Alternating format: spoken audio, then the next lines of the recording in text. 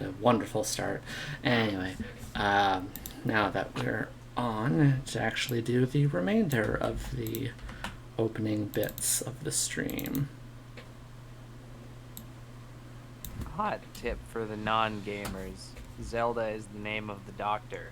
Link is Zelda's monster. God damn it. That's a good one. No, not haha care. There we go. With the wrong fucking Facebook react. It's bullshit. Nope, wrong button.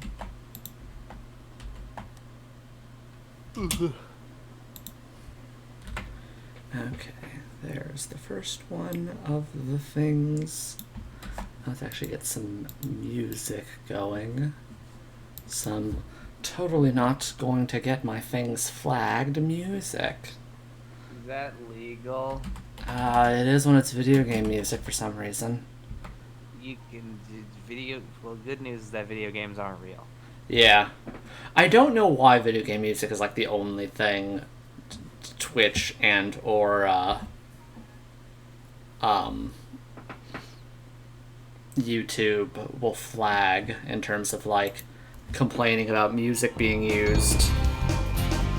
But I mean, screw it. It's used to have Spyro music in the background, and Spyro music is great. Yeah. Oh, Shofu's trending. Hydez. Streaming. Hello. I am doing the initial start of stream things that I do, like posting on the channel and on the Twitter, even though I don't think anyone checks the Twitter. Unless you got here from the Twitter, in which case, hello, people in the future, past, present? I don't know. Time is confusing. Alex is well versed in the knowledge that time is in fact weird. No, it's pretty regular as long as you're under, normal gravitational conditions and you're not going too fast. That's pretty weird, though. You gotta admit. What, being under regular gravity and not going too fast? Yes. I would argue that's quite literally the definition of normal. The normal's really weird when you think about it. You can't just keep declaring these things like it's real. Yes, I can. I mean, yeah, you can. It's a little weird that you think that I can't. Much like time. I'm gonna shit my pants.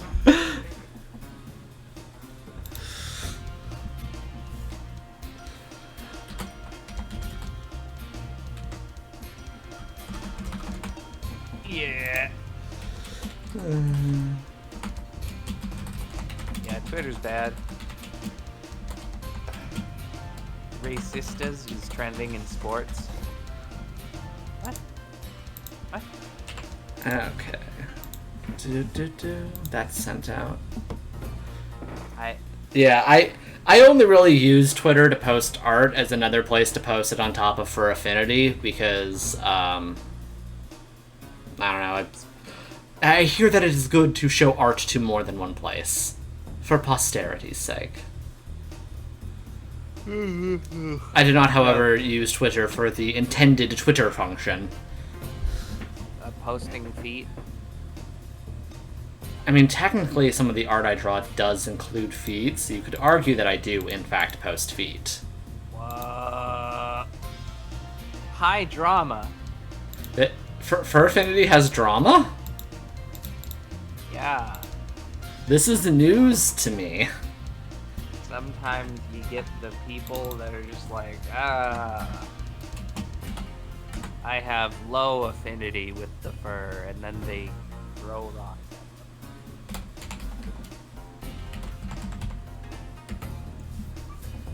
Gotta raise the affinity chart, or else goddamn Zenobia's arts won't be as effective. Yeah, I was waiting for you to cycle into some nonsense. I don't know what you're talking about. Everything that I say is highly nonsensical. Nah.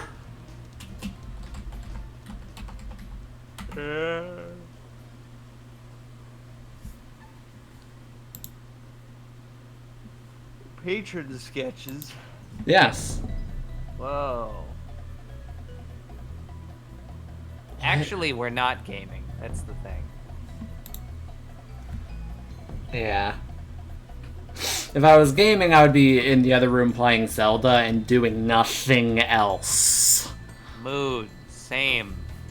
We are art game. Oh, God.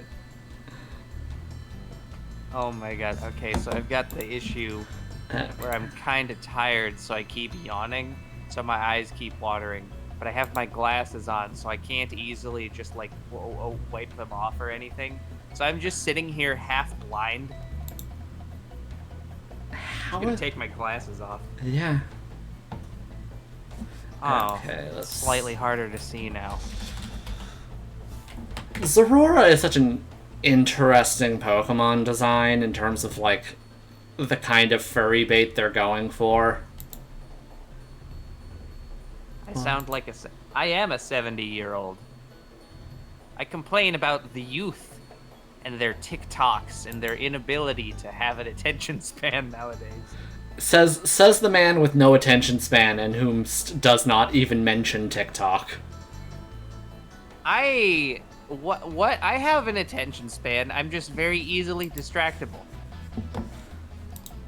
So distractible you didn't even notice the other part of that sentence. Anyways. No, there was TikTok. Real.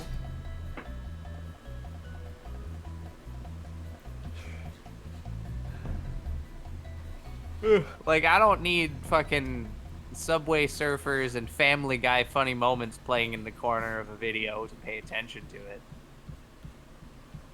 And what the fuck makes you think that, like, other people do, that other than, like, really small children who are targeted by, like, everything? Because we live in capitalism. I don't really. Or at the very least, I'm hoping that I don't. Because, holy shit. Like, if that actually is a thing, then that's not great. Subway Surfers plus Family Guy plus ASMR plus Malcolm X speech peak video. What the fuck?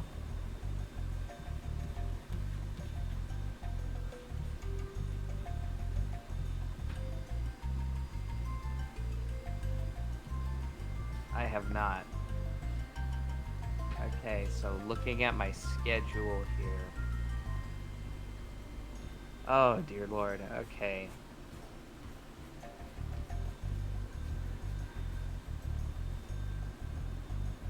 Wait, what? Oh, no, that's August. Okay, I'm stupid.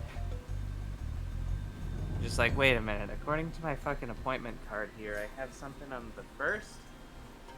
But I'm going to be gone on the 1st. Where are you going? To the Midwest again. Why do you keep doing that? That sounds like a mistake. No, it's pretty cool. They got cheese. Cheese and cough cancer. Got it. Yeah. No, I just got that shit where it feels like there's like a little thing in the back of my throat.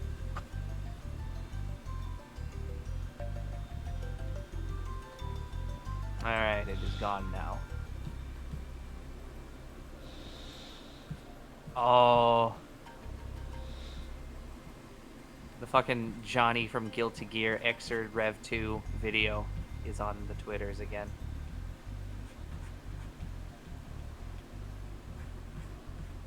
This is a good one. When you chat with someone online, when you chat with Johnny from Guilty Gear Xrd Rev 2, you meet a girl. She says she likes anime. Her favorite character is Johnny from Guilty Gear Xrd Rev 2.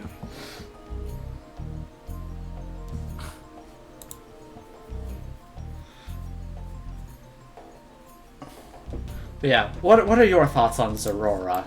Is it? I also don't know how do you pronounce Zeraora? Zorora? Is it Zorora? Oh, right. This entire time I forgot about that one because I really don't care about it. I thought you meant Zorua.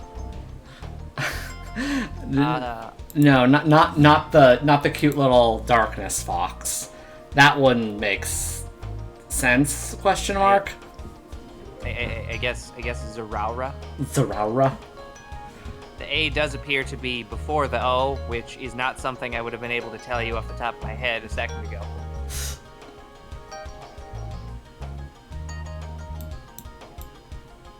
But yeah, I don't know.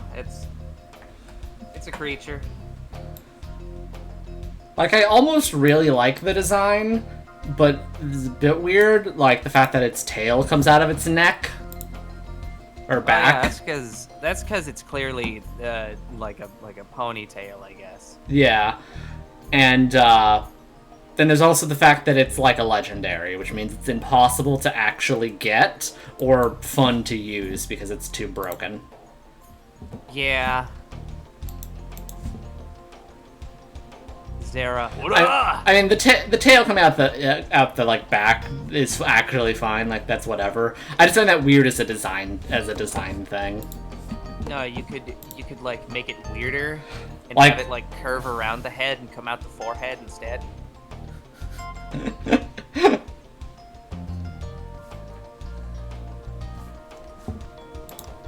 don't know. It's just one of those Pokemon that it really feels like there used to be more fanfare for the super special legendary Pokemon. Like, remember when they started talking up fucking Deoxys in Gen 3? Yeah. But then, comparatively, I feel like a lot of people aren't aware that fucking Zeraora even exists. Yeah. Like, again, Zeraora mostly feels like it's supposed to be like the Lucario of the game, or the Zoroark. So like mid game, pretty decently statted. Has like a tiny form that he can evolve into, and I would have on my team. But it's not. It's like the super legendary. So you're never going to get it, and again, it's like you're not going to use it. Yeah. Tragic and unfortunate.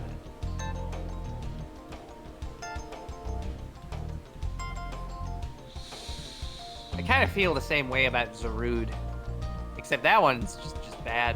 Which one's Zarude again? The weird evil monkey. Oh yeah. I also forget about Zarude. Just one of those Pokemon where it's like, yeah, we're supposed to have these weird sort of event legendaries, right? And then they just have them, and then it's like, all right, there you go.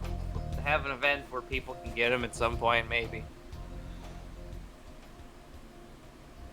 And then years later, I'm just like, what? What the fuck? I'm missing a spot in my Pokedex. What the hell am I? What the hell's a Zarude?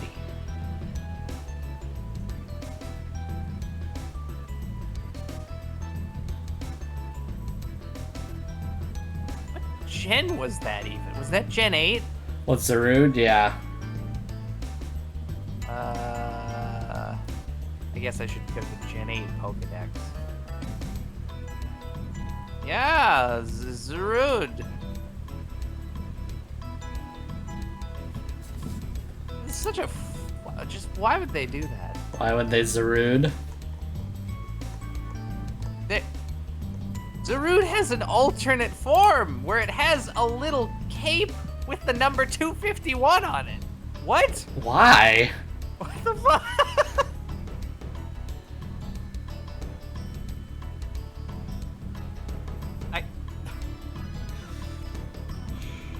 I don't know. Within dense forests, this Pokemon lives in a pack with others of its kind. What? Yeah, it's not like a one-of-a-kind rare at all. It's just, again, it's just a normal Pokemon, except for you can't get it. It has a base stat total of 600. That and it's too. event only. That too. What? So they just have a Pokemon that's canonically not legendary, but it just effectively is a legendary? Yeah. Or I guess 600. That's well, let me check Latias and Latias. Yeah, it's on par with Latias and Latias. And Yeah, that sort of pseudo-legendary / actually competitively usable legendary Pokemon. Yeah, that's because Bulbapedia is a silly fuck. They like to treat mythical Pokemon as being a separate category from legendaries, even though it's a Venn diagram thing. It's like a subset. Yeah, all mythicals are legendary, even if not all legendaries are mythical. Yeah.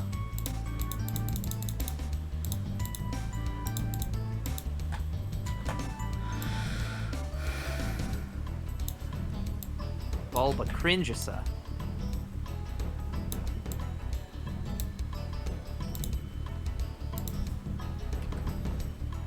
Ugh. Fucking a couple of wrappers on my desk that I gotta get rid of. There we go. The desk is clean. Remember when they made Mega Latios and Mega Latias, except they actually just made one? They did do that. That was odd. And then they just fucking gave it to you. No questions asked. Because they wanted to do the whole flying around the model of Hoenn they made.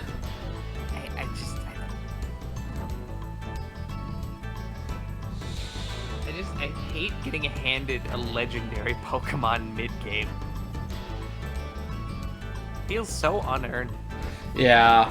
I'm trying to remember, could you actually use the Latios in battle, or did they actually... Yes. Okay, so... It was like... at least they learned their lesson for Scarlet and Violet, what with Miraidon and Koraidon. Yeah. Where you get them immediately, but it doesn't feel unearned, because they're there so you can have a bicycle and nothing else until the end of... You don't actually have them. Yeah. You can't use them. Until the end of the game when, you know, you're supposed to get a legendary. Yeah. At which point they do a cool Toby Fox thing because he owns Pokemon now. Wait, what Toby Fox thing? You know, it's basically the fucking, I don't know, it just really feels like something that Toby Fox would have pulled in Undertale, where it's just like, oh no, only Pokemon that are owned by the professor can be used in battle. Sure is a shame that I don't have any, I mean, yeah, that's actually pretty clever in terms of the, how do we make this fucking bullshit thing seem even more bullshit unbeatable? Yeah. Is, okay, no, fuck you. You can't even use your Pokemon. Fuck you. And it's just like, man, the bite button. I really do like how, for, again, Scarlet and Violet, they actually just have really good final bosses instead of, like, Sword and Shield, where I'm like, the framing on this fight is all really nice and, like, really meaningful. But President Rose fucking sucks ass. I don't give a shit about him. Nor should you. And his plan is stupid. My favorite part is how the game is aware that his plan is stupid. Fucking Leon or whatever is just like, yeah, no, like, I'll help you. I'll help you avert the apocalypse that you want to. But that's going to happen in 100 years, and literally right this second is the championship. Like, literally, we can schedule this tomorrow, and I can come and help you. But he's like, no, it has to be done today.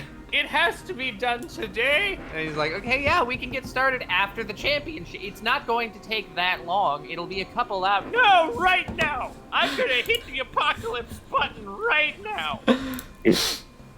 You know, I might have heard you complain about the Sword and Shield shit like 8 million times by now. Because it's bad. It genuinely might be the 8 millionth time today. It's really bad, that's the thing. You know what's funny, the more you know, it always makes me think, like, you know, it's like, my mind's always trying to race for, like, comparisons when you talk about shit.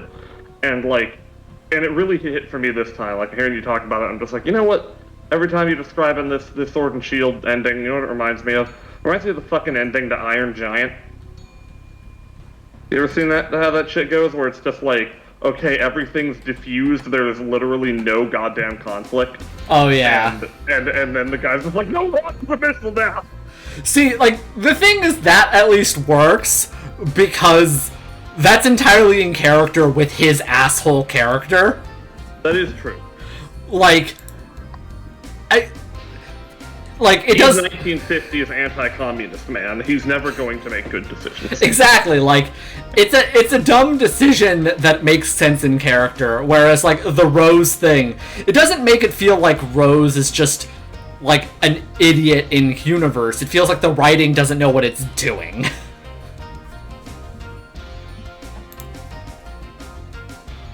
Hashtag meow meow is trending. They photoshopped cat ear onto real character name Goku Black. Yeah, they made Goku. Don't you remember Goku Black? Goku Black.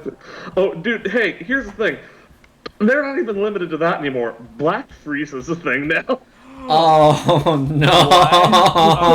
You get all uppity. That's real too. So. Oh no! Frieza. Black Frieza. Oh my god. Yeah. That's real. That sure is. Yep, I don't know much about it. I believe it's his new strongest form or something. So, but I've heard about it. I saw a picture and I was like, oh, that's great.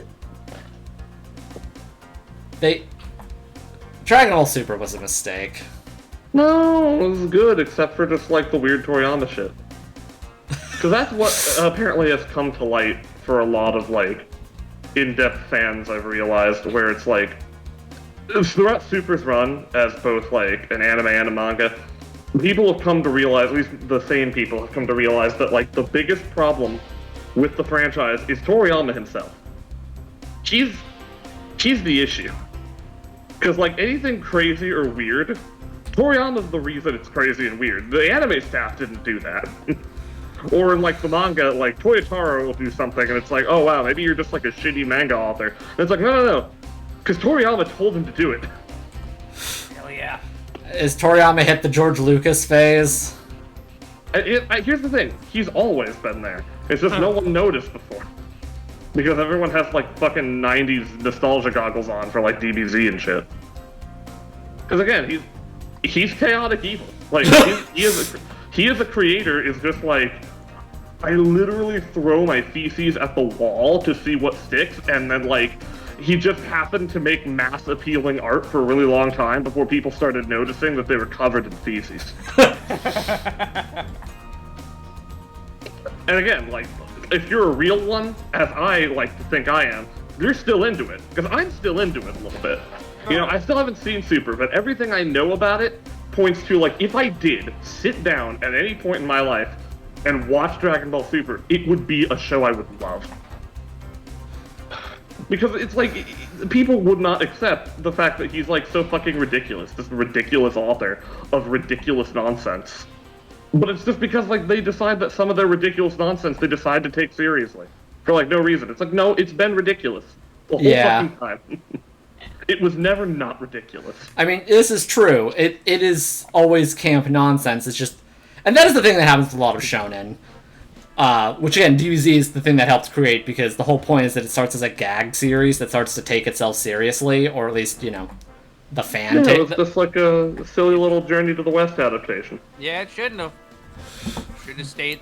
The fucking... The Dad Vegeta Slice of Life episode was the best one in 2. I mean, yeah, that was the thing I was gonna say, is that, like, had Dragon Ball Super just been the cast of DBZ in a fucking, like, sitcom doing slice of life shit, like Vegeta going to Disney World, like, I would eat that shit up.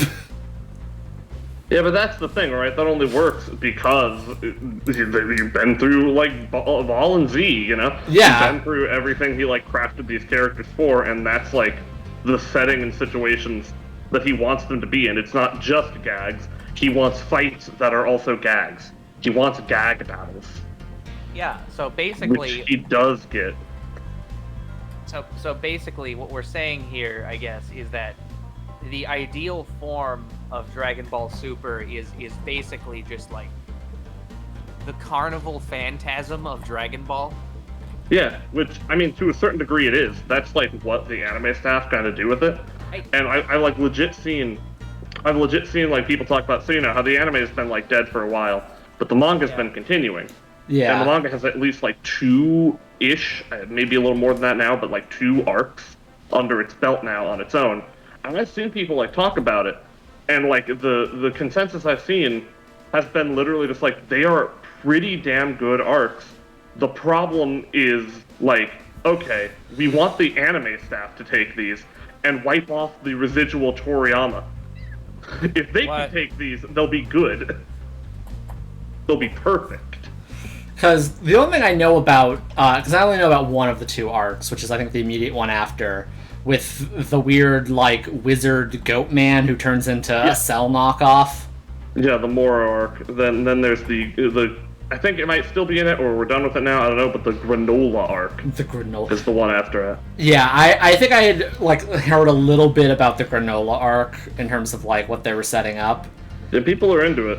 And yeah, like, it seems interesting enough. Like, sure, continue the story.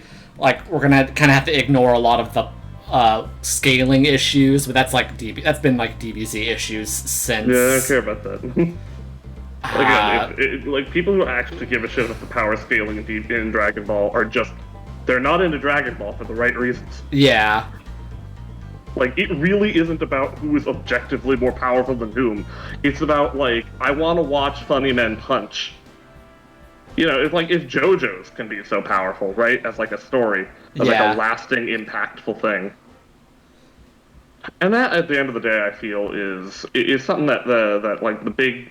Like, some of the big ancient shonen franchises, right, are just, like, they have in common to keep them relevant to today's, like, especially, like, internet fucking nerd culture, where, like, you need that irreverence. You absolutely need it, because, like, again, JoJo's fucking ridiculous, never really takes itself seriously.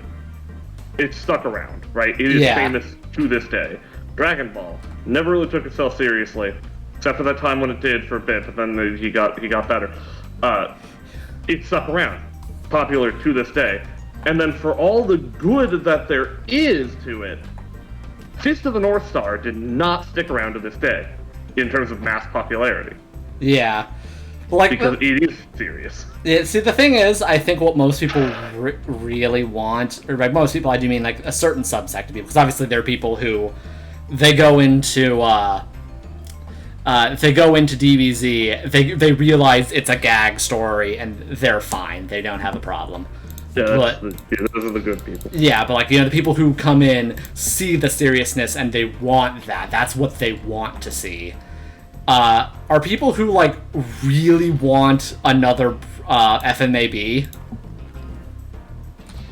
Wait, what do you mean by that? They want that, like, ridiculously, like, tightly woven action roller coaster kind of story. Oh. Are you sure? That's kind of the vibe I get when people take, like, a lot of seriousness in terms of, like, the shonen things. Huh. I don't really think I've seen that, or I thought about it that way anyway. Like, and, like, again, like, that's, like, a subset of, like, DBZ, because DBZ is much older than that, and there are a lot of reasons you'd get into it, but, like, the kind of people who would get really mad and want the story to be much more serious, that specific thing, that's probably closer to what they want it to be, which is not what DBZ is going to be, because unlike those other stories, DBZ is not going to end. It ended once, and then Toriyama got bored and undid that. Toriyama got bored and wanted more infinite money. And, like, the thing is with FMAB is that it ended. Like, that's part of what makes it a really well-told, like, roller coaster ride, is it gets to its conclusion as it wants to on its terms. Yeah. Whereas, like, And like also it had, you know, a lot of foundations set up by like a better version of itself. Yeah, So, yeah, no, yes. cool. I've already got into a discussion about FMA versus FMAB today, which is partially Today? why this is on. Yes, today, which is why this was on my mind. Oh, please tell me, what was how did this go? Where was this? Tell me, give me all the juicy details. I haven't been in the group chat since like a week ago.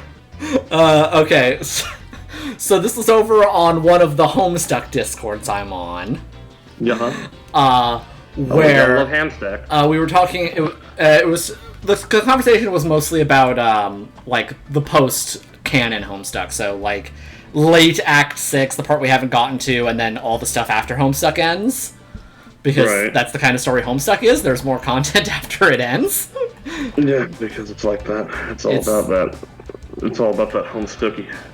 And then obviously comparing it to the original stuff. And I made the comparison in terms of how they both work as a kind of an inverse of FMA 03 versus FMA Brotherhood. Oh, yeah? Given that, like, a lot of people who really like early Homestuck like it because it's this pretty tightly wound roller coaster ride of just, like, plot actions that eventually cascade into literally cascade. Yep. Where all these things come together, and they really like that. And then those people usually tend to not like Act 6 and later Homestuck, because that's not what those are about at all. Or, like, they kind of are, but it's, like, infinitely more stretched out. Yeah. 25 pages of dialogue, baby. 25. Consecutive. Those are baby, though. 75 pages of dialogue, baby. There you go. Remember that time when Jim Bob Huss was just like, hey, yo, remember that time that I introduced too many characters? What if I did it again?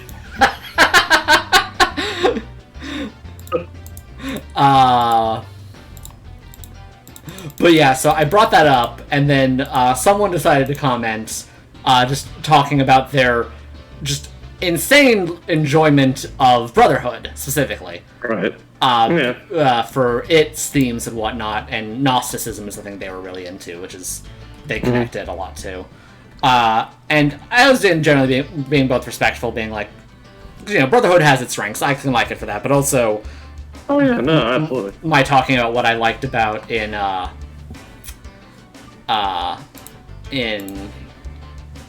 words.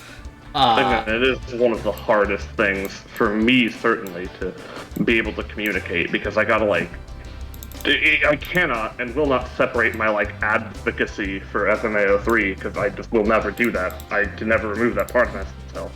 But, Yeah. like, because of that stance that I take that's so rigidly on, like, one side, it is so very easy for people to just be like, wow, so you just, like, hate Brotherhood, and I actually legitimately don't. Yeah. What? I really like it, actually. What? It's Yeah. so hard to, like, do that, to, like, walk that line.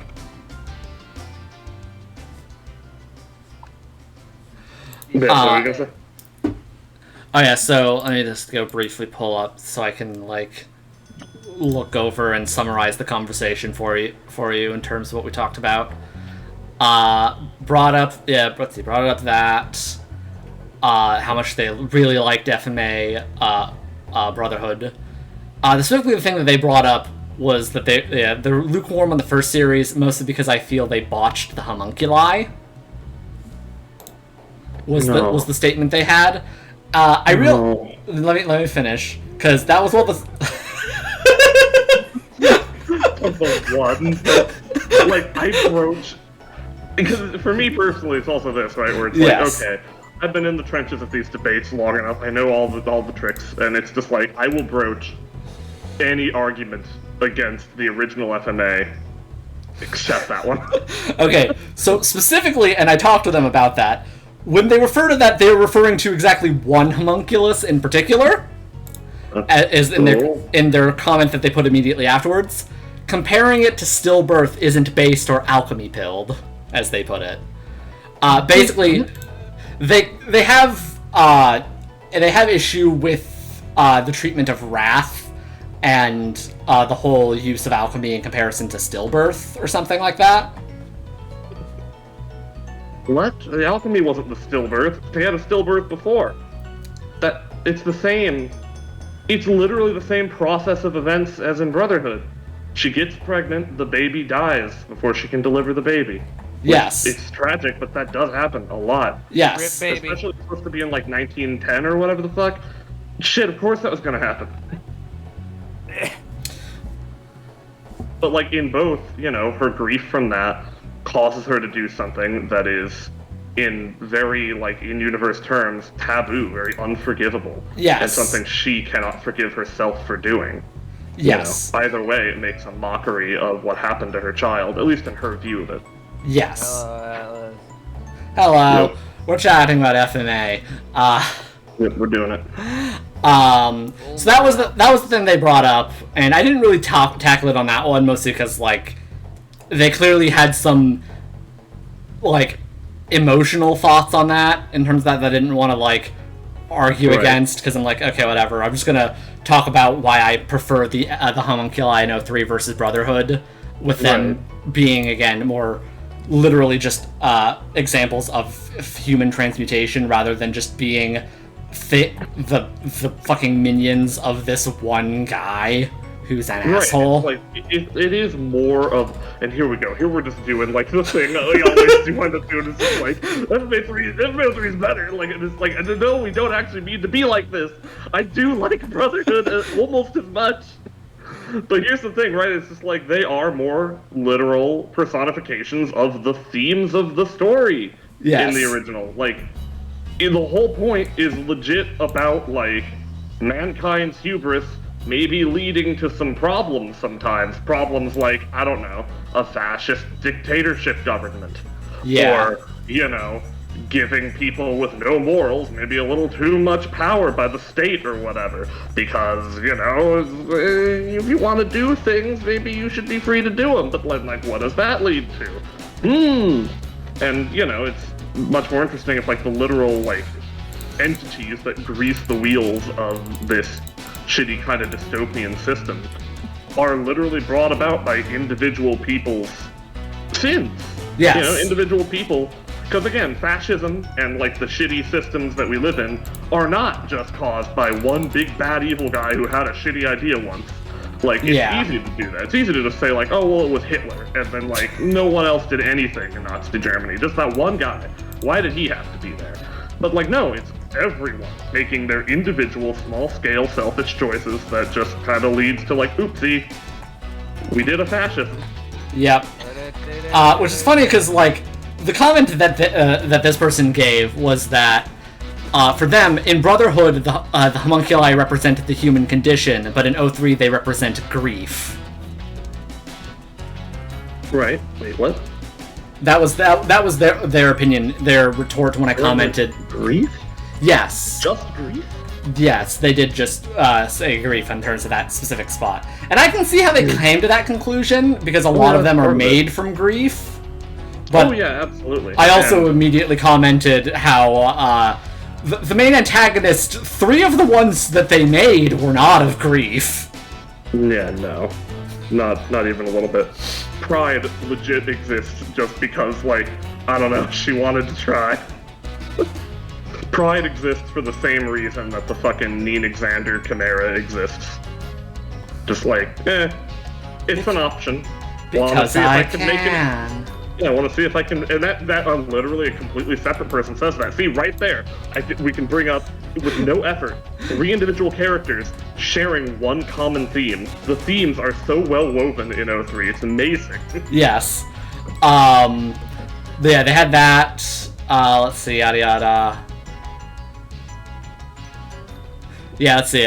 I'm just lukewarm. I don't hate it as much as I resent the one way that they depict grief over stillbirth and wrath is the thing that they mostly have a complaint with, which I didn't really feel like unpacking this person's problem on that, so I didn't like challenge them on that.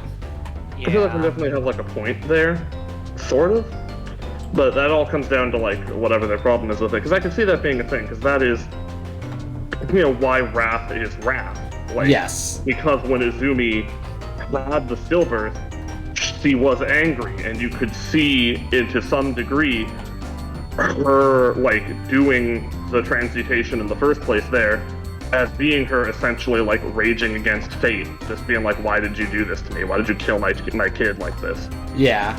And thus, like, an angry creature is born. Now, again, though, I think it's worth noting, so it's interesting that, like, that's one he just decides to not be happy about, because that's the homunculus with some of the most development, because you see him at first without any negative input from his circumstance. Yeah. And in that zone, in that mode, and that's how he ends his life, too, he's pure. He's not evil. He's not inherently, like, an anger ball or, like, a piece of shit. He's just, like, a kid, because, again, devoid of, like, outside interference, like, people, again, there's no original sin, essentially. Yeah. Even though it's, like, such a Christian work, like, it's that thing where, like, there is no original sin. Like, Wrath wasn't wrong. He's not wrong to exist. He's not a bad person or something. But, like, his own, and kind of given to him, or symbolically infused in him by his creator, his own anger at his circumstances that happen when he gets his memories of what he is, make him so twisted, and then no one's there to help him, Because then, like, Izumi can't bring herself to really do it. Obviously, fucking Dante doesn't give a shit. Like, no one's there to actually be like, hey, so, like, I'm sorry. No one apologizes. Yeah. Which is unsurprising that he latches on to the one person who's even remotely decent to him, with Sloth, who's her own issues. Sloth, her own issues. Yeah. Oh, absolutely. Yeah, which is incidentally something that they were able to, that they definitely agreed with me on when I brought up that, like, I much prefer the original's version of Sloth and Lust. Yeah, I don't understand people who would disagree with that. Ultimately, because it's just like, look, at the end of the day, like, you can have your problems, right? And I've seen the arguments too with, like, the tropes presented in those characters in the original. But, like, regardless of, like, if you have problems with their, like, the tropes and how they're used, like, say that, like, technically Lust becomes, like, good or whatever, and it's like, oh, well, that's, like, of course you redeem a female villain or something. I've seen people argue about that, and, like, I understand. Yeah. But, like, at the same time, it's just, like, I think you should probably side with the ones that have characterization at all over just the kind of, okay, here they are. They're obstacles. Yeah, they are in Brotherhood. They are walking boss fights. They are, and kind of cool ones. I didn't really like the Sloth fight too much, but I mean, the Lust battle, so much good animation when fucking Mustang just goes out fucking ape on her. Yeah. Wait, in which one? In Brewhood. Okay, yeah. The fucking animation on that is so fucking good, dude. Are we talking about the legendary scene where she's just like, you dead, and then he just keeps snapping her? Yeah. Yeah. The animation is fucking god level, dude. That scene is great, because it's just like, no, you're dead now. Die. Please die. I'm not asking. Die. The only time that an anime character is just like, I'm tired of dealing with this. I'm going to overkill this woman because she's just going to get back up and keep fucking with me. So funny. Yeah. Like every time you run into that shit, or the opposite of that shit rather, it's just so aggravating where it's just like, okay, well, they just flew off somewhere. If this was real life, they'd be dead, but this is an anime, so they're gonna come back again. Please just go over and, like, shoot them again. Just, come on. Stop letting the problem continue to be.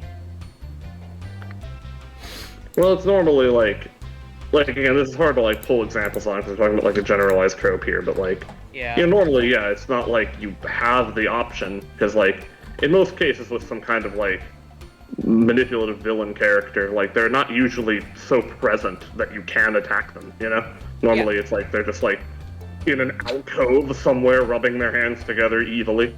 Their father just lying in their little fucking den waiting for the plot to happen. That man sat in a chair for 500 years. And then he complained about how much he didn't like his life. 500 years. At least Dante. Imagine did something Imagine with the her butt immortality. Imagine the fucking, like, so you know, like, you get, like, bed sores, right? You're just, like, Yeah. laying in, like, a hospital bed for, like, I don't know, a week even. And then it's just like, no, that man has been in a chair for 500 fucking years. How do his legs work? They must not. I mean, he's He not just gets up and human. he's just like, oh, I can move around and stop the alchemy. No more alchemy. No Get it more. out of here. I've cancelled alchemy sessions for the week. Cancelled alchemy on Twitter. Follow me at hashtag alkajustice. Alchemy is hashtag problematic. I mean, that's just Scar's Twitter.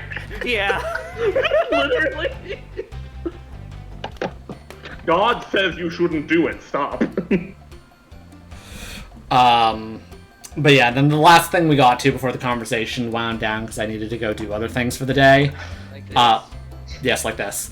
Was just talking about the problem of Brotherhood has, where it kind of just fucking cripples its own opening because it wants to get to the new stuff, which on its own hampers its own existence because it very fundamentally relies on a lot of things that the original would have set up and did better. Yeah. Right, and more than that though, I feel like the more time like I spend with it, the more I think about like when we're talking about like how it cripples itself. I think it cripples itself in like just not really dealing with the fascism That in too. a meaningful way compared to the original. Like, compared to like anything else that Yeah. deals with fascism, really. Like that's a thing that's an in general problem rather than like the production issue where it just skipped over a lot of its opening because 03 already existed and covered all that stuff basically well, but has the problem of like, okay, cool, you've now made it so Hugh's and Nina's deaths don't really matter as much because we only get to see them for like 2 seconds each. Yeah. Hell yeah.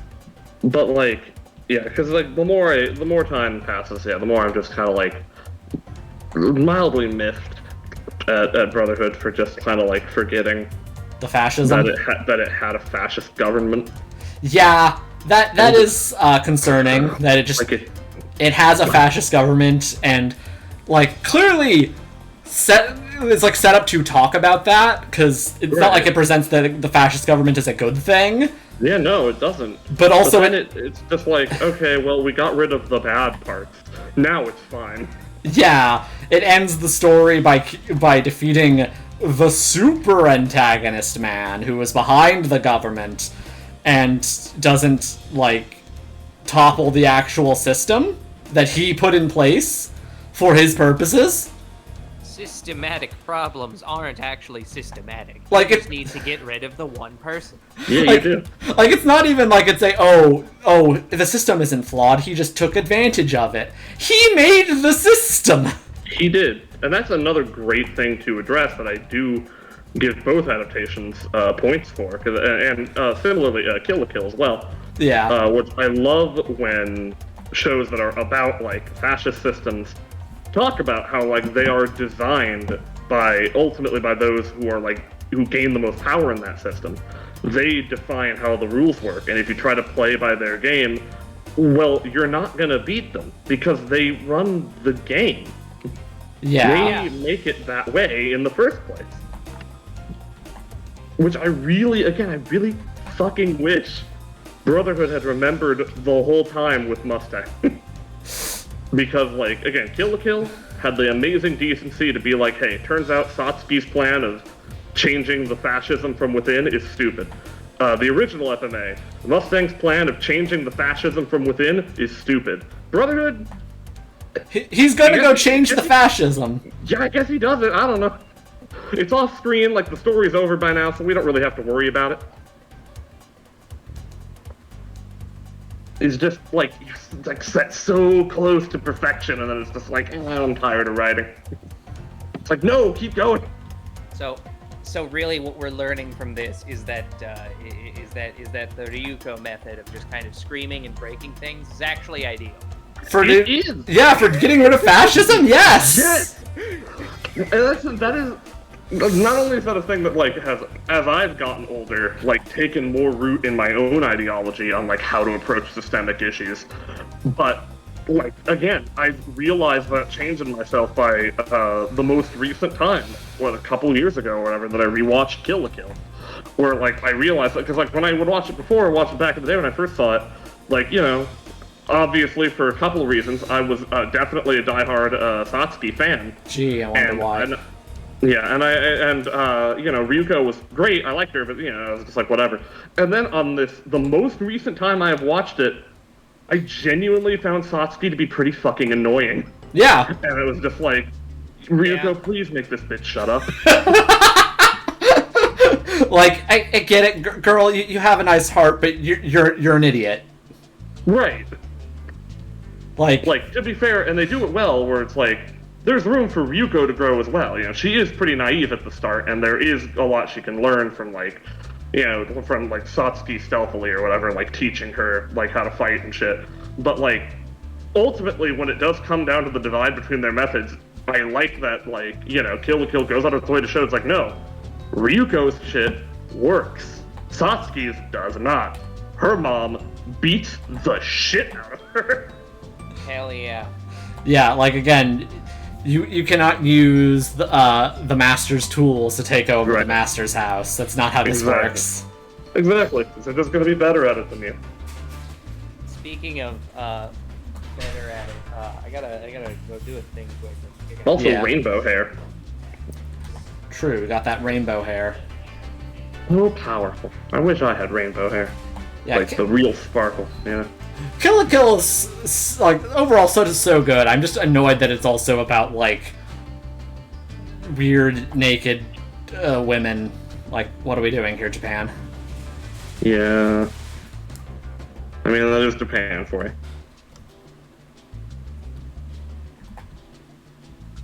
Could have used a few more naked Gamagori scenes. Gamagori's great. It really is. Also kind of underrated. Yeah, I just do love. How tall is he? Taller than you. Taller than you, yeah. however big you are, he's bigger. He's taller. Fuck you.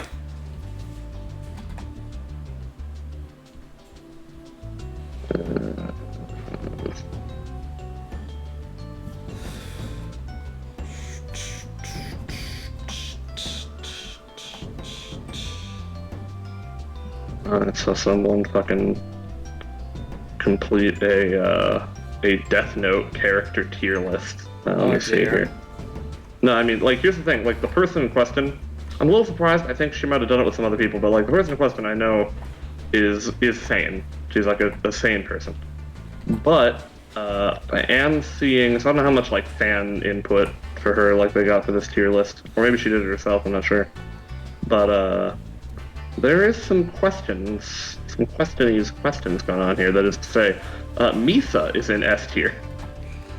I can see that. There are a lot of people who like Misa, not for how Misa is actually portrayed in the story, because how she should be portrayed. Pretty much, yeah. Like, they like the idea of a character like Misa, and they kind of do the fandom thing where they just kind of collectively make their own version that's better. Right, like, it requires the world's amount of mental gymnastics to just, like, dodge around the misogyny in fucking Death Note. Yeah. Just so extreme with that. I'm gonna say the S tier characters are Misa, Nier, Ryuk, L, and Light.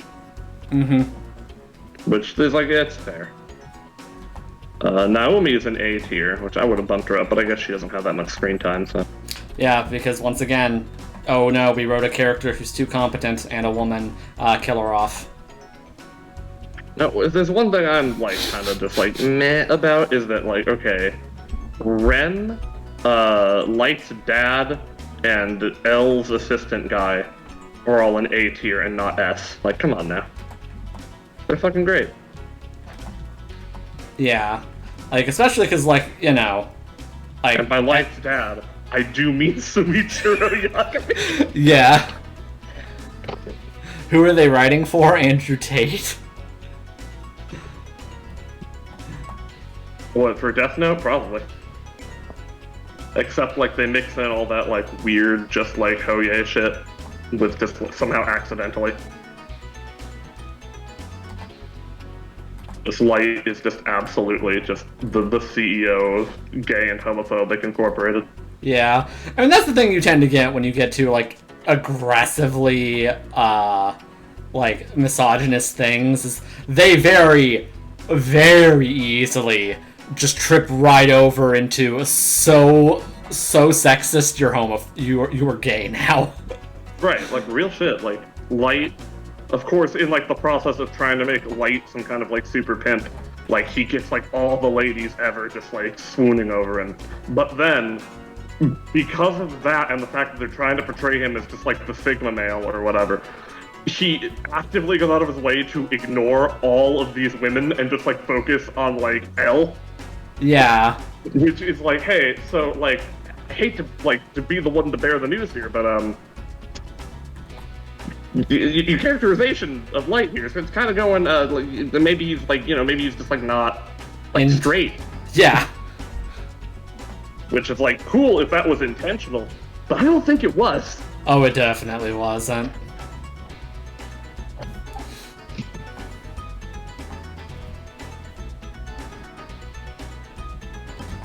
Although that foot washing scene, that is some kind of shit right there. Oh god, I forgot they did that.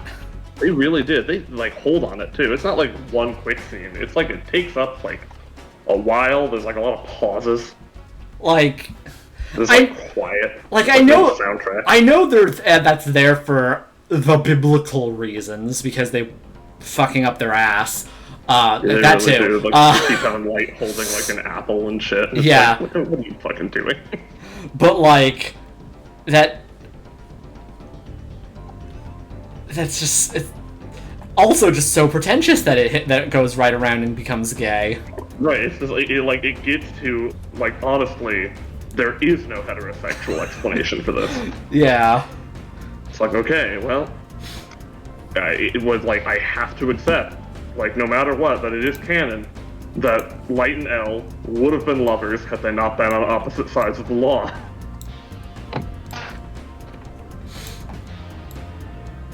Although maybe not, like, completely, because I feel like a big portion of, like, their relationship was, like, based on the spice of, like, trying to catch each other. Yeah. Like, they kind of needed that. I mean, I don't know, they functioned... It's a bit toxic, but oh, yeah, yeah. They were pretty good when they were together, chasing the one guy. Yeah. Like, it could have worked. It definitely would have been a bit different. It would have been a lot less, spicy, because, like, a lot of their dynamic was informed by the fact that it's like, so I know that you're Kira. I know that you know that I'm Kira, but you can't prove that I'm Kira. You're right. But also I know that you're Kira. Yeah. And then they start making out. Or they want to very, very badly, but then Light's like, what? No, how could I? He's a cop. I mean, a man. I mean, a cop.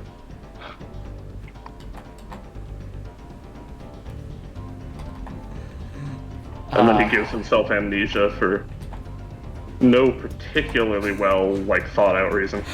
Because the writer is insane, and dear God, do I never want to actually read or watch Death Note again. It's a ride, alright. Yeah, it's a ride. I don't want to go back on Light Yagami's crazy train ride. Recently, I don't know if it's just, like, because I haven't really been looking anything up relevant to Death Note, but I've been getting, like, some videos recommended, and they're all, like, really interesting edits. So I'm wondering if there's, like, a new meme, or maybe it's probably an old meme for, like, the Death Note fandom or whatever. But, like, this meme starting up with just, like, editing the series in, like, small ways to make, like, weird clips. And, like, one of my favorites was just, like, there was one that was like, okay, so it's Light, but we remove the inner monologues. We just remove the inner monologues for, like, the first scene where he's, like, uses the Death Note and finds out that it works. And it's like, it actually made the scene kind of a lot better. Shock and awe. Like, I get why that's there, because it's a manga adaptation, and it just does that a lot. Hello, Zim. He's lurking. He's lurking. but it's just so ridiculous. Yeah, because like I can understand the arguments like for it. Like a lot of people love the thought process stuff of like Light trying to figure things out and using deductions or whatever the hell.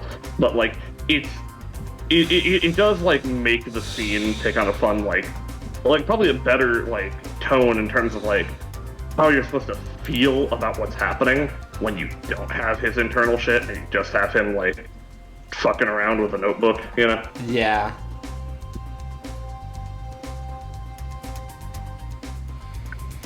Did they shorten the scene where they're taking out the inner monologue? In terms of like, was the scene a lot shorter? A little bit from what it looked like. I think they kept like the music in. The part where he pondered out loud to himself obviously was still in it, but like, yeah, they took out all of him like thinking shit to himself, but like everything else was like same, like paced out, just like him sitting silently watching the TV, waiting for the one guy to die. And it like, you know, it had a nice little like kind of feel to it where it's just like, oh yeah, okay. Yeah. And like that's a fun bit of show don't tell kind of thing where I do like that vibe. Yeah, like Seinfeld without the laugh track. Oh, that yeah. sounds uncomfortable. The revelation that Seinfeld really isn't funny. Yeah. Because I would say, like, it probably, that's why I put, like, deep thought into it or anything, but, like, it probably wouldn't work for, like, all of Death Note or for, like, other scenes, but, like, for that one that the guy showed, like, I do think, like, it did work a bit to just, like, not have the inner monologue in there. I think, like, a proper edit through of the whole series to, like, do that would require... Obviously, just pulling out all, like, the times that the spots are, like, hurt or whatever, and then completely ripping out, visually and everything, those instances where, like, we go into the weird everyone has a unique color world. Yeah. Where they're just kind of, like, thinking at each other while everybody glows in their respective, like, theme colors. Because they think that this is JoJo's or some shit? Yeah. Well, that does remind me. I really don't like that JoJo's like decided to give them like auras when they use their stands. I don't like that. I would like just like the stands coming out. Okay, now I'm just imagining a kind of like bullshit. What stands would Death Note characters have? Well, I mean, do the Shinigami not count as like stands? Because they kind of are. They are basically the stands, yeah. So like, So but in terms of like how they would be. Which would basically just mean that like it's two stand users fucking shit up when there's no Joestar around to fix things. So Light, so L is just like, cool, I guess I, a normal human being, L's a Hamon user. Oh, yeah, definitely. Just Hamons his way through a problem that Hamon should not solve. Like he and his disciples or whatever learned how to breathe correctly. I wonder if Hamon will ever come back. Again, from what I'm aware of, I haven't looked too much into it because, you know, spoilers or whatever, but from what I'm aware of, in at least part 7, there is a pseudo Hamon element in it. Yeah, which would make sense. It's not exactly the same as Hamon, but like it kind of is. Except instead of it being about like breathing, it's about like aiming, I guess. Yeah. Like it's a different sort of, instead of like spiritualism, it's based in like mathematics. Yeah. Which is fun, I guess, for like math nerds. I never really got it though. People go all ape shit about like, I don't know, Pythagoras or whatever, and I'm just like, oh no, I'm sure he was a cool guy. But like, he probably owned slaves, so like, fuck it.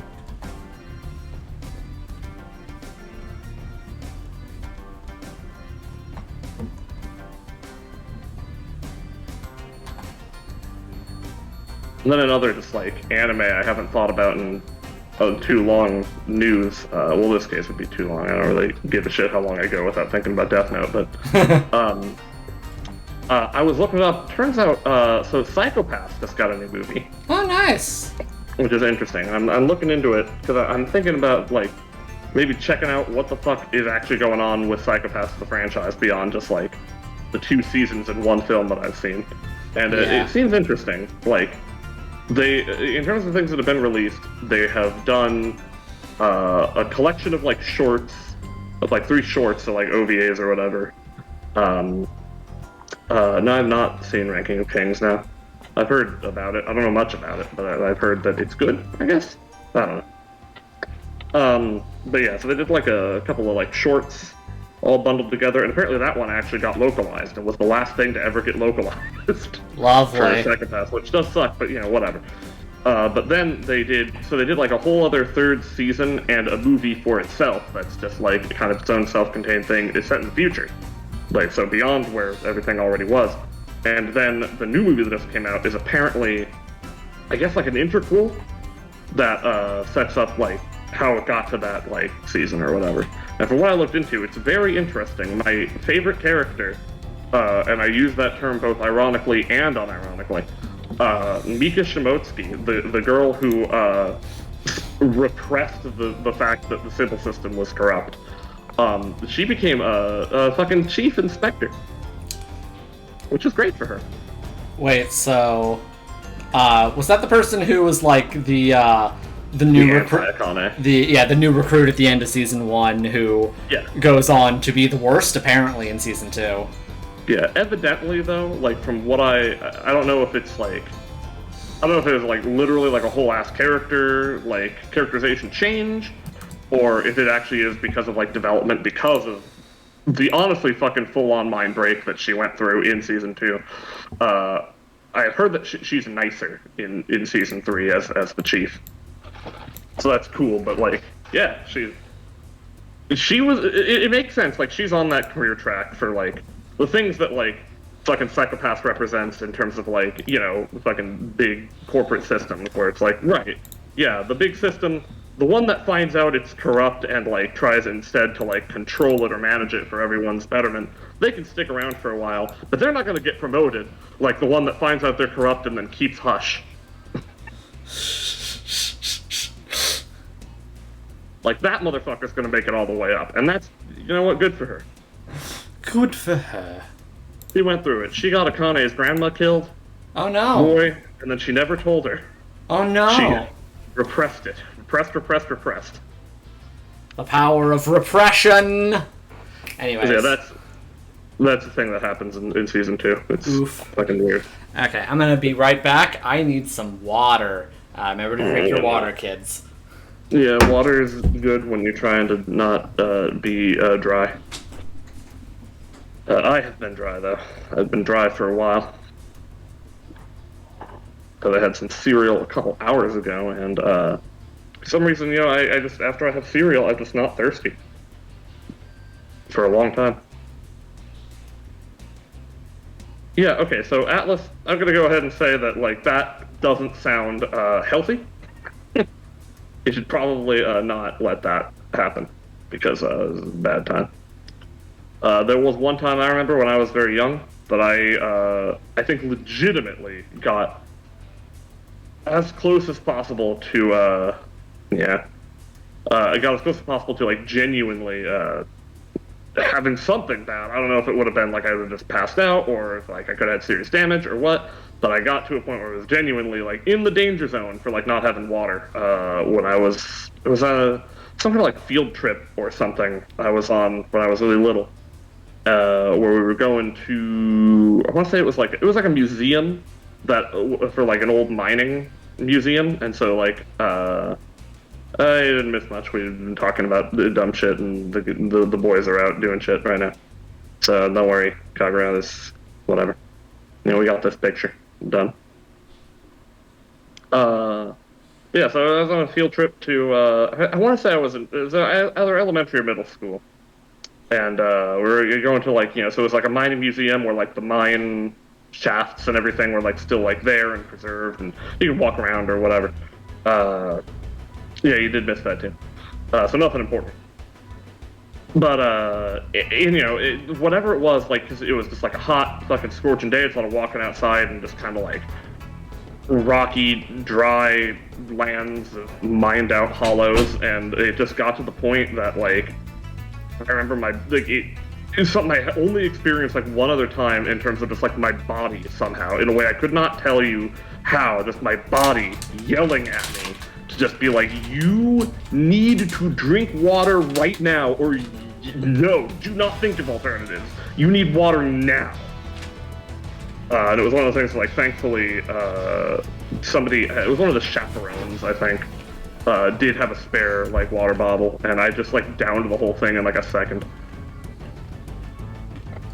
Okay, I'm back. And it was some crazy time. But yeah, so that was the closest I ever got to something real bad probably happening because of dehydration, and that's the story. So remember, drink your water. Drink your water. Okay, let's see. Also, hello, Kaguro. Yeah, you missed an hour of Full Metal Alchemist talk, and also me drawing dies as a Zeraora. I never know how to pronounce. You missed him performing a service for Dies. It's probably at least a little bit greater than he deserves. Zeraora. Zeraora. How do you say it?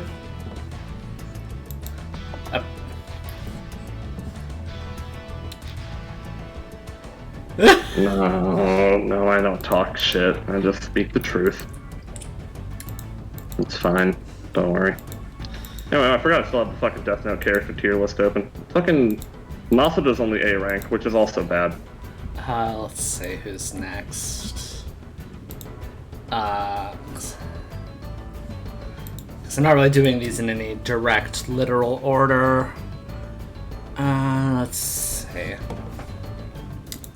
B rank Mikami. Interesting.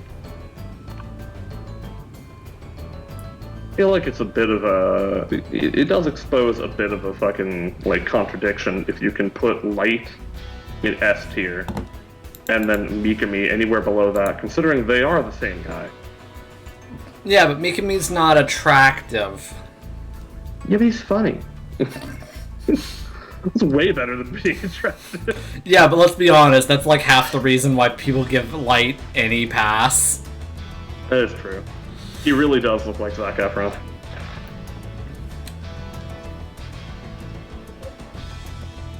And not like modern Zac Efron either, like High School Musical Zac Efron.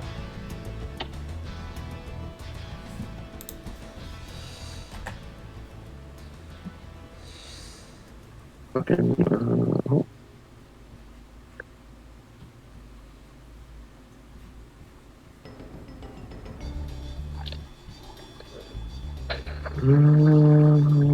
okay.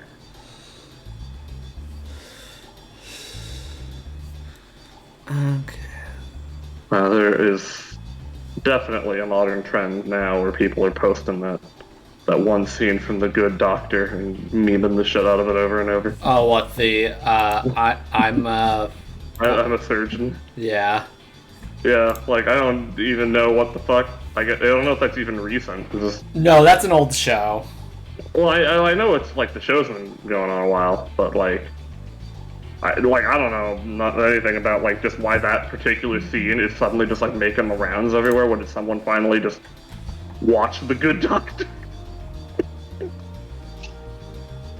Like, it's so weird to me when that kind of shit, that, like, delayed meme effect happens, that there's, like, a show, and it's just, like, been on for, like, years, and then, like, only then, after it's been there a while, it become, like a big fucking internet meme. And it's just like, why didn't you do that shit originally, you know, when it first started? Why's it gotta be like now? Why you take your time?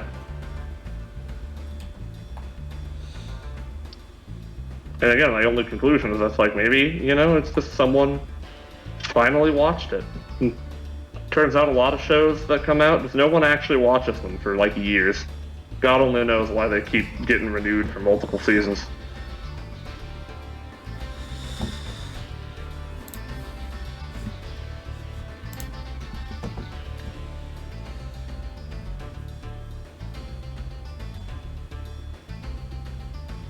It is funny though. I am a surgeon. kind of literally is just like, all right, I'm just gonna yell it until it happens. Yeah. Which I wish that worked.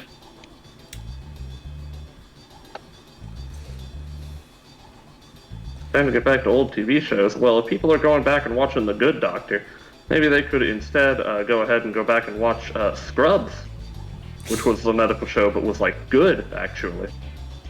And didn't, try that. as far as my memory is aware, didn't decide to have one of the characters be transphobic with the excuse that he's autistic.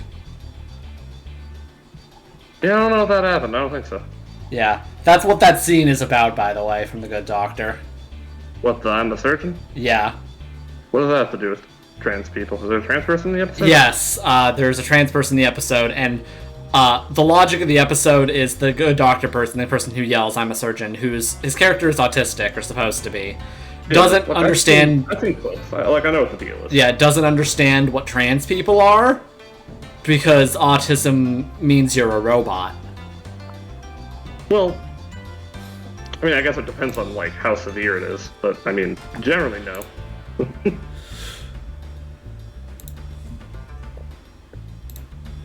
So he doesn't... It's not like one of those things, like, where they have to teach him what trans people are, or is it? I think it is. It is. I believe the episode is where they're teaching him what trans people are, but... Just gotta, like, sit him down and just be like, okay, so let me explain this to you.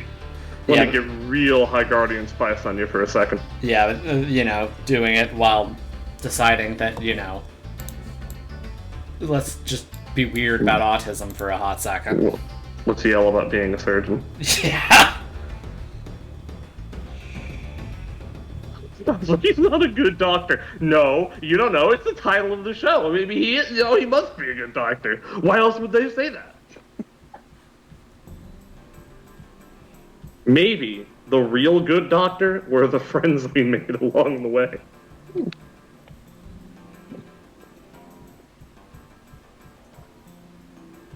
You know what? That's what they should do. They should just go ahead and just fucking like make like an alternate universe version of it, just called The Bad Doctor. And it's just like a guy, just some neurotypical dude who's just like genuinely bad at everything. So, Jeff Bezos.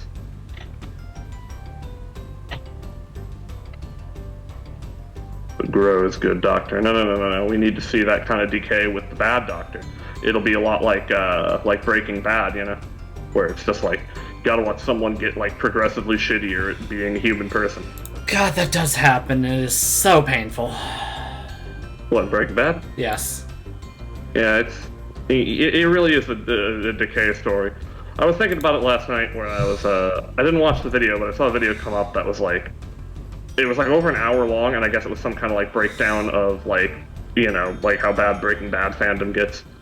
And like what they used for like the thumbnail was very interesting to me because it reminded me of like a thing I'd seen a lot in like the Breaking Bad fandom was the statement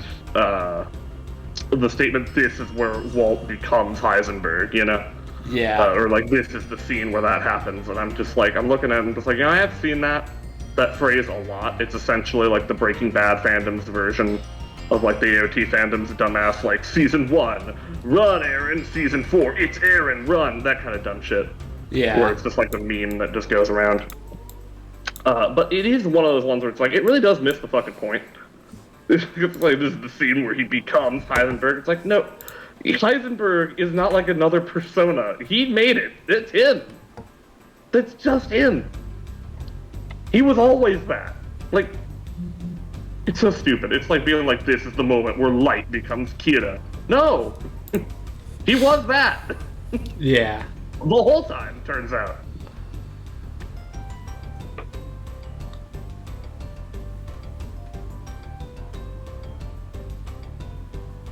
I just feel like media literacy has definitely taken like a good hit in recent decades. And maybe we'll never recover. But that's okay, we don't need to recover. We have, I don't know, fucking someone putting a 50 cal in a pool stick. What? I made the world's most powerful pool stick? Didn't Light just kill a guy on the news for reporting on him in the beginning? Yeah, pretty much. Yeah. A reporter, or like, as far as he's aware, it's like a detective is like, Light, or Kira, we know you. I will catch you. We know you exist. What you're doing is wrong, and we'll catch you. He's just like, mock my pride, really? And he just fucking puts his name down and he kills him. And then that's immediately how L is like, anyway, so I got you.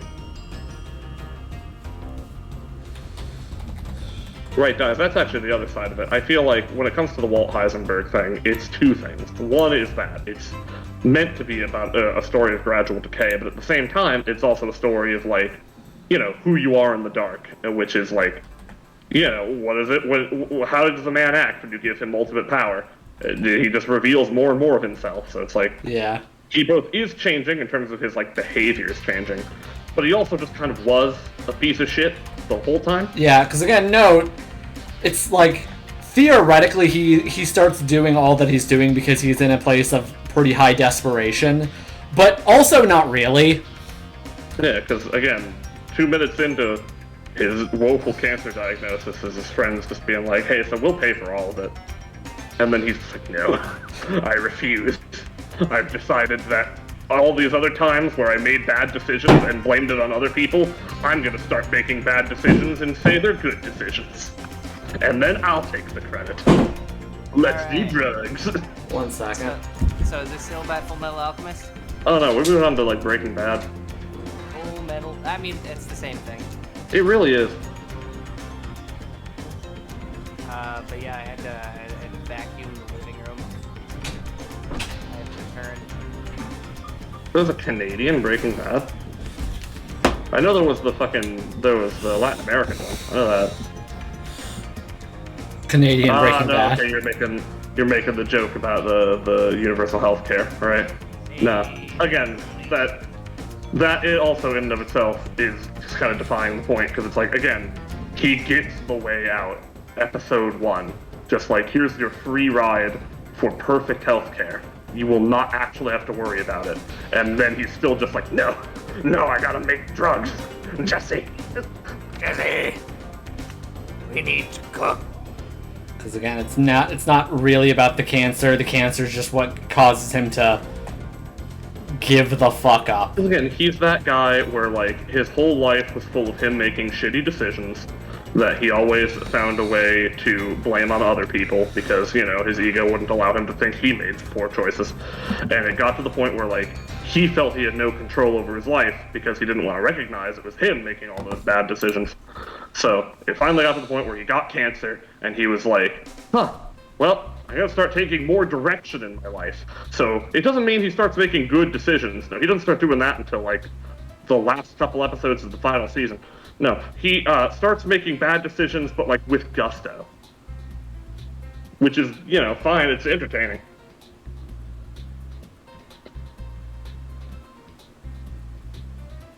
I think Ilya is a widely misunderstood character. I'm a big fan of Sakura, and also Goku's one of my favorite characters. Yeah, that's what you fucking deserve. What? Yeah. What is it? What is this statement even trying to be? It's just like, Ilya's a widely misunderstood character. That is true. Big fan of Sakura. That is good. Gilgamesh, one of your favorite characters? No, get out of here. Go in the trash. Yeah. I mean, that's exactly the point of the post. That's how it goes. Yeah, but like, Yeah, but, come on now. yeah, there's a reason why that's the way it goes. Yeah. It's not just like out of the blue. It's not like, oh yeah, some people they just arbitrarily hate Gilgamesh. No, he's a piece of shit. Yeah. It's not like Gilgamesh is a bad character or anything. It's just, you know, he was written to be a shitlord, and you hate him. Yeah. And then people decided not to hate him for some reason.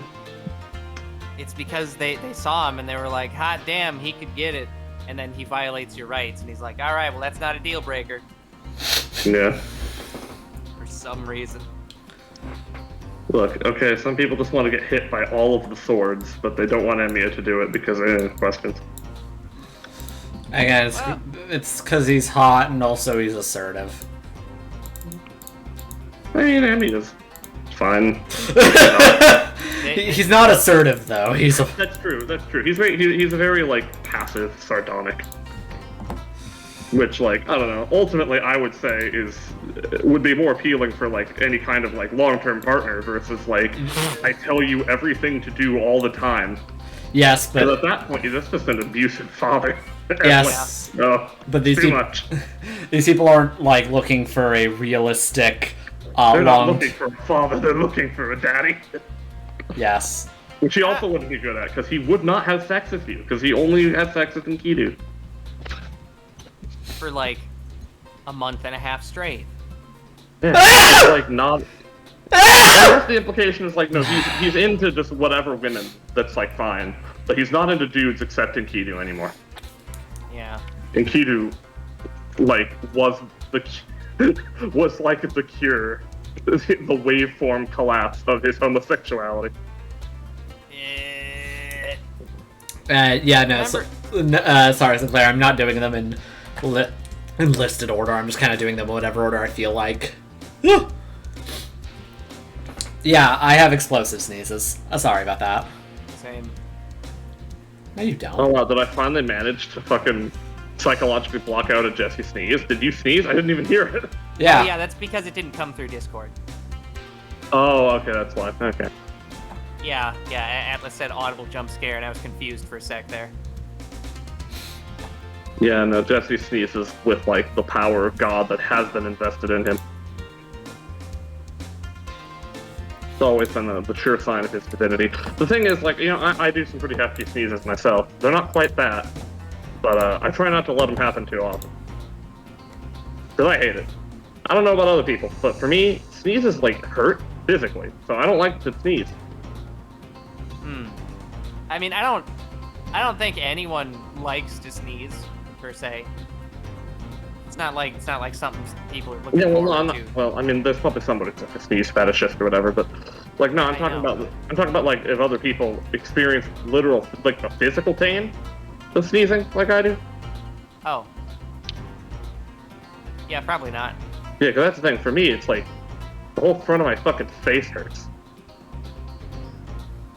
Huh.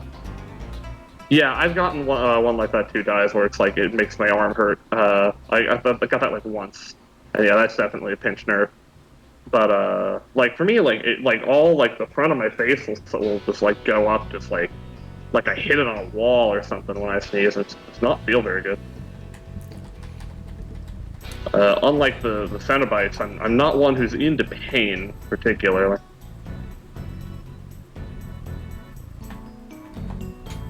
Oh yeah, I mean, I guess Right, sneezing yeah, is nice in the sense that it's uncomfortable. Yeah, if you have one like building, right? If you have one building and like it's not coming out, like that's relief when it does happen. But like, yeah, I really routinely get the ones where there is just no goddamn warning sign whatsoever. I am perfectly fine, and then suddenly it's like, and you sneeze now. Yeah, the landmine sneezes.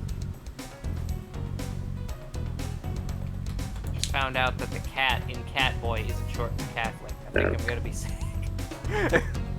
I remember the version of that was what with like Jean. Oh yeah. Which, to be fair, yeah, no, I mean, like, come on. How dare they not be all about the Catholic boy? Or Catholic boy, I guess it would be. Catholic. Isn't that one? There's that one anime with the XXX Holic. That's it. Yeah. Oh, I thought you were talking about. I think it's just pronounced Holic, though. Is it?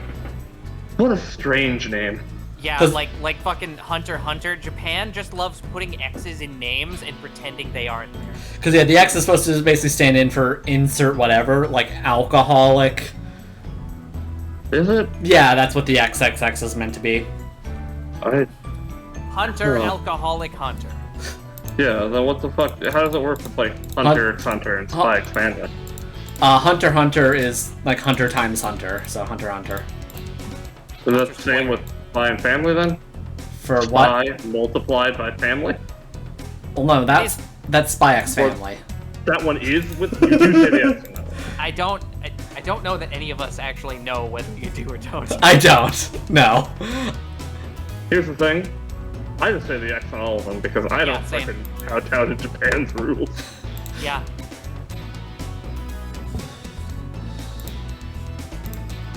So yeah, I threw in the word kowtow there to be extra racist, where I didn't need to be. Wow. Every time I refer to the hit anime Lucky Star, I pronounce the star, so I just say Lucky Star Star. Good, as you should.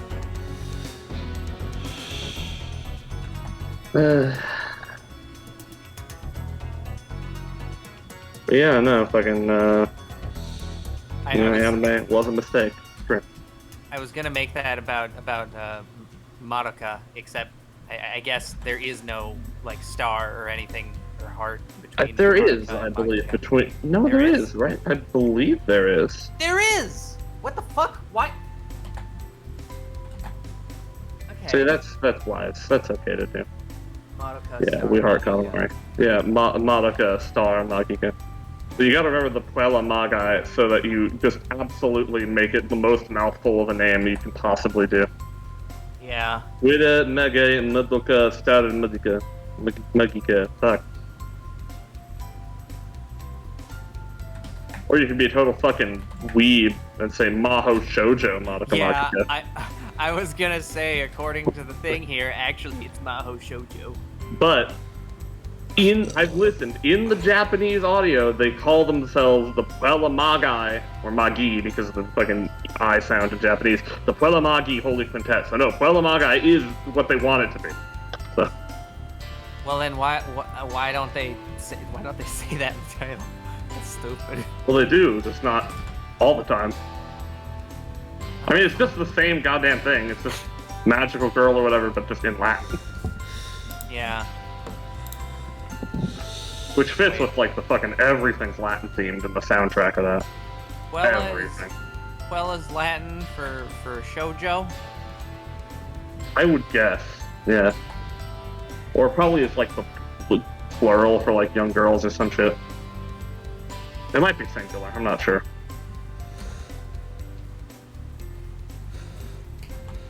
It's been 10 years since the most infamous console reveals of all time.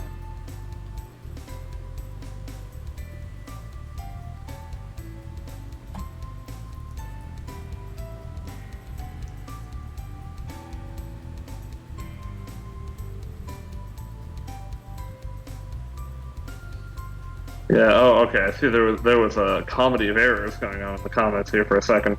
So, if I'm piecing it together correctly, We Heart Katamari is coming out, but that's not relevant because what's really relevant is that we're all looking forward to Dice Volt's coming out in 2 weeks. It's good that you got that scheduled, man. Yeah. Most people like this is kind of like an impromptu thing, I think. So that's on the 4th. I won't be here for that. I'll be in the Midwest. Sorry, I'll not be able to make that. God, it's still May. That's one of those things that I did not even think about until now. Yeah. May is one of those long months. I'm just like, is it not June yet? It's weird that it's just gonna be May, you know, the meme for like the next 10 years. Yeah, incidentally, once it stops being May, I'll actually have a bit more free time. I might stream a bit more. Neither of you two are necessarily required to be there, but like, Yeah, Jesse needs to like renegotiate my contract. Well, look, you've already been very flaky lately. I mean, I just don't care about Zelda. This was before Zelda even happened, you know it. I mean, I guess a little bit. Yeah, just a little bit. Also, hello, King Fox. Or Night Fox. No. King... Yeah, King Fox. Like King H Fox, perhaps? The H stands for, the Hamada Hamada Hamada? Hamana. Wait, no, actually, this goes back to the whole Hunter x Hunter thing. The H is unpronounced. Hunter X. Yeah. Unter. Just two underwhelming people. Yeah.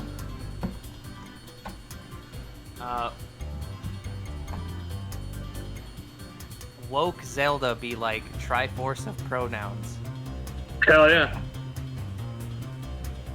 And then Penny Snapcube replies to that with an animated GIF of Dipper Pines from Gravity Falls nodding with a clipboard in hand. Some Triforce pronouns, yeah. Yeah. She, he, they. Together, they form perfection. Hell yeah. They thems of the queendom. Good. They slash them. My favorite slasher film. God, they actually did make that. It has Kevin Bacon. What? No. Explosives are cool, though. You boom and then you burn down half of California. I mean, California is already burning most of the time anyway, so would that even be like a difference? Would that be like a different thing? You know what? You're right.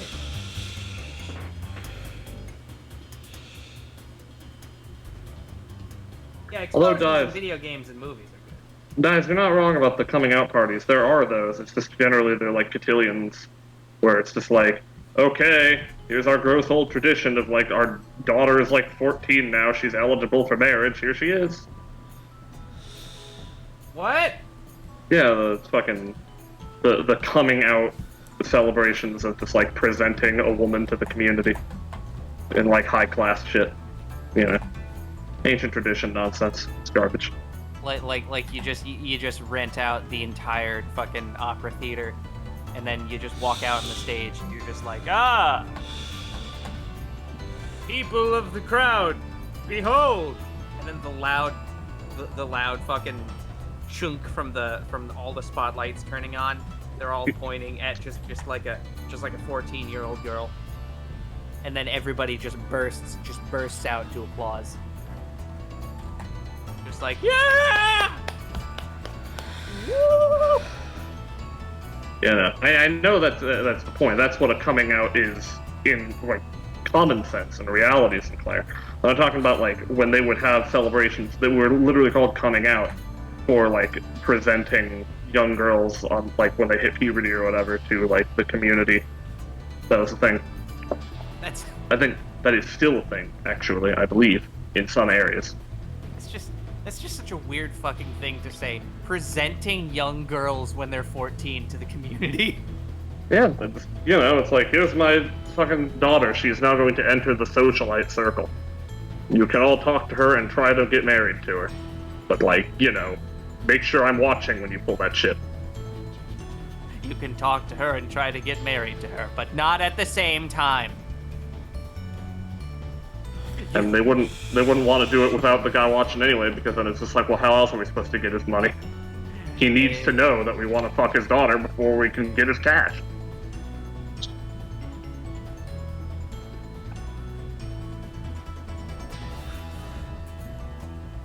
Because we live in a very normal society.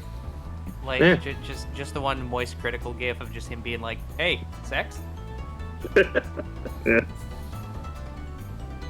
What's up, guys? Here's my young daughter. Bro, this is the third time you've brought her to the bar. Yeah, the redneck cotillion, just like, hey guys, here's my girl, and it's like, Cletus, you done brought her to this bar the past 2 weeks, she's 47. Well, she ain't married yet. Then he just like fucking spits into a spittoon.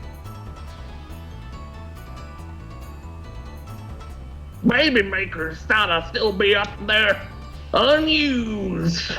35 years. Should we change subject before Matt Walsh runs through the door happily? No, you see, like, that's what we're hoping. Yeah, that's what we're hoping for. That's what the nets and the landmines are for. Once Hello? he's in the trap, we can use him to fight other Conservamon. Yeah.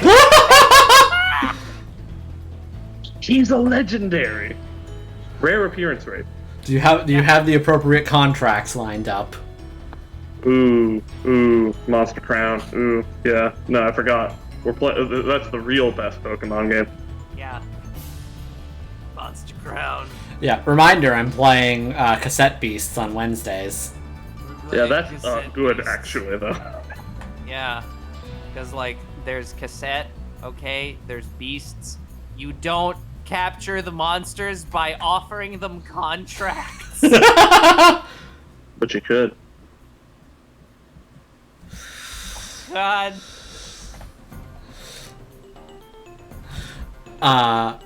Could the capelet be very short? Yeah, I can shorten up the capelet. Ape. I keep getting ads on Tumblr. Well, that's how it goes. For like, buying precious metals. Sponsored by Money Metals Exchange. Gold bar, 1 gram, 0.9999 pure. No assay package. That is $88 a special thing. 1 gram gold bars. Can't say I've ever had that happen. Because they are not in their original assay package. Very small Thank you. gold bars carry a higher premium. I'm too busy getting the Underworld Doctor ad. Hey.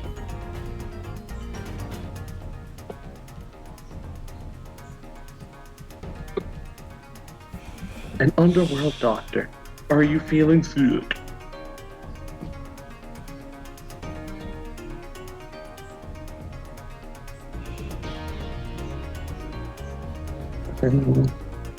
Why did that man put a 50 cal in a pool stick? No, I don't want to look at that.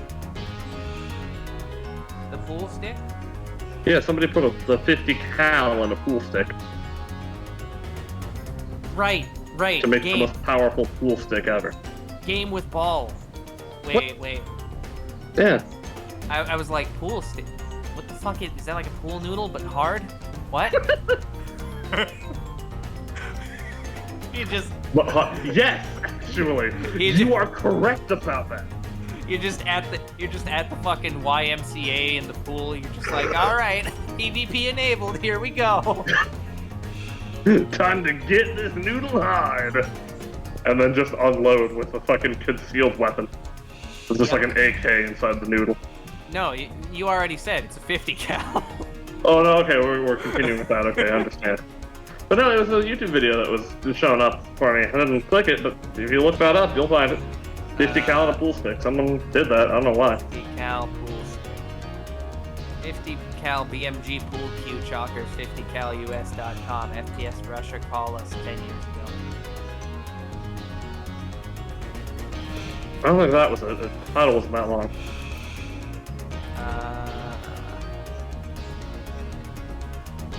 Yeah, I ain't seeing it. It's a YouTube video. Yeah, I'm looking for it. Automatic pool stick versus strangers? No. Can a solar still generate enough fresh water for survival? Mythbuster. Right. That's right. I forgot. YouTube does this stupid fucking horrible thing where when you search for something, you'll be scrolling and then eventually it enters a section that's just like, yeah, so this is unrelated to what you're searching for, but here are some recommendations. Yes. I just like search for some Zelda shit, and then there's a fucking RE4 video, and I'm just like, what the what? What? Yeah, okay, there we go. He's a good thumbnail, though. Yeah, I made the world's most powerful pool stick. That one. That's the video then. I made That's the title of it. most powerful pool stick. Oh shit, new I Did a Thing video. Okay. I had a thought. I was like, is that I Did a Thing? Yeah. Yeah, no, he does a lot of shit like that. Well, then I'm sure it'll be good and work completely as intended. Yeah.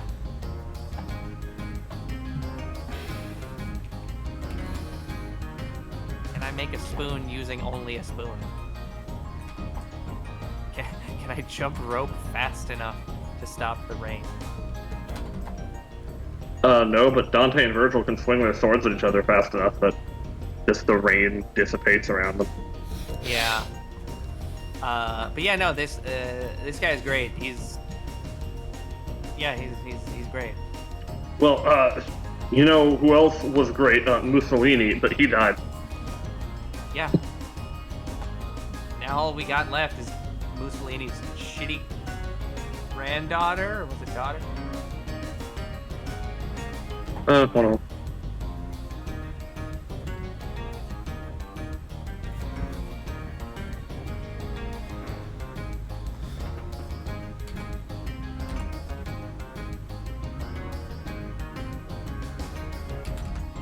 Now, last I checked, there was, at least up to a point, like a relative of, like, Hitler who was still alive too, so, I mean, fuck it, right? Yeah. You gotta think about what that kind of fucking stigma is like. Well, it depends. Are they also a fascist? Because if I recall, the Mussolini's granddaughter is. Yeah. Yeah, that does happen. But, I mean, like, that's the kind of shit I'm talking about. Where, like, you just hear relative of Hitler, and you're just like, well, it's possible that they're also fascist. And it's like, probably not any more possibility of that than any other person being a fascist. This is correct. Yeah. And, like, if they are not, then you know that utterly sucks, and they deserve all the sympathy. Yeah. Unfortunately, however, the odds of somebody being a fascist nowadays are disturbingly high. Yeah, that's true. Not like high, but higher than 0. Yeah.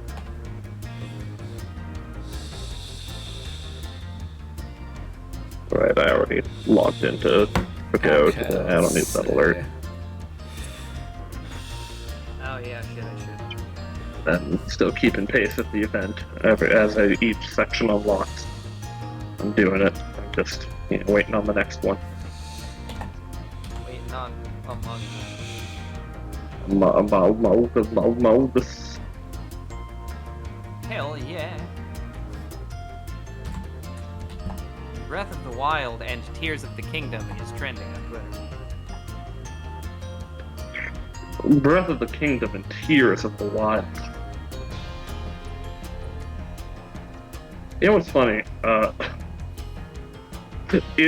For multiple different iterations on the phrase, if you just like replace Kingdom, I mean, like, what's funny to me? Okay, here's the thing. In Tears of the Kingdom, right? That's the title of the current Zelda.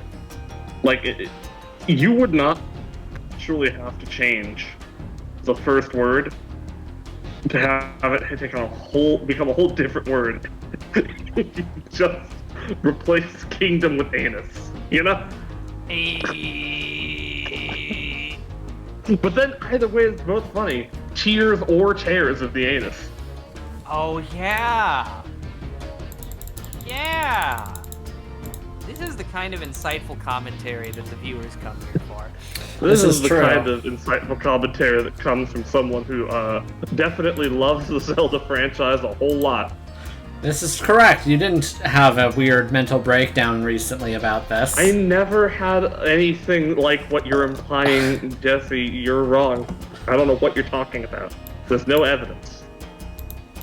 Vincent, when do you ever know what I'm talking about? You exist in a perpetual state of confusion. No, I'm not Alex.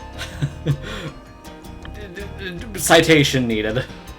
Which, okay, yeah, I know. That's a bit of a troubling statement to make, but it is true. Shit, is it? Okay, well, Oh, I'm yeah, gonna have to the reevaluate my worldview then. The South Park game, yeah, the fractured butthole. Yeah. Yeah. I always did think that name was very clever. The problem is it belongs to, South Park, and I don't like that too much. I mean, the Obsidian game is pretty good.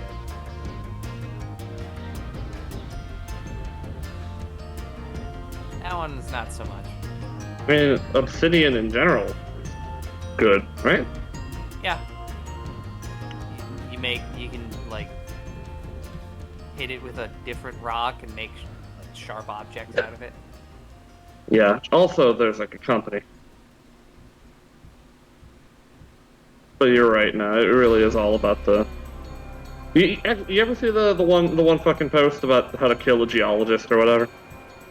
A bullet? So no, you've not seen that. I have not. Oh, well, hang on. I can load that up.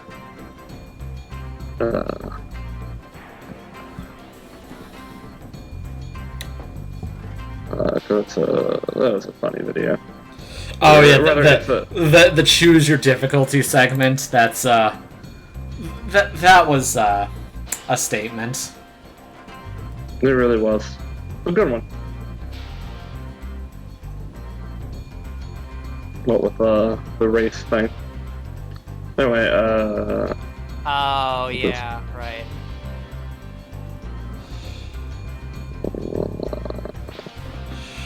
There we go. This one. Oh I shit. just gave it to you. Alright. Disclaimer.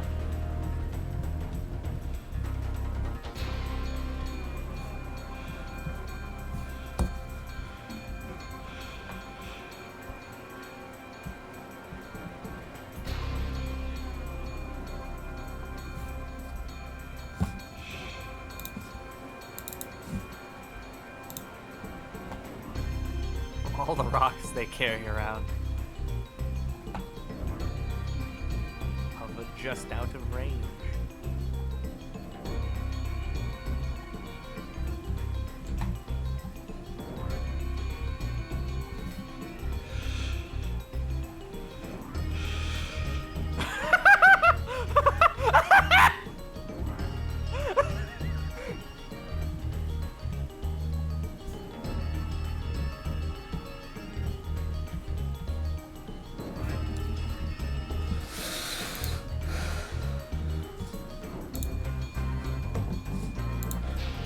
Let's see. Ah, thanks.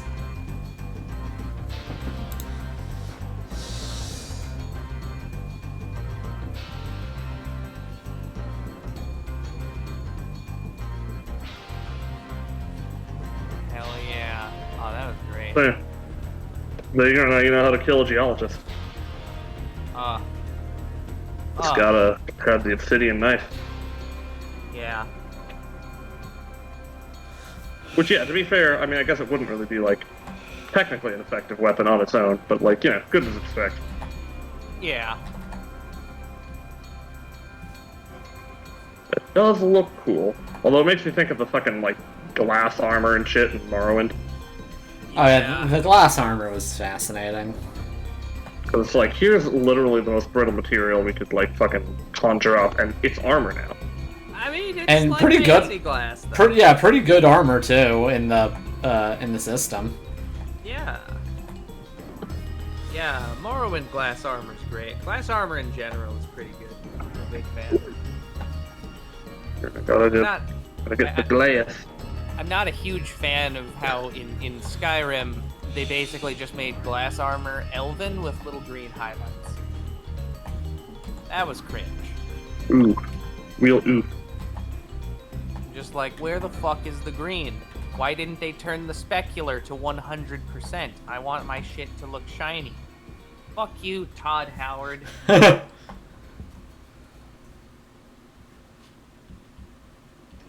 Todd Howard. Todd Howard.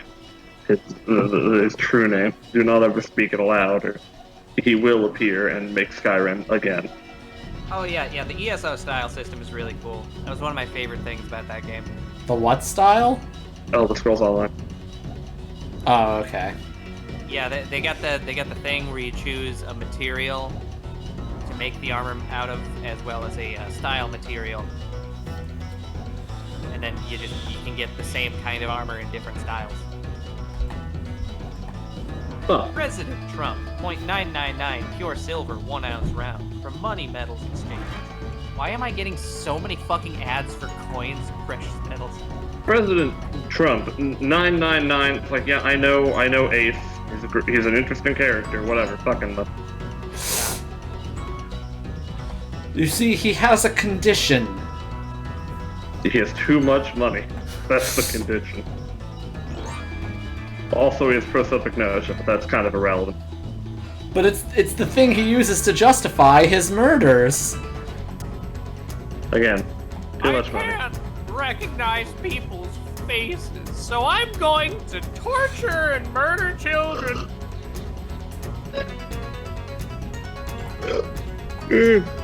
I mean, to be fair, probably not the craziest thing someone's done just because they wanted a little more than they got out of life. Come on, children, find a way out of the furnace so I can see. When you break down his motivation like that, he sounds almost insane. Well, yeah, wow, crazy. I especially love it's like, oh no, you found a way out of the furnace, but it wasn't the right way. I'm gonna drag you back in. Solve the Sudoku puzzle, girl! I can't see unless you solve the Sudoku puzzle! Or I will burn you alive! Rotate this fucking cube! Just so you know, daily reminder that I don't deserve this.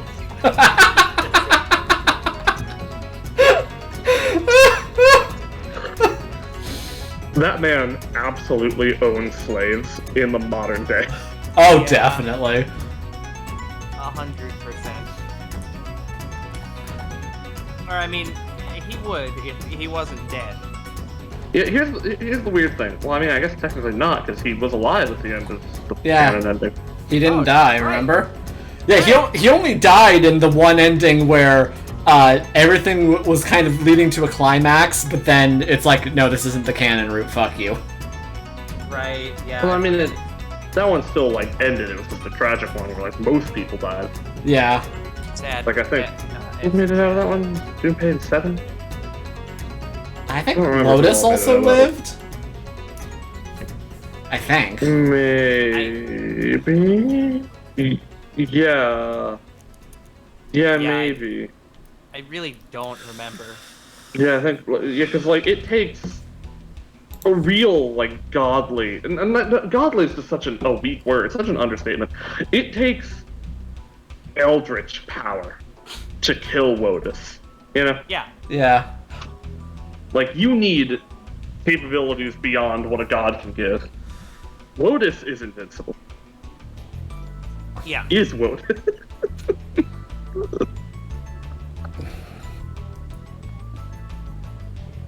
I'm sad she didn't show up in anything else. Yeah. She should have popped into Zero Time Dilemma to just fucking fix everything. Yeah, like, come on. That shit was great. No, we need to have that game's equivalent of the extremely busty female character. Yeah, we need to have Yeah. her be a sociopath. Yeah. Yeah. We need to have her not deserve this. I I mean, mean, she technically she's got. not, she's not a CEO, so Yeah. she might not deserve this. She's just a Yeah, I serial know. killer. Yeah. A really weird serial killer. Does that mean that, like, in the 999 verse, fucking Ace fucking made out like a fucking bandit with the COVID vaccines? Most likely, assuming he wasn't dead by then or in prison. I don't like it.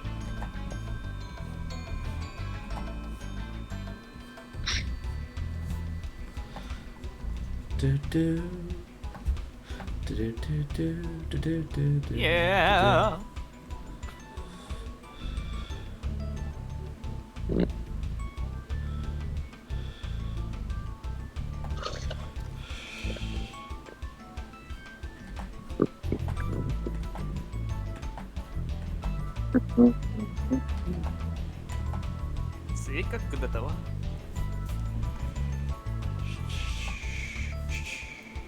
Lahaj blast.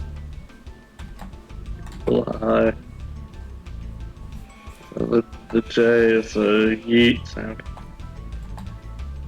Yeah, but Sweden. It's a yeet sound. That's what That's- it always is. That's also the sound that I made. Yeet. Yeah. Yeet.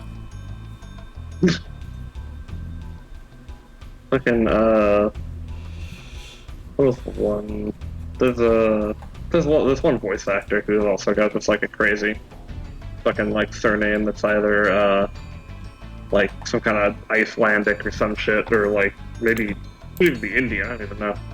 That is like. Oh, is it Keanu Reeves? No, it's no.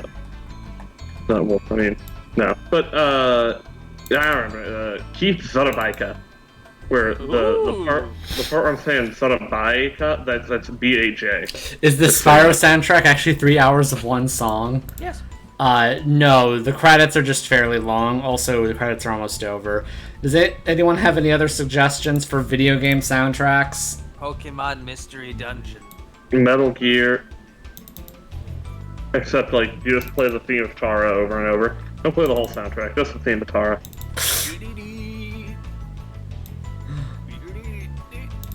Da da da da da da da da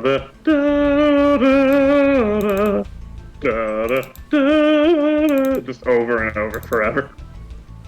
Yeah. You could also just default to Metal Gear Rising Revengeance. No. Well, I'm sorry, it's been vetoed. No vocal songs. No vocal songs. You gotta have just like soundtrack songs. Which I guess I could still use for Revengeance, but like, you know, after having heard them all, you know, it's just like I can't go back to any of the Revengeance songs just purely without vocals. It just doesn't work. I keep waiting for the beat to drop, you know. Yeah, that's the point.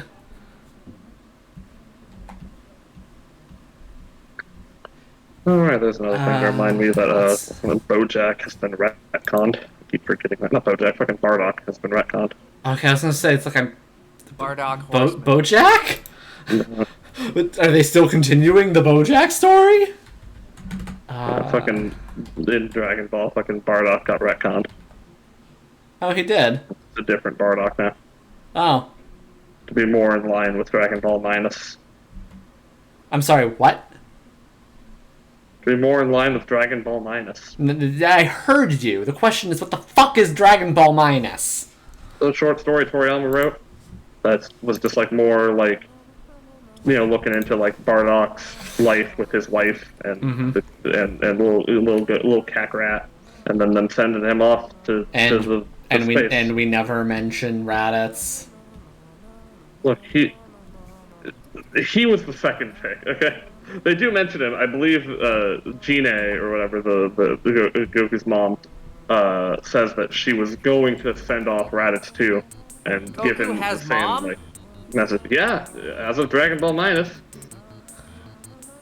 She said she was gonna try to send off Raditz too, and I guess it worked, but like he didn't take to the message, because at the end they like give this message. It's like, hey, you know, just be careful out there. Don't let any of Frieza's people find you. Don't let the Galactic Patrol find you, because they'll just kill you. So, don't do it. Be careful. Don't do it. It's bad. But Raditz is shitty, and obviously Toriyama didn't care about him anyway, so... I know, but like... you added a Goku brother. Just fucking own it. He wishes he didn't. He also So fucking he also wishes he didn't add a Goku tail at some point, but whatever. just so fucking weird. Like, Goku is one of the most important anime characters of all time, just culturally. And yet he just has a brother that no one fucking cares about or remembers. It's so funny. Yeah, well, like, yeah, fuck it. It's a nice subversion of the whole, like, two brothers, you know, having to fight each other trope. Oh yeah, Yeah. like, I'm not demanding that Raditz become more important or some shit. Like, he was uninteresting as a character. But it's like, you introduced this, so whenever you're gonna fucking bother going back and doing backstory shit, I would like if you at least had the decency to remember what you wrote. I think it would be really funny if they brought Raditz back as a character, but not in any way that matters. Like canonically, he just gets brought back to life and just has like an office job. I mean, honestly, that's not even that far from what fucking DBZA did with Nappa. Yeah. The Dragon Ball. Just to say. Yeah. as the weakest Saiyan. He's just like, oh, well. Alright, I'm just gonna stay away from all this. Just call him Radish, no questions asked. Yeah. Why does everyone do that with Radish? Everyone's always just like, Radish. It's like, yeah, that's the joke. They all have vegetable names. Yes, but his is the most obvious. Vegetable. Is it? Yes, actually. Because I don't know what fruit Napa is. It's a kind of cabbage, Well, I think. it wouldn't do fruits anyway. You know what I fucking mean. I don't know what vegetable Napa is, for example. Vegeta, while being really obvious, is also just off enough. Yeah. Vegetable. Is just off enough that you can ignore it. And then, like, No. yes. No, Kakarot Yes. is carrot. That's also It's different not- enough. Not ignore that. It's not. You can. Napa is a kind of cabbage. Anyways, the point being is if they're going to bring back Raditz, they also need to bring back Tarble, everyone's What about- favorite edition. What about Yeah. my favorite in terms of names? Fucking Paragus, who is literally only different because they took 2 letters out from the beginning. Only noticeable because they took away he asked. I mean, I think they might have. They redesigned him for the new Broly, so he's older now. He might have less ass. Oh, I forgot because they actually canoned Broly. Yeah, Broly's canon now. So there's a canon version of him and Paragus. And Paragus, I've seen, the design, and like, yeah, he largely looks the same. He's just kind of older. So I don't know if he has less ass. I'd have to look a little closer, but I don't want to. Mainly just because, like, one day I will watch Super, because I want to watch Super before just, like, watching the movies, even though I hear they're both very good. The Super Broly and the new one, Superhero, apparently are both, like, fantastic. People love them. So, I do want to see those movies, but, like, I want to, like, have some kind of groundwork in Super first. I love the ground. But also, like, none of us want to bother watching Super. Well, it's fucking a big time investment. Exactly. Speaking of not that at all, by the way, in terms of animes I do want to actually get around to somewhat recently. Oshi no Ko. No. Oh. Paranoia Agent. Right. The one, the Satoshi Kon masterpiece Yeah. that no one can get, except now they can, actually. Took a really long time. I still need to continue watching Oshi no Ko. I haven't felt emotionally prepared yet. Wait, what? Really? As in, like, was this past the first episode, or? Yeah. Wait, Also, really? there was the issue where, for whatever reason, well, actually, no, that one's on Hydez. Yeah, it's on Hydez. Yeah. Yeah, but I've been having that issue where fucking Crunchyroll just will not let me watch anime for no reason. I have to watch anime on Firefox now, which is better, don't get me wrong, but it's just fucking weird. Like, I try to watch the thing on Crunchyroll, and it's like, oh no, DRM error. It's like, what do you mean DRM error? Nothing changed.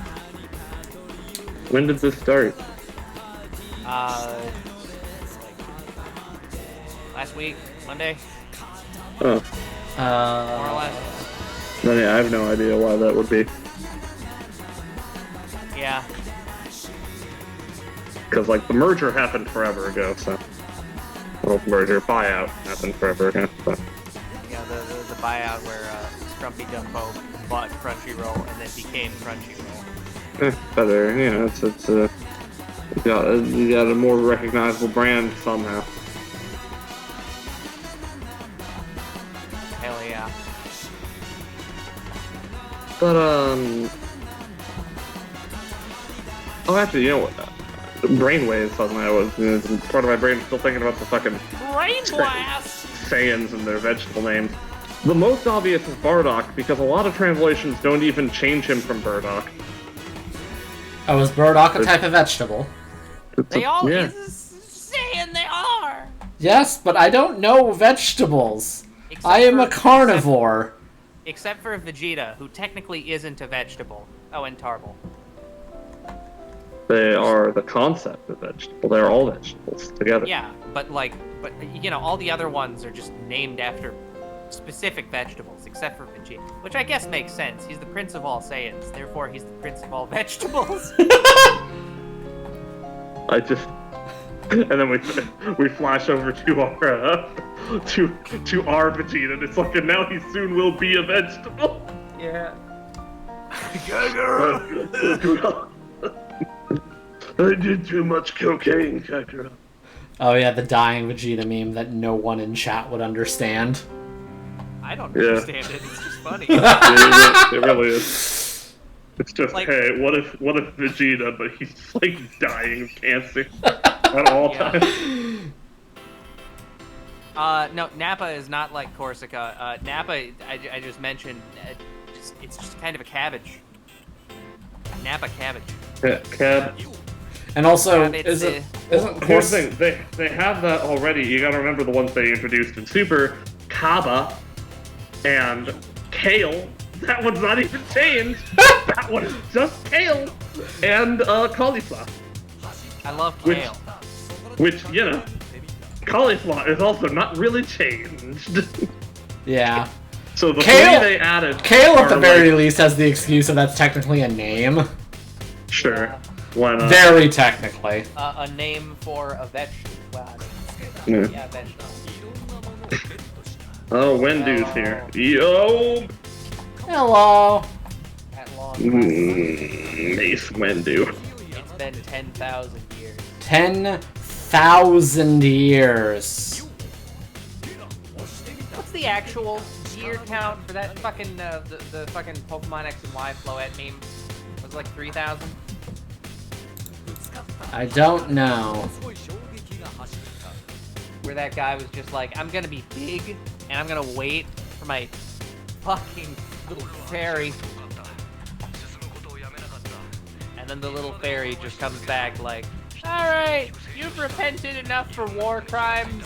So War crimes. Snarf. I do love me some war crimes. you know, Pokemon X and Y's plot really could have been interesting if they made it interesting. The X stands for Xander, and the Y stands for Mobus. Bum, bum, bum, bum. Oh, is that why? Okay. Oh, they're all 23 because it's 2020. Wait, what? Well, when you went to save that, I was like, wait, how the hell have you done all of these on the 23rd? And then it occurred to me, oh no. God damn, Alex. God Very carefully. That was a powerful thought. That was just an amazing fucking, like, use of neurons there. Holy shit. Like, right! Okay. You live in that year. Really good. Like you usually do these on a Sunday, and I'm pretty sure the 23rd hasn't been a Sunday on every month. Unless it has. I don't know. Again, very carefully. Okay, let's see. Fuck, the 23rd of last month was on a Sunday.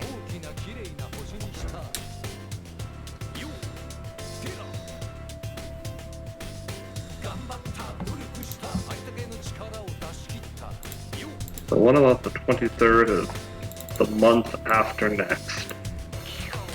We'll never know. Yeah. None of us will get there. Whoa, what the hell? What? They got the original 1997 Space World Zelda Ocarina of Time show cart? What the fuck? Whoa!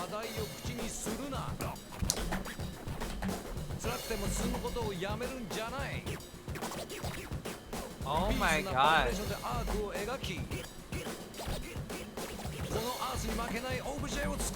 This guy needs to dump that shit. We need the dump.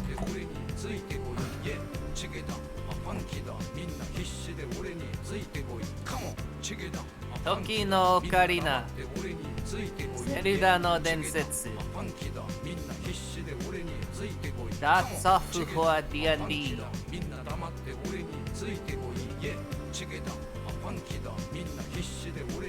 This motherfucker has 4 unopened sealed copies of Ocarina of Time. What the fuck?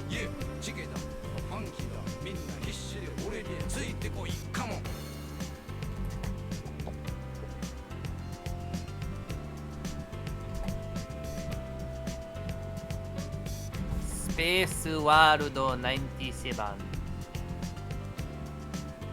Just, 97, I guess.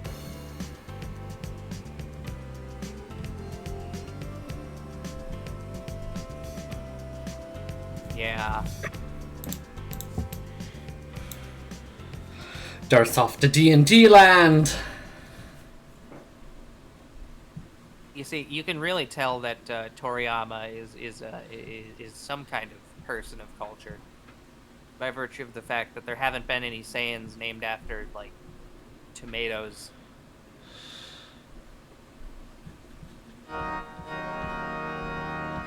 Bum, bum, bum, Or ba-dum, eggplant. bum, bum, ba-dum, dum, dum.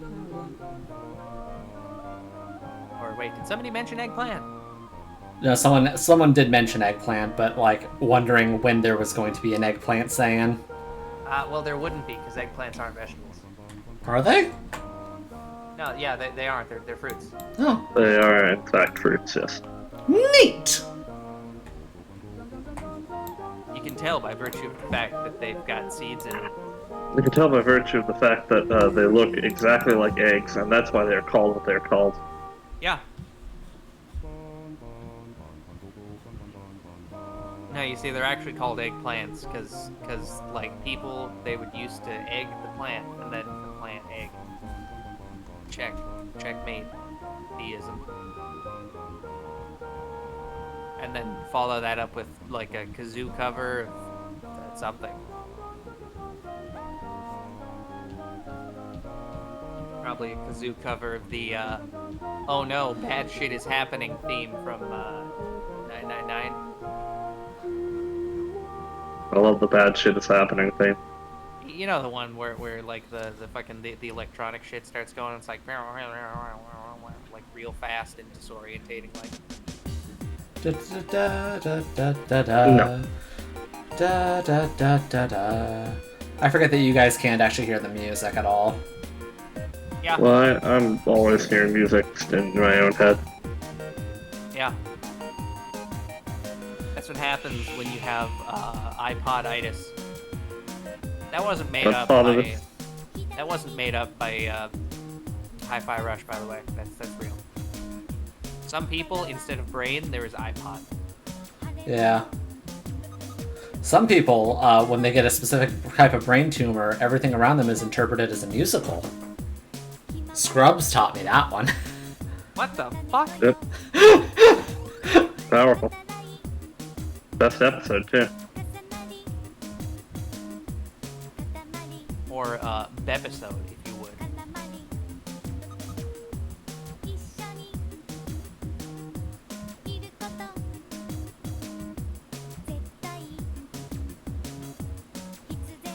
It's fucking crazy. Yeah, so wait, so Goten only canonically saw his father, like, 2 times. Yeah. Yeah. Yeah, God, Goku's Goku. a shitty dad. Goku fucking sucks, I love it.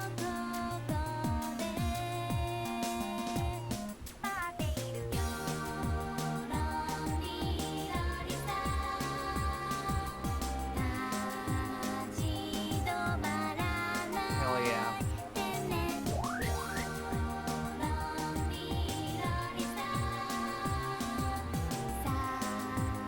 Hell yeah. Oh shit! Atlas is back. That's fucking insane.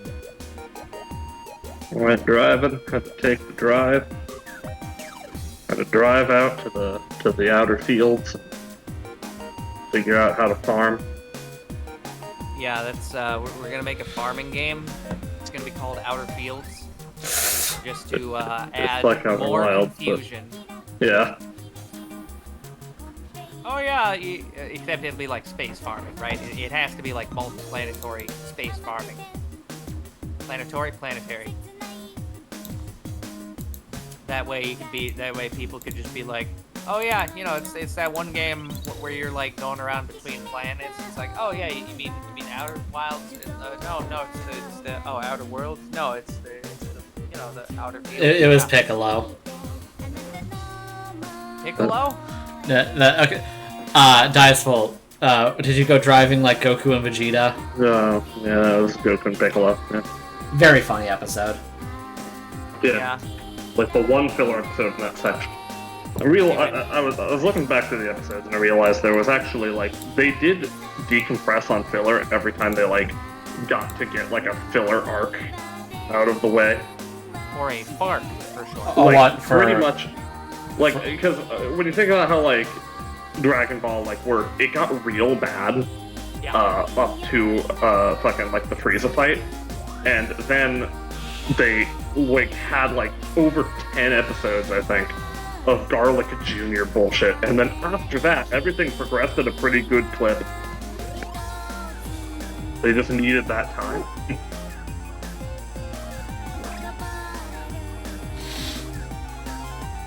Yeah, that was like the one filler episode from like the lead up to the androids, and it's very great. It's very good, very good.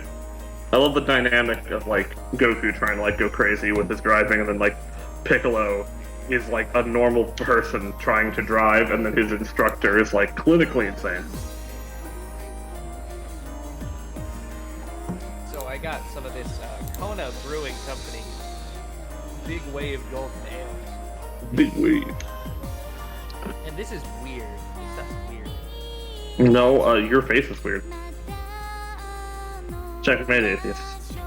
Yeah. Like, it's supposed to be an ale, but then it's, like, weirdly kind of fruity. It's odd.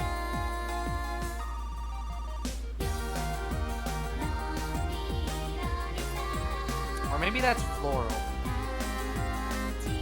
Yeah, I know, that's floral. Very strong, though. You see, if Piccolo really loved his son Gohan, Gohan, he wouldn't get him a Dodge. Get him a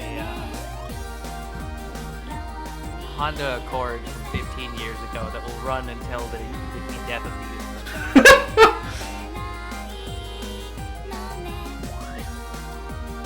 Or until the transmission comes out, whichever comes first, which will be the transmission. Unless it's a manual, in which case it will last until the heat death of the universe. But then you have to drive a manual and no one.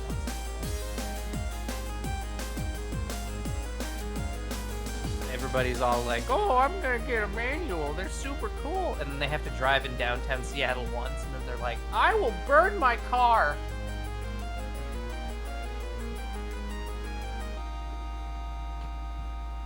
Yeah. Oh wait, shit, I haven't posted any of the chunks. Hold on. What is this fucking commercial I keep seeing coming up from goddamn the Fate Grand Order fucking YouTube channel? Like, everything's in Japanese, so I have no idea what the fuck the commercial's about. But it just, like, has Saba, and she's looking real well animated. And it's just that. She's just standing there looking beautiful, and that's the commercial. Like, she's saying shit. It's about stuff. But, like, it's all Japanese, so I have no fucking clue. I love how Saba is the game icon. We've gone over this before. She's the game icon. She's like the big selling point to the entire series. Unutilized narratively. Like, her Again, arc... FGO, she's not original to FGO. Yeah. And, like, Okay, her... I posted the thing. Alex, you speak Japanese. Fucking tell me what this commercial's about. Hi, Ikuze. Alright, let's see here.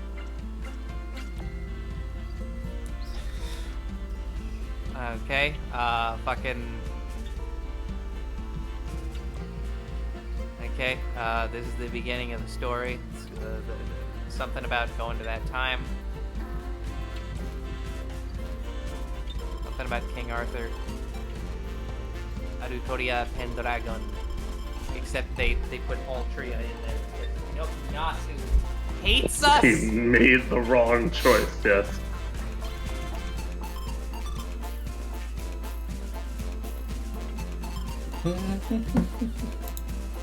Yeah, some about a grand adventure with fucking...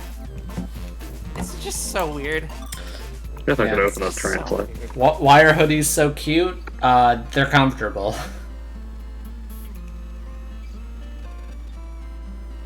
Oh, what's so weird? Oh, I see how it is. Everyone says that hoodies are so cute.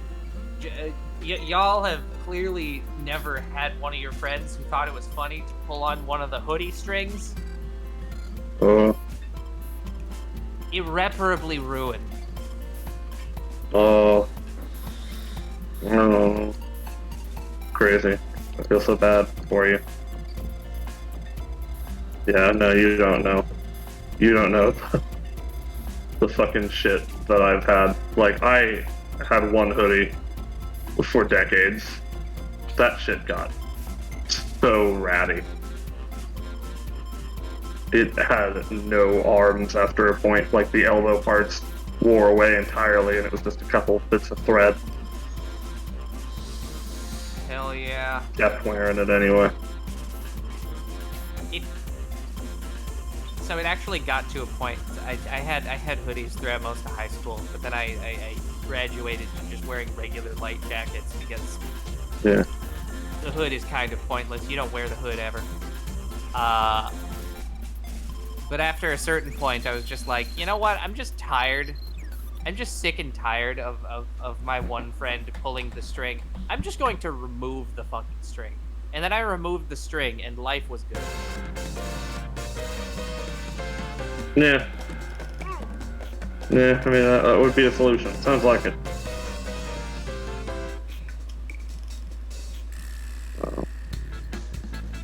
Okay, I'm running the video description through Google Translate here. The characters that appear in Fate Grand Order are heroes with their own legends and anecdotes. The servant will meet you and spin a new story. Is this some kind of fucking, like, OVA or some shit? What is this? Is this gonna talk with their legends? Because that'd be cool just to get that down, like, somewhere concrete, just the Naziverse version of all the legends.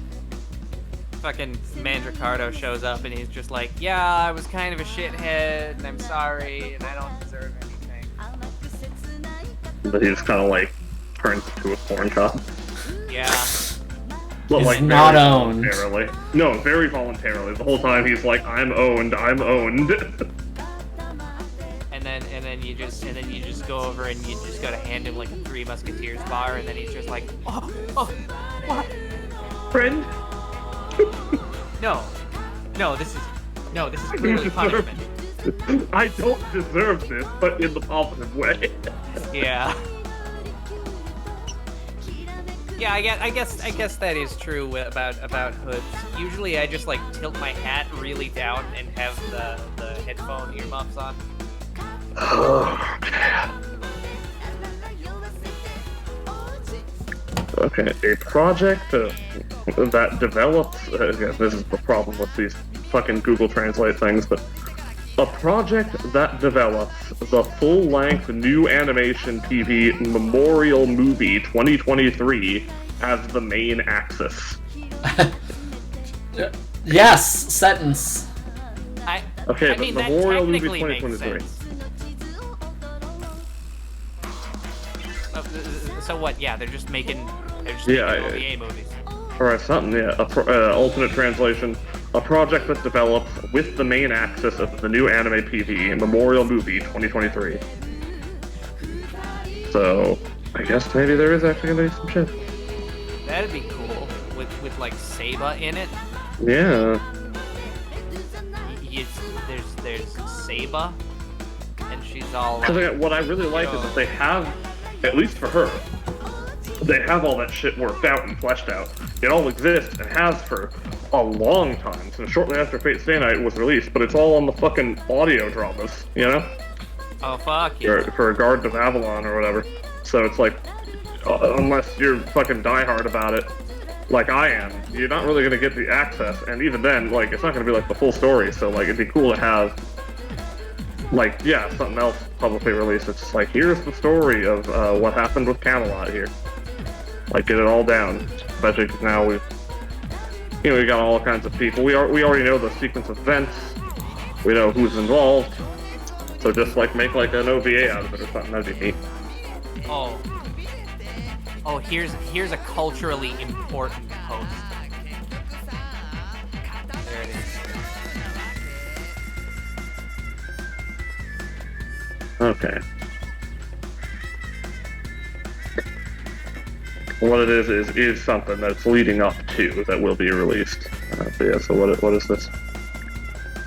Being an artist who can't draw hands, but is also an Ethan Winters fan artist is the best. I'm just drawing with his hands chopped off. Your boy would never be like us, oh friend. That's true. It's just the absolute best fucking thing. It's true. Just playing through RE7, RE8. And because it's in first person, the only thing you see is the hands. This man's hands just go through it. The developers are just like, well, the only thing you can see is the hands, so in order to invoke horror, we torture the shit out of this man's hands. And then the Japanese government comes in on a fucking Zeppelin and is like, but not too much! You can't do too much to his hands! This goes against the Japanese concept of ikiru, which means to live. This goes against the Japanese concept of ikiru, which means to not cut off hands. God, I really wish I knew what fucking cut was in Japanese. Isn't it kiri? Oh yeah. I guess that makes sense. Ikiri.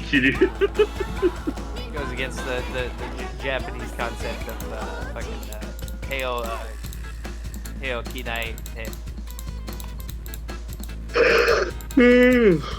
But yeah, so do not cut off the hands. 9 types of commercials using the succeeding cuts of Memorial Movie 2023 will be released for 8 consecutive weeks. Memorial Movie 2023 will be released at FGO Fez 2023. So, there it is. It is something they're building up to. There's going to be a thing. So we'll see what that's about. Hell yeah. Oh no! Fuck off! No, it's all. People gotta help. Oh, what is this? No. Help this British girl start her morning.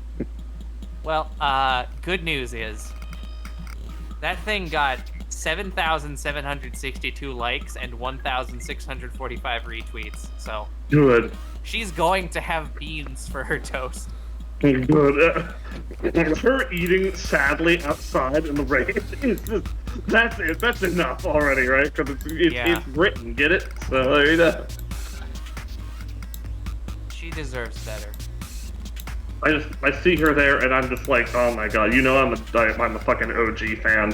Looking at her there, I don't even care about the joke, like the meme of like, oh, we're gonna be adding things from likes and retweets or whatever. We're gonna be adding like stereotypical British, like put beans on her toast or whatever. Like, yeah, that's funny. I'm over here thinking, I see her like this and I'm like, get her a Shiro, please. She's so sad. Where is her chief? She needs him. He will make her good food. Look how sad Shiro, he is. make me that. That. Hamburger. Well, no, not really. Tragically, as we all know, that's a saber altar. Yeah, that's a joke. Yeah, that's from the saber altar scene in Autorexia. Yeah. That, and then he's just like, no, you can't possibly mean that. Fucking burger. Hamburger. Hamburger.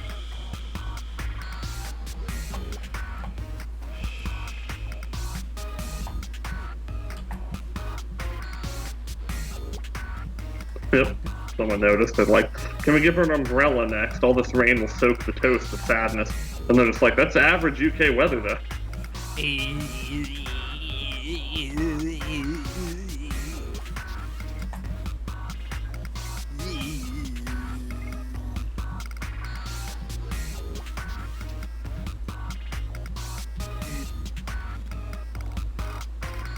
Oh god. of the Brits pretending they have food. Sod it, I'll just make her a full Monty. Baked beans, fried toast, banger sausage, back bacon, fried tomatoes, and black pudding. Except when they say back bacon, not back bacon. When they say pudding, they're of course referring to that weird sponge cake shit with the sauce on it. Yeah, I don't know. And then someone's like, throw in some Yorkshire pudding. Like that's like real somehow. Which, you know, to be fair, some of that stuff is actually pretty alright. Wow. Like, we call it bread pudding, and bread pudding's okay. Like, wait, this is the only singular, like, acceptable thing about British cuisine is, like, the little tarts and shit that they make. That's it. That's it. British quote-unquote cuisine. Got this, found this one under the tweets. Quote-unquote British quote-unquote cuisine. Brits eating beans for breakfast. Me, a Mexican that eats beans for breakfast!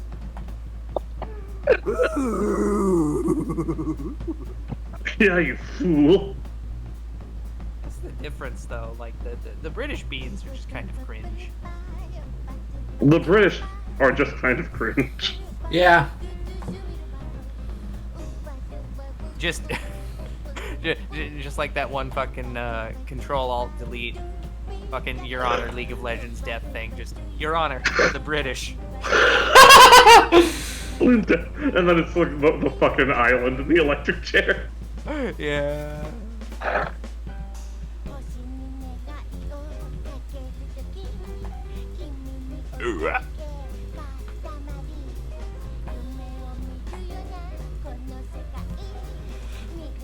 Yeah. So Vincent. I am. Yes. Yes. How have you been lately since you haven't appeared as a regular on our non-talk show, Gamer Friends and Friends? Fine. I've been fine. Chilling? Enjoying your non-social life? Yeah. One of those days, I believe it was maybe the day before yesterday, I actually missed it because like my stomach was going real bad. Understandable. But outside of that, like, I don't know, this has been fine. I was, because again, I was kind of in the Dragon Ball hole a little recently, because I was watching DBZA. Yeah, the Dragon Hole. That's the real name of the series. You gotta catch them all, or whatever, find them all. It takes a real different meaning there. Gotta get the... Remember when Dragon Balls were important to Dragon Ball? Yeah, in the series, that was real good. Anyway, but yeah, so I realized, or remembered rather, that on top of the fucking like season sets that I have, I actually have a DVD of some of the original Ocean Dub episodes. The last ones they did, apparently, actually, before they switched over to Funimation's very first dubbing stuff when they went in-house in 1999. I actually have that, so I was like, you know what? What if I just compare, just episode by episode, see how that shit goes? And it was interesting seeing all the edits they made. Like, they definitely, because they were also the TV edited ones, they were shortened in a good way. They removed a lot of, like, the filler and the padding, and just, like, had episodes kind of flow a bit smoother. But at the same time, they censored out Raccoon's ass crack and all the blood, and that makes me very mad. So there you go, those are my thoughts. This is bullshit. Why would they take away his ass crack? Oh, I forgot also my favorite. I guess they really had overall, they clearly have something against violence, which is weird if you're going to be trying to air Dragon Ball Z, but, whatever. So, a lot of the shots I noticed, I was just checking for, like, the good, editing stuff where, how they would handle when people get hit, especially, like, Gohan, right? He's a child, so they can't really show it. And it would just be, it was normally very quick. They would just have like a brief, like the impact frame would be replaced with just like a black frame or like a weird hit effect, like a poof, like a cloud or something, just real quick though. It'd just be for a frame, so you barely notice if they just kind of took it out. But then there was some shit that was like left in, and I don't know why it just was, with the sense and everything else. But one thing I did notice that was very strange. So the set includes, it starts with the Gulzo fight, right? And it's got so when he's like got them all trapped like telepathically or whatever, after he does all his time freezing, you know, he traps, was it Krillin and Gohan in the air? They can't move, and then he goes up, you know, and starts like punching them or whatever. But you know, obviously that doesn't work because he's not strong enough to just beat them to death. Be funny if he was, man. But you know, he tries, and I guess something about that, probably because they literally can't fight back and they're incapacitated, they really didn't want to show it. So in the edited version, he floats up to Gohan and Krillin and talks about, like, you know, I'm gonna beat the shit out of you. It's like, I hope you have good life insurance, he says. They have very funny lines in that dub. And he starts wailing on him, and then magically a strange just white fluff cloud generates over the violence for as long as the violence persists and then goes away. Okay then. Just a really fun, cheap edit. Also, I got to see like the 1998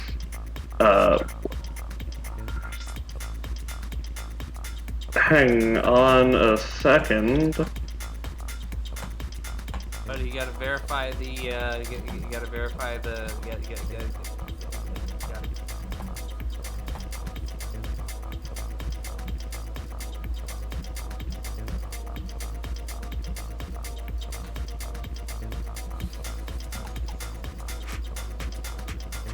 Yeah, okay, I'm back. What was I talking about? I had to talk about other things for a bit. 1998. Oh god, call back in Nini. They're both good, actually. She's so symmetrical. Symmetrical. Yeah. Right, okay, yeah, with the, I got to see with the kind of, like, editing techniques they were using in, like, 1998, how kind of good, but also, like, obviously pretty bad by today's standards, but for, like, a public broadcast, they, like, the techniques were for, some of the more advanced stuff they had to do, namely, Golzo's beheading, kind of the thing they couldn't show. So, they have it so that the attack goes through his neck, but instead of his head coming off, it stays on, and then his body falling down, normally headless, you can see they have just kind of relatively crudely just imposed a completely different image of his head onto it, and then have a render somehow of like what the back of it looks like, probably taken from like another shot somewhere.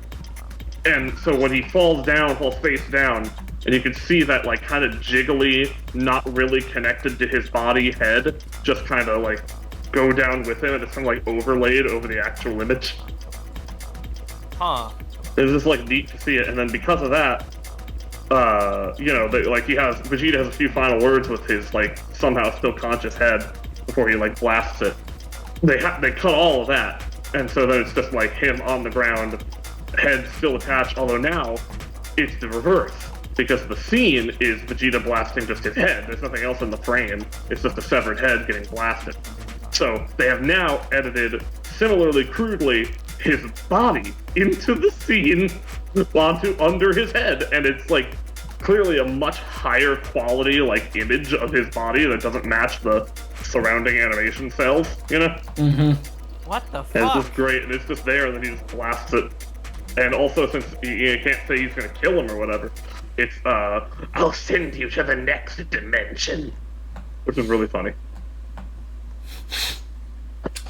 Late 90s, weird censorship about fucking everything, honestly.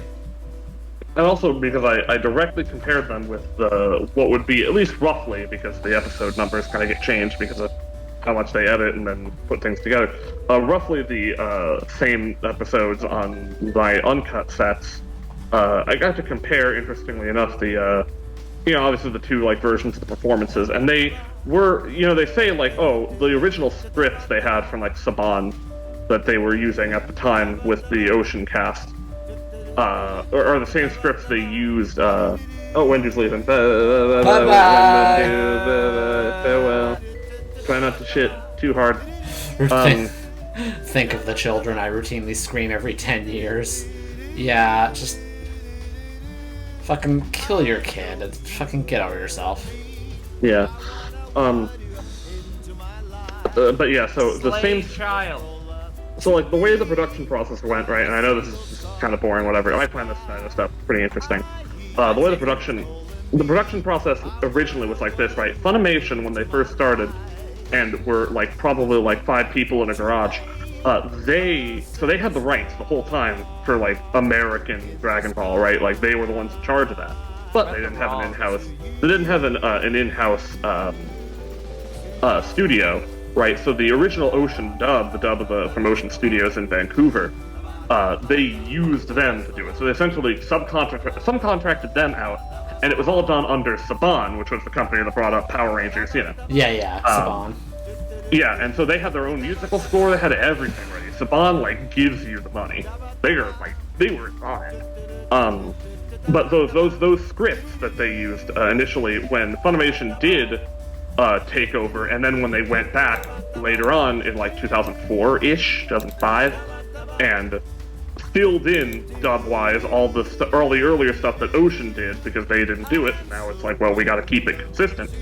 That's the version that's on like the big orange brick sets and such. And when they went back and did it, they did keep the same scripts, and you can tell there's a lot of like key like similarities that are obviously just like kind of the same, even entire like lines or concepts of dialogue, like the fucking Ginyu Force being all up on Goldo about like not being on the bowling team if he can't kill Gohan and Krillin, which I found really funny. Hell yeah. But also found out this. I know like Team 4-Star does this; they take lines from other things, but I did not know their whole Raccoon rhymes with Doom speech. That came from the Ocean dub, actually. Oh fuck yeah! That's something Raccoon actually says. With Doom, and you're gonna be hurting all too soon. But he actually says that. Yeah, I love how they just turned Raccoon into a fucking like wrestler. Yes. Raccoon is such a weird fight when you really think about it for more than 2 seconds. Well, yeah, because like that whole idea is like literally, okay, we got the super strong guys, and we are fully proving it by like having even the best of the characters right now, Vegeta, utterly fail to leave any kind of impact. Like, he will not stay down. They hit him so hard, they blast everything off him, like he gets naked, basically. They take all his hair off. They really do, like, they put the man through a fucking ringer, but never down. He's not phased. He's just not phased by anything. And he just trounces through everything, only to have, like, the beauty of, like, okay, here's how strong Goku is. He comes in, beats him with one hit. And like that shit is, that sells the strength certainly pretty well. Yeah, it does. I would argue that Vegeta softened him up, obviously. Sure. Actually, speaking of that is what Vegeta would probably say to himself. Well, here's the thing. Speaking of that, that's actually what I was going to get into. So there are, of course, still differences between the two dubs, and I noticed one of the key ones between like the more modern. Not the completely modern, because the completely modern is for like Kai or whatever, but yeah, the more modern, relatively more modern Funimation one versus the Ocean one is actually in like very subtle lines for like changes in dialogue for Vegeta, and thus his characterization. His like Funimation characterization at the time puts him way closer to like actually being like a pragmatic strategist and like warrior, Like when he gets rescued. Like, so when Raccoon's about to kill him, and then, like, Gohan rescues him from Raccoon, he gets mad, not because they saved him, but because they saved him instead of attacking Raccoon together. He's like, now we won't be able to take him down. You had an opportunity where he wasn't looking at you. You could have maybe killed him or something. Yeah. Whereas in the Ocean version, that very clear thing where he recognized he was gonna, like, fuck up and, like, why didn't you fight him, gets changed to... totally had him, and now I don't somehow, Like, it's literally like, oh, why did you push me out of the way? Now I'm too injured to fight him, even though I was about to win, definitely. Sure, Vegeta. Like, he's more up his own ass. And then, like, the scene where he, like, you know, sees the whole, do we got Zoroark over here? Hello! One part of the name, anyway, the Hisuian Zoroark. Got it. Yeah, Julia, the Hisuian Zoroark. Normal ghost type. We're talking about Dragon Ball right now. Yeah. But yeah, so another, like, one of the other key changes that I noticed was that, yeah, so the Funimation Vegeta, when he's seeing the whole, you know, like, oh, Goku's that strong, maybe he's a Super Saiyan, right? He's actually, like, he's flabbergasted. Admits that he never really thought the legend was real, but, like, is fully, like, on board with, like, okay, yeah, this is happening. He seems to be this now. I guess I just kind of have to deal with it. Like, I guess he's just a god at this point. He's a Super Saiyan, which is fucked up and it's not me, but like, okay, whatever. Whereas in the Ocean one, he's just so focused on himself, he like barely acknowledges that Goku is like, no, I should have been the Super Saiyan. And then like Goku uses his enhanced strength, and the whole time he's still just like, well, whatever, now we'll see what he can really do. Like, he's like not accepting it. Like, he's more on just like, no, it needs to be me. So, like, the original Vegeta characterization was, like, a lot less smart. Yeah, and then, the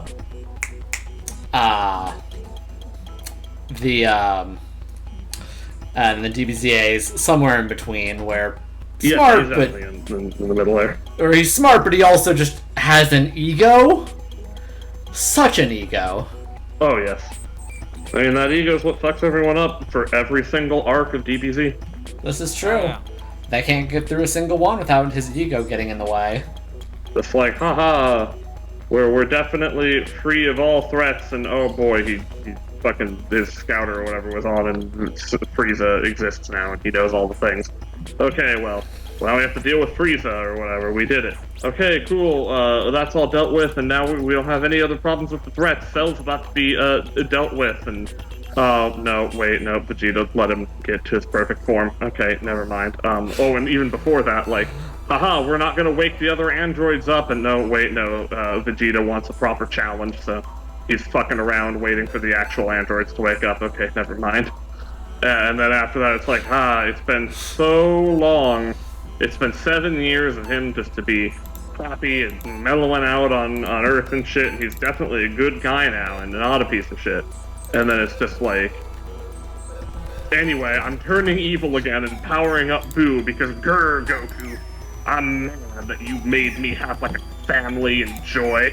Fuck you for my happiness. Because of course Vegeta would not have a normal midlife crisis, buy a car like fucking every other like disenfranchised 40-year-old man.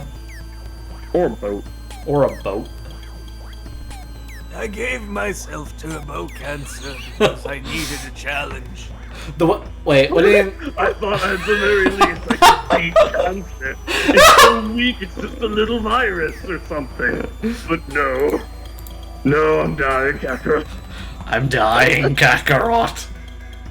Wait, Vegeta's character, what do you mean by weak? You mean like in Super or something? Because I generally felt that, like, he's like the one that, like, makes it through everything alongside Goku. He's not really that weak. Yeah, I always felt that, like, in the original DBZ, while as protracted as it fucking was, Vegeta actually does have a pretty good character arc through the whole thing.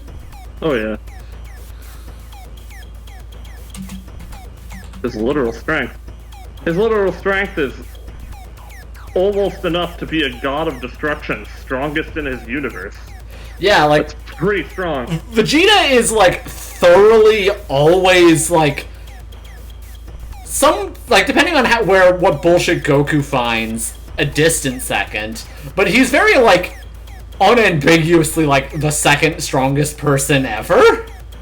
And then sometimes the strongest, at least for a little bit, before he invariably fucks up again. Again, he was stronger for the imperfect Cell shit, and then it was just like, actually, you know what?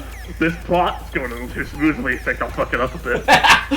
Because, again, it was just hilarious that he didn't learn his lesson. It was only a day / a year ago that same I'll wait for the real androids to get up, resulted in 18 breaking his fucking arm. Yeah, well, he didn't need that arm anyway.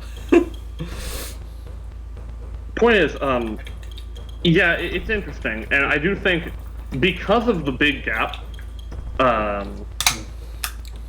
because of the big gap between, like, in terms of time, right, for the time skip, for the Boo stuff, is what I think makes, in many ways, like, the more I think about it, the more I kind of both love and hate Majin Vegeta more. Because what makes that part of his, like, downfall, like, both horrible, like, more horrible, but then also much more interesting. Because, like, it really is, like, all that time later, and it's like, and you're still on this?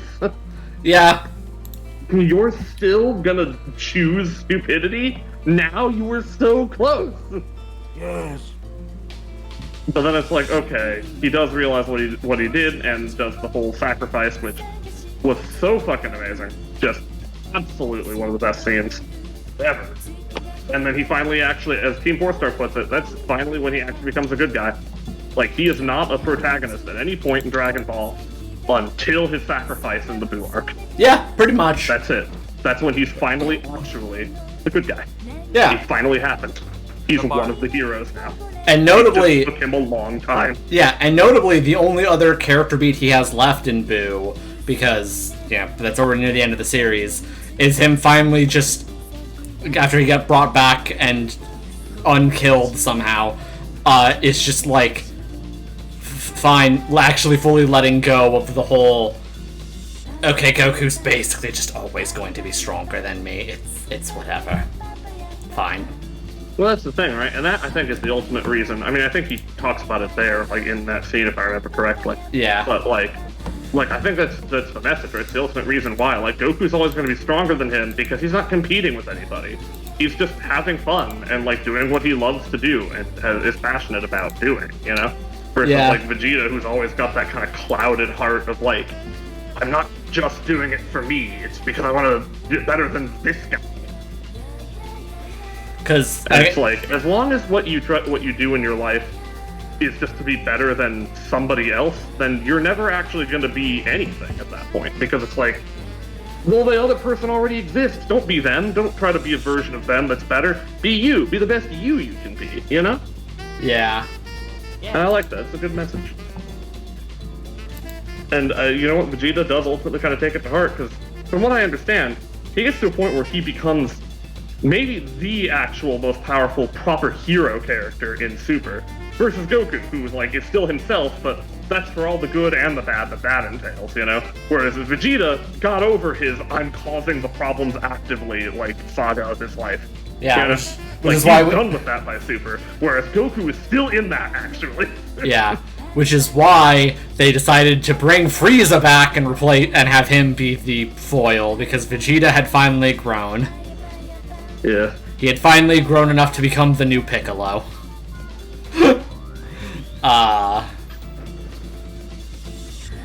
Saiyans are a survival of the fittest type species? That's their culture. It's not their species. And even that culture has kind of ingrained in them by whatever power structures rose up before Frieza got there. But I think Frieza got there pretty early, yeah? So that was just him trying to make, like, essentially engineer a species into, like, working for him as, like, warriors. Actually, Saiyans are a monkey-type species. That's true. Big monkey. Very large monkey. Alternative answer is that Which, Saiyans are a vegetable-type species. Here's the thing, right? Here's the real shit, right? You ready for the real take here? Yes. Dragon Ball, the whole Dragon Ball would have been infinitely better if instead of all the Super Saiyan stuff, they just maintained the monkey stuff. Mm-hmm. You know? So, like all the power-ups, all the versions of, like, becoming a Super Saiyan or whatever, were still just tied to different versions of being a giant monkey. Yeah. Like, could you imagine, like, the Frieza fight, but he's fighting a giant golden monkey? So much That'd better. be pretty good. The various color Super Saiyans they get replaced with different forms of monkey. One of them's orangutan monkey. The others... like, it can either just be different fur colors, or probably more interestingly, it'd be like different, like maybe different body shapes or something, or maybe levels of intellect or some shit. I'm going to go ape. And then he turns into like a large sugar glider. Yeah, it works. I'd do it. I guess those aren't technically monkeys, but you know, they have. I mean, Didn't they're close. didn't Vegeta achieve Super Saiyan by stop trying to surpass Goku for a bit? I could have sworn. Right. Yeah, when he first got Super Saiyan in space, I believe that was the case. Yes.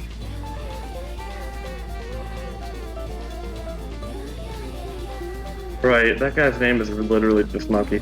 Monkey D. Luffy. Which is weird, because if I recall, all of the members of the D clan, which, yeah, for some reason, the family shares the same middle initial, not any of the rest of their name. Okay. Weird. Yeah, weird. But, also all have, like, a name thing, because, like, I want to say... Because I know there's one of them who's, I think it might be his dad, I don't remember if it is or not, but who's like a Dragon D something. Monkey Dad Luffy. No. No, that's what it was. Monkey D's nuts.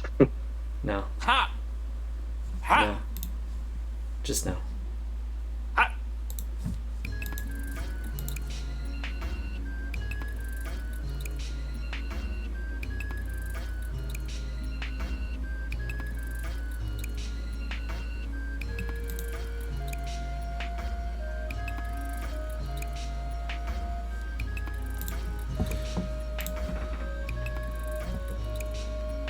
It was just a good image. This just kind of came up as like a thing. Talking about fucking Dragon Ball, this is like perfectly placed here. Fucking.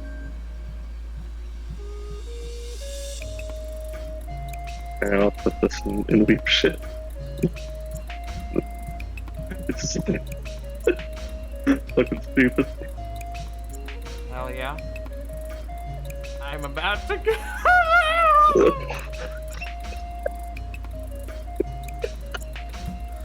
Okay, but most importantly. Everybody loves a very powerful gun.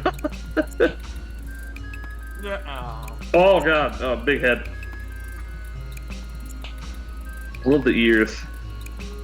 Oh, I like that the ears are growing more than the face. Yeah. What the fuck are you guys talking about? We're putting an image through the filter Yeah. Okay. in weeb shit.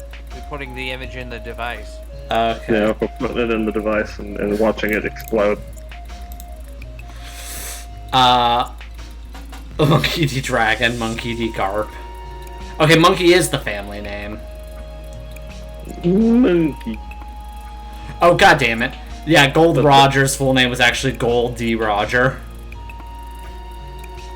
You fucking trying to tell me that Japan tried to apply their own weird reverse naming principles onto, like, Western-style pirates? And just decided that the first name was actually a surname? I mean, everyone calls him Luffy, so yeah. Those bastards. Yeah, it's because the alternative would be calling him Monkey. Which is better! Yeah. You say the alternative like that's some kind of, like, bad fate. No. The only bad fate around here is extra last encore. Yeah. Yeah. Yeah.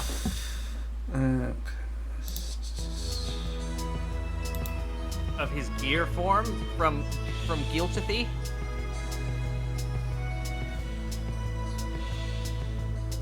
Monkey D. Luffy has Dragon Install. Monkey D. Luffy has Assassin card install. Hell Like, yeah. everyone's favorite character. Alternate universe Shinjimato, Right, where he gains the power of Cursed Arm Hassan. but in like a weird worm way. Worm Hassan.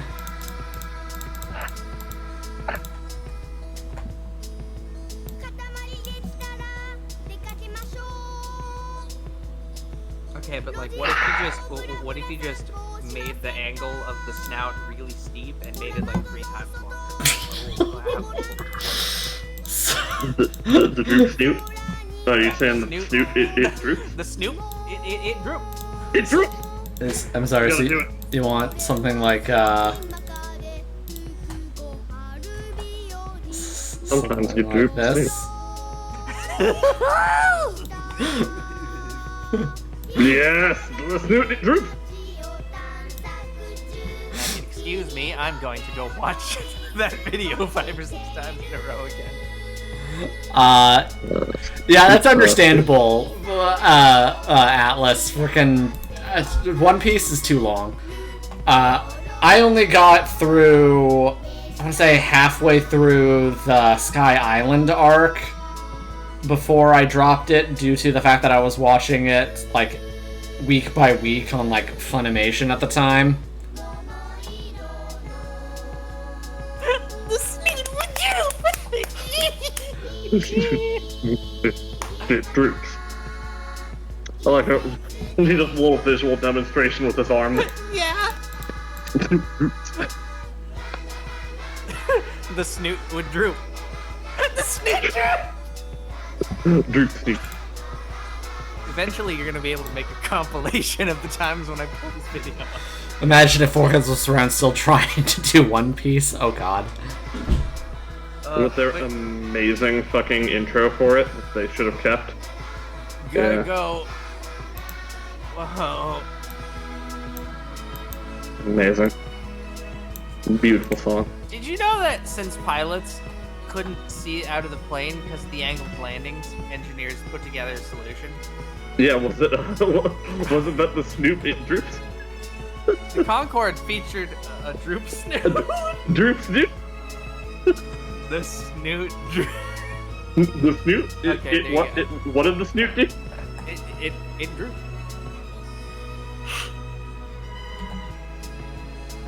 Is your car safe from super maneuverable air defense fighter aircraft? Oh, right.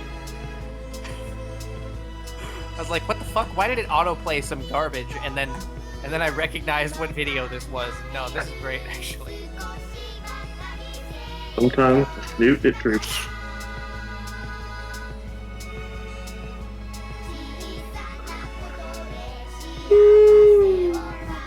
Oh god, big yawn. Big ol' fucking yawn bit.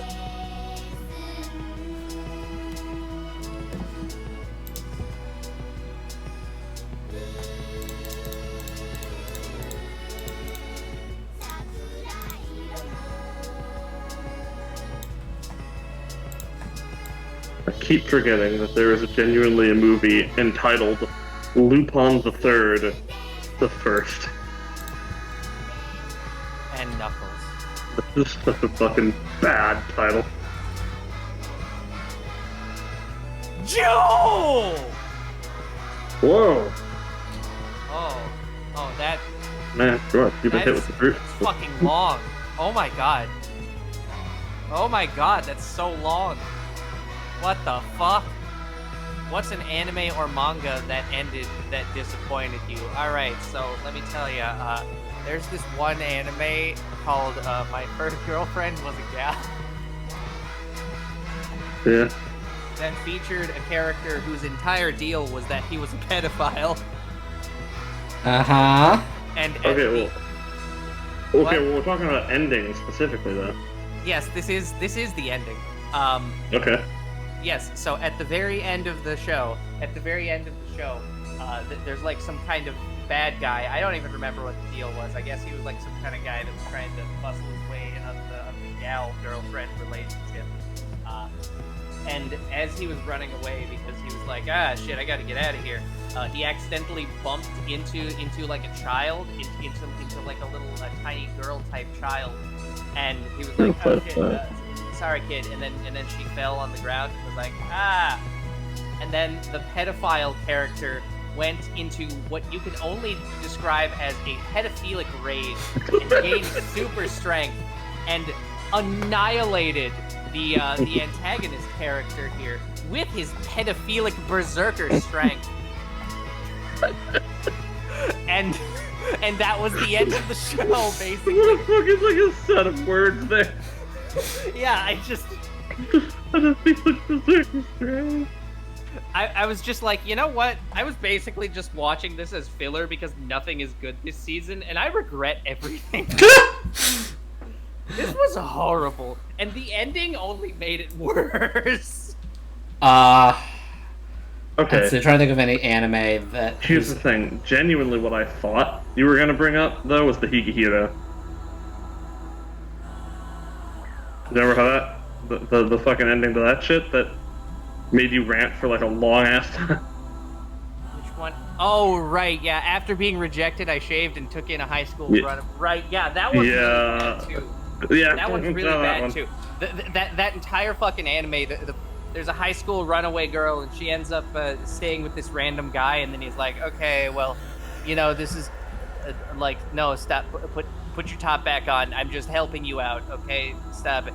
She ran away from home because she had, like, a shitty, abusive mother, and the ending of the anime is just, like, instead of reconciling anything, she just goes back, literally does the fucking, the fucking mega bow head on the floor thing. I don't remember what the name for that is. And then she's just like, I am sorry, mother. I should have stuck to traditional Japanese values. By running away from this abusive household, I have violated the social contract, and I apologize for doing so. I will be a better daughter, even though the mother was just abusive. Yeah. Like, seriously. So, didn't she, like, tell her to kill herself or whatever? No, you see, what happened was... She didn't care that she tried to kill herself, right? That's what it was. Yeah, so that was part of it. The girl in question from the high school, one of her close friends from high school, killed herself, and the mother blamed the daughter for it. Oh, no, wait, that's way worse. Yeah. She was just like, oh, what? She did that? It was probably your fault, you piece of shit. And then at the end of it, the daughter just goes back and she's just like, I'm sorry for being a bad daughter. Yeah, that's like the whole like end point. It was a really good show, actually. It was quite a good seasonal anime, and then I got to the end of it. I could not finish those last 2 episodes. They were so fucking bad. It was abysmal. There it is. I believe they ended up having to change the ending. Not to like change it from what it ended up being.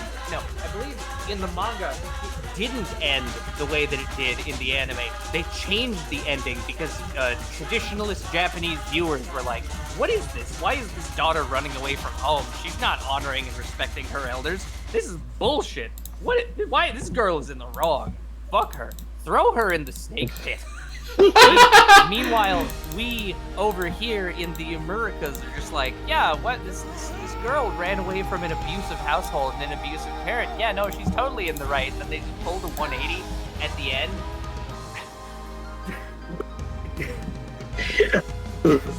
Yes, I needed to awaken that rage on stream. I fucking hate this. It's so fucking.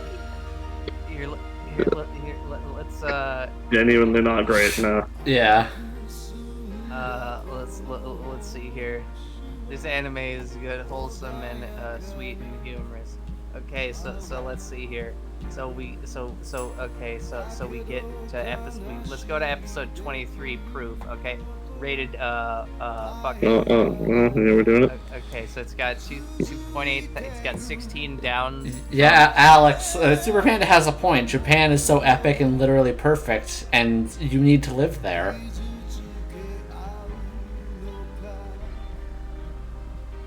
Fucking.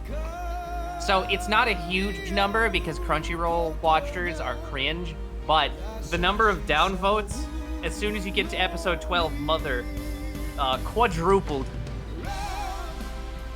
Wait. This shit is so bad.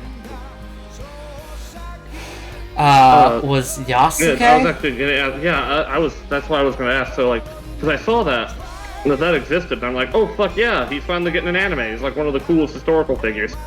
So like, what do they do with it? What do they fuck up with that? Oh, the historical person Yasuke, okay. Ooh. Yeah. What did they do to fuck up the historical black samurai?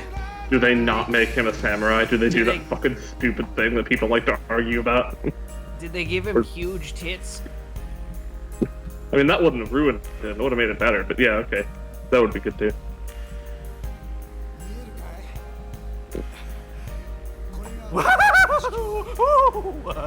They added mechs, magic, cyborg, and shit. It doesn't even make sense without the world they created in their own logic. Is it like a reimagining where it's set in not feudal Japan, or is it just feudal Japan, but then they throw in mechs, magic, and cyborgs? Sounds like it's just a stylistic. What that sounds like to me is that it's a lot like Afro Samurai, which also did that, but that was like a very it was a very stylistic anime. Afro Samurai was, if anyone's ever seen it. Very good actually. I quite liked it. For the most part, anyway. Like, yeah, it goes a little too far in some areas, but it's still just like, yeah, like that's clearly what's like the intention.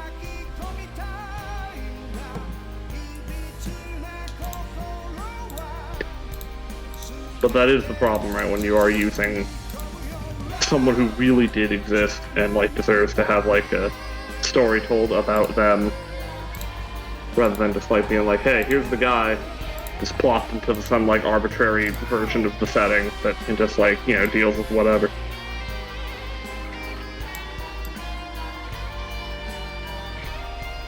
But I think that's kind of the problem, right? Like, because that was an American-Japan co-production after Samurai, so I wonder if like maybe they treated it like a thing where they're just like, okay, we're doing a story centered around a black guy, and we here in Japan literally don't know how the fuck to do that. So, let's look for, like, alternatives that could maybe point us in the direction of how to portray this story.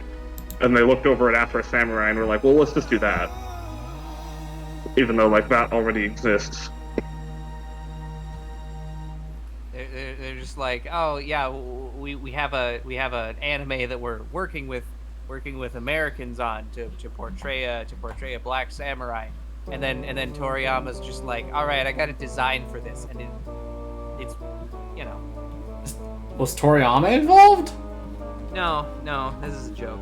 Okay. Yeah, it's the joke of like, you know, Toriyama makes a lot of blackface characters like Popo. He does Popo do that. They really did that. And really semi-perfect cell from a certain perspective. Yeah.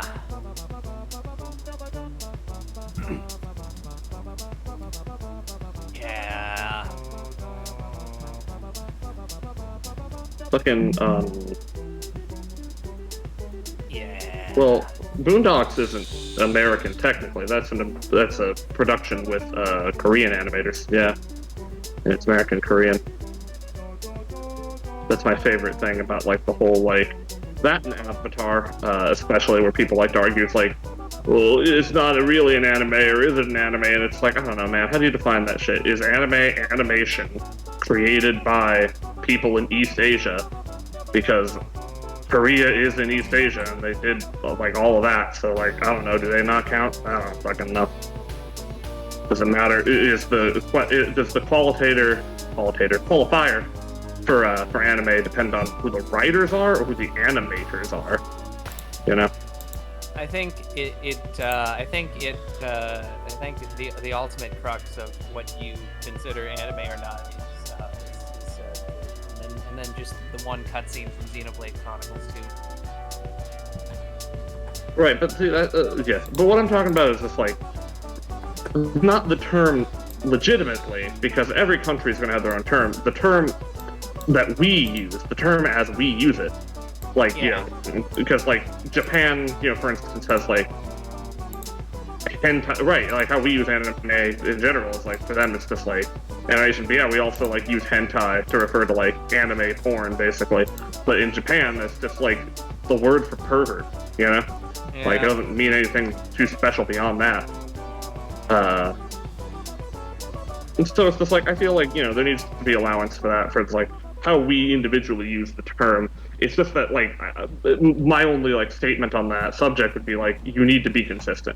You need to be consistent with how you use that term and, like, what your statement is on, like, like how you justify to yourself using terminology in some cases versus others. Why is message held? What? Why is message held? I don't know what that means, but why is What? it? You know? I'll never know. Apparently it's being held for bullying. What? What message? What is it? Atlas sent the message pervert or freak. I'm assuming as an explanation for what hentai could translate to. Yeah. Yeah, I guess the way it's used. Yeah. Yeah, but even still, like, the freak would normally probably have, like, a sexual connotation to it, right? Yeah. Like a my deviant. My favorite part about that was this one day in fucking Japanese class in high school. You know, we were learning more kanjis, we were learning more vocabulary, and at one point we learned the kanji for you know the word difficult, right? Taihen. Just like, oh no, this shit's hard. Taihen this nah, or whatever the hell. Yeah. Except one girl in the class accidentally wrote the kanji in the reverse order, and then the teacher had to be like, fucking whatever the hell, san, ito.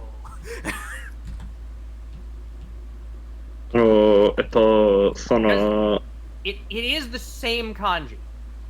If you're writing Taihen and you write the kanji in the reverse order, it is just straight up hentai. Like, it is the word. It's the same kanji. It's not like pronounced the same, but with different kanji. No, it's the same kanji. Okay, let's see. What would be another good thing to put on for music, Sor? The Pokemon Mystery Dungeon.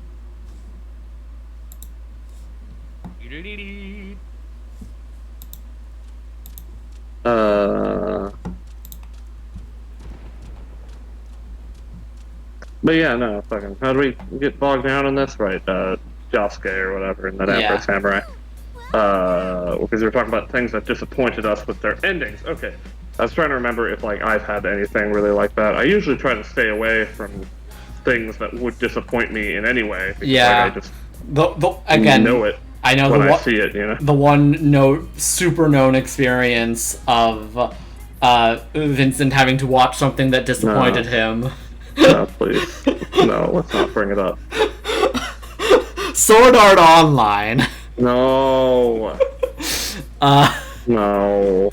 Because that's not worth talking about in this context anyway. It's not. Considering this is talking about things that you watched and were enjoying until the ending somehow, like, turned you off it or whatever. Yeah, and that does not apply to this, because technically you would have enjoyed the ending just by virtue that it was ending. Yeah. But even then... I would have enjoyed the ending just by virtue when I finally did pull the trigger. But yeah, let's see. Things that were good until the ending fucking ruined it. Fucking evidently, what, season 3 of Game of Thrones? I don't know. Or 8, or whatever, I don't know. Or 5. Game of Thrones is a lot of shit. But no, we're talking about, like, I guess specifically anime or whatever. I'm trying to think of anything that, like, hit me like that, because I know for a lot of people, the ending of Attack on Titan, but not for me, so... I guess in kind of a funny way, a lot of Gainax anime. Really? Yeah, they usually... Well, they'll do that with the whole Gainax ending is usually, like, a thing. But no, I know you mean it specifically because you didn't like what happened to Nia at the end of Gurren Lagann. Yeah! I know specifically that's what you're talking about. So here's the thing, I actually wasn't. I meant like... I meant more just like, yeah, you know, they do the jokey shit where it's like, haha, panty and stockings over. Oh, she's been omnisected. Okay, well, bye. Season 2 never. But yeah, no, yeah, you are right about that. That is what I should have been going after. She was going... I did the drift for you. Like, she has literally no life force or whatever. How? That's not how life works. Yeah, well, she's not like a person. She was an incarnation of the antispirals. No, she was people. Everyone was people. The anti-spirals was people. They just maybe decided not to be. Yes, Maybe and part they of being shouldn't have peoples, killed them. and part of being peoples is peoples die sometimes. That does Yeah, happen. but- I've seen it. But not like spontaneously because, my existence, and then, woo, you're gone.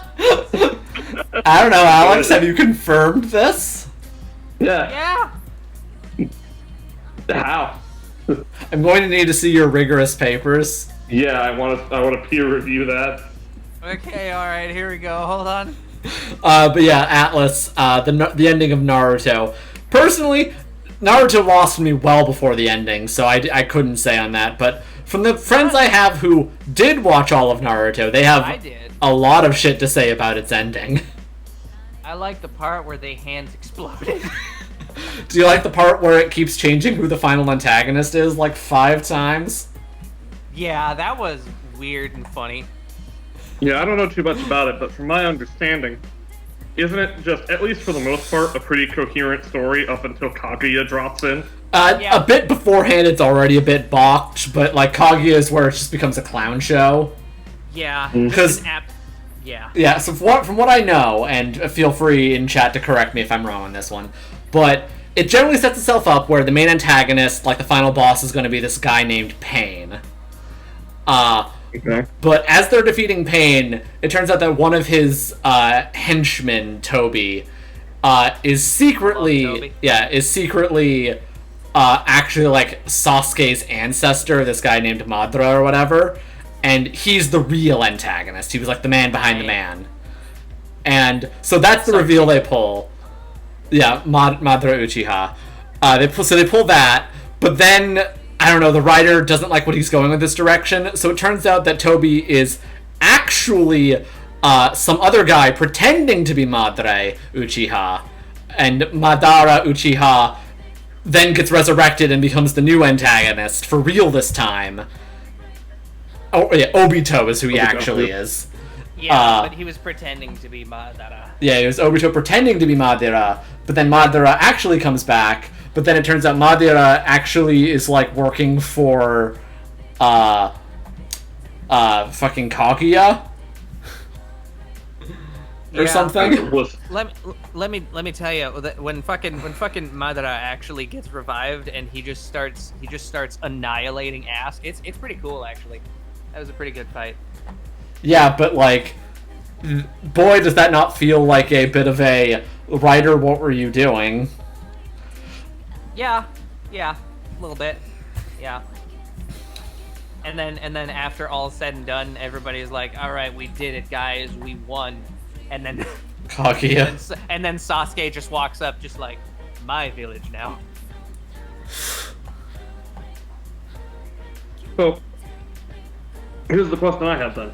At the very least, all these other people who were set up to be, like, villains to whatever degree, this Obito dude and Madara, like, correct me if I'm wrong, they were in the narrative already, right? Like, those were names that were known and, like, characters that were, like, known to exist or possibly still be alive or whatever. I think in the story before, but Kaguya was not, correct? I believe Madara was like a lore character who got revived. I think Obito was also a like just ass pull so that he could write a new version of Madara because didn't like what he was doing with the one he had. But yeah, the Kaguya was a complete ass pull. Absolute asshole. Also, when we're saying like they were established characters in the lore, oftentimes established in this case means, yeah, Kishimoto is just like, yeah, no, I have to start mentioning these people so when they show up later, it isn't an ass pull. Not like this was established for a long time. Okay.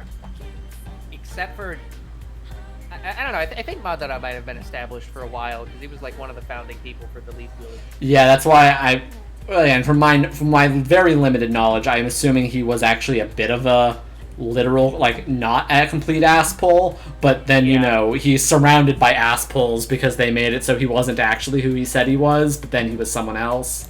Yeah, he's like an ass pull by proxy.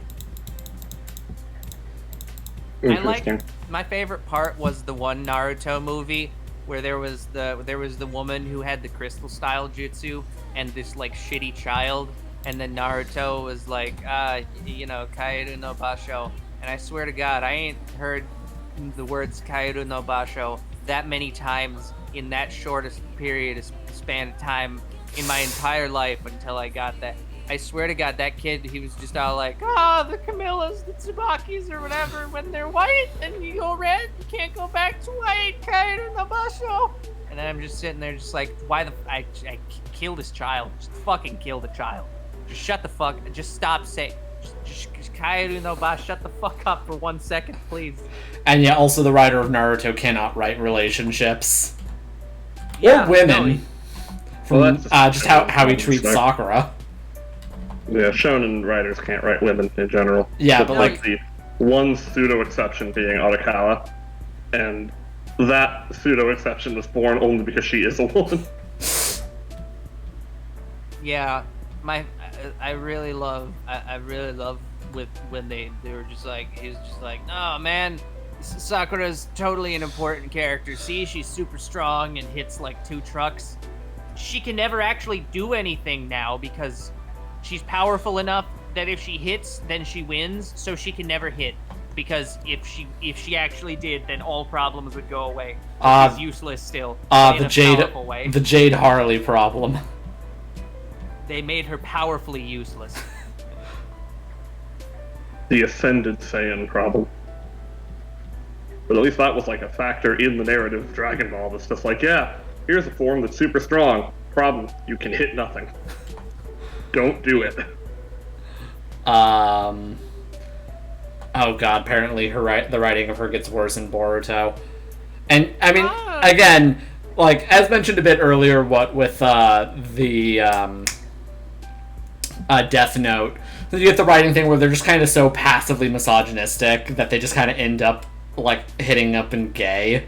Where, like, yeah, the most important relationship in Naruto is the one between Naruto and Sasuke, to the point where, like, any, like, competent writing would just make it a gay love story. But, like, this was, like, mid-2000s Japan. That ain't fucking happening. Yeah, and then you get to Boruto where, like, they're still rivals, except, you know, instead of competing to see who's the best in, like, ninja battle or whatever, they're competing to see who can be the worst dad.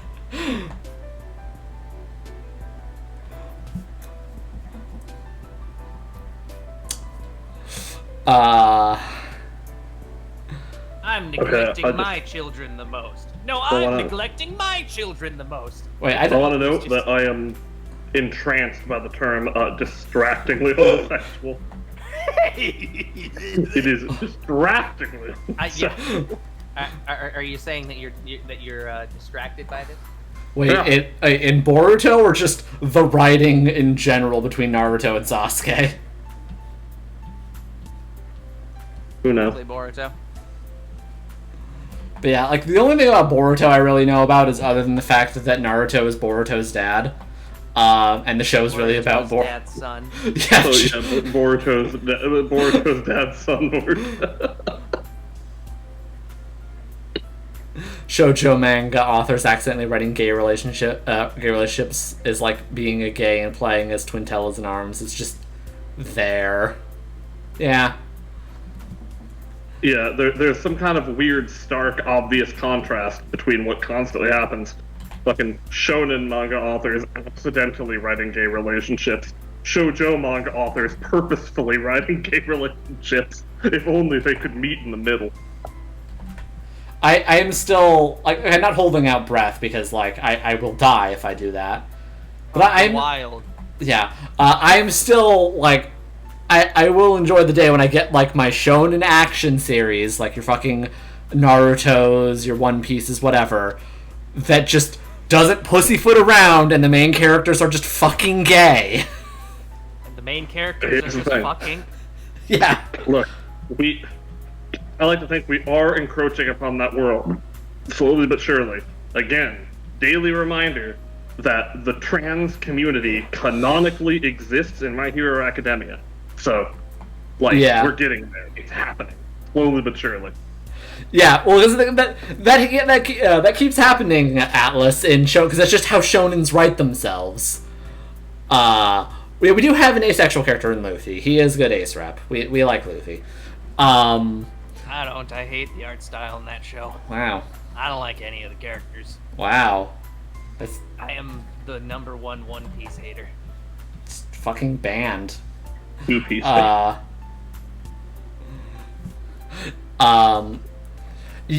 Yeah, there was the Japan trans thing. I think we talked about it last time, what with the Okuma thing, and it's just... Yeah. I just, like, Japan, please, just maybe don't. Maybe actually, like, ask trans people how they want to be portrayed. Don't. It's like the monkey's paw equivalent of representation. Like, it's there, but...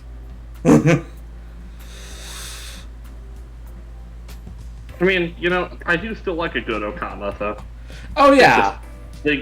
What's bad is when they are just there for comedy. Yeah. Like, that's the problem, where it's like, you can make a good one that's like comedic, but also like a person. Yeah. Like, Mama, both Mamas, the Mama in Yakuza and the Mama in AI are both pretty great, so. Yeah. Like, for me, it's usually more close to the pretty simple, like, stereotype problem, where it's like, yeah, there are, like, trans people who are like that they're just, like that kind of personality. They exist, and should be represented, but A, they should be treated respectfully, and B, they're not the only ones. Yeah. And, I don't know how One Piece handles it, whether or not they're all, respectful or not, but also, like, that's not the only way that, like, trans people exist, Japan. Yeah. It isn't trans in One Piece based on Rocky Horror Picture Show. Oh. Maybe. Explain a lot. Well, the thing with that is that, like, at the very least, I know, like, that character is just, like, a giant Okama as well, but, like... Yeah. I don't know how much the Rocky Horror shit's, like, real versus, like, put in, like, localization. I'm sure it's probably pretty real. Like, that's a popular movie everywhere. Oh, yeah, like, because Rocky Horror is, influential. Hell yeah. And I still haven't seen it, actually. Camp as fuck. So I'd probably enjoy it. I do enjoy me some camp. And it does have Tim Curry. He's pretty much, like, never bad in anything. This is true. Guy just gives it his all to every role. But yeah, because he's just chewing the scenery. Constantly. I don't think he can do anything else. Yeah, I'm trying to remember if I ever really saw him be subdued in anything. I mean, I guess he starts off pretty subdued in Home Alone 2. But that ends pretty fast. Yeah, because... Oh. Hang on, I'm gonna get rank real quick. I'm sorry, I found a really good video. But yeah, like, My Hero Academia also just does the thing where its writing does just basically create, well, the most important relationships between this story are between two men, and, like, again, that's not an exclusively gay thing. They don't need to be fucking or even, like, dating at all, but you have written a story where the most important relationship is between two men. Maybe own that fact. I don't know if... Or... denial. Have you considered that? Like, for me, I haven't seen My Hero Academia, so I can't speak on that one, but, like, the thing that mostly gets me was stuff like Naruto-related ones. To write hetero it'd be easy to write hetero if they wanted hetero. Is that, like, if you don't want to bother with writing relationships, don't bother including it. Like, that's the thing that's nice about One Piece, is, again, not only is, like, Luffy just ace, but, like, it doesn't bother with that, so it's not, like, it's fine. And, like, you can have characters like Sanji, yeah, that's his name, who's just, like, Brock, if I recall, where he just hits on, like, every woman who he, like, sees, and then they all routinely turn him down, if I recall.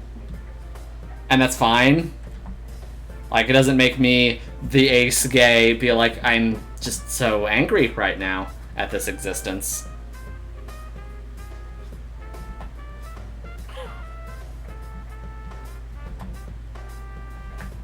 Fucking Persona. Just let me be gay, Persona. By the by, Alex, I'm listening to Persona music right now. I know you can't hear it. Persona. Persona. From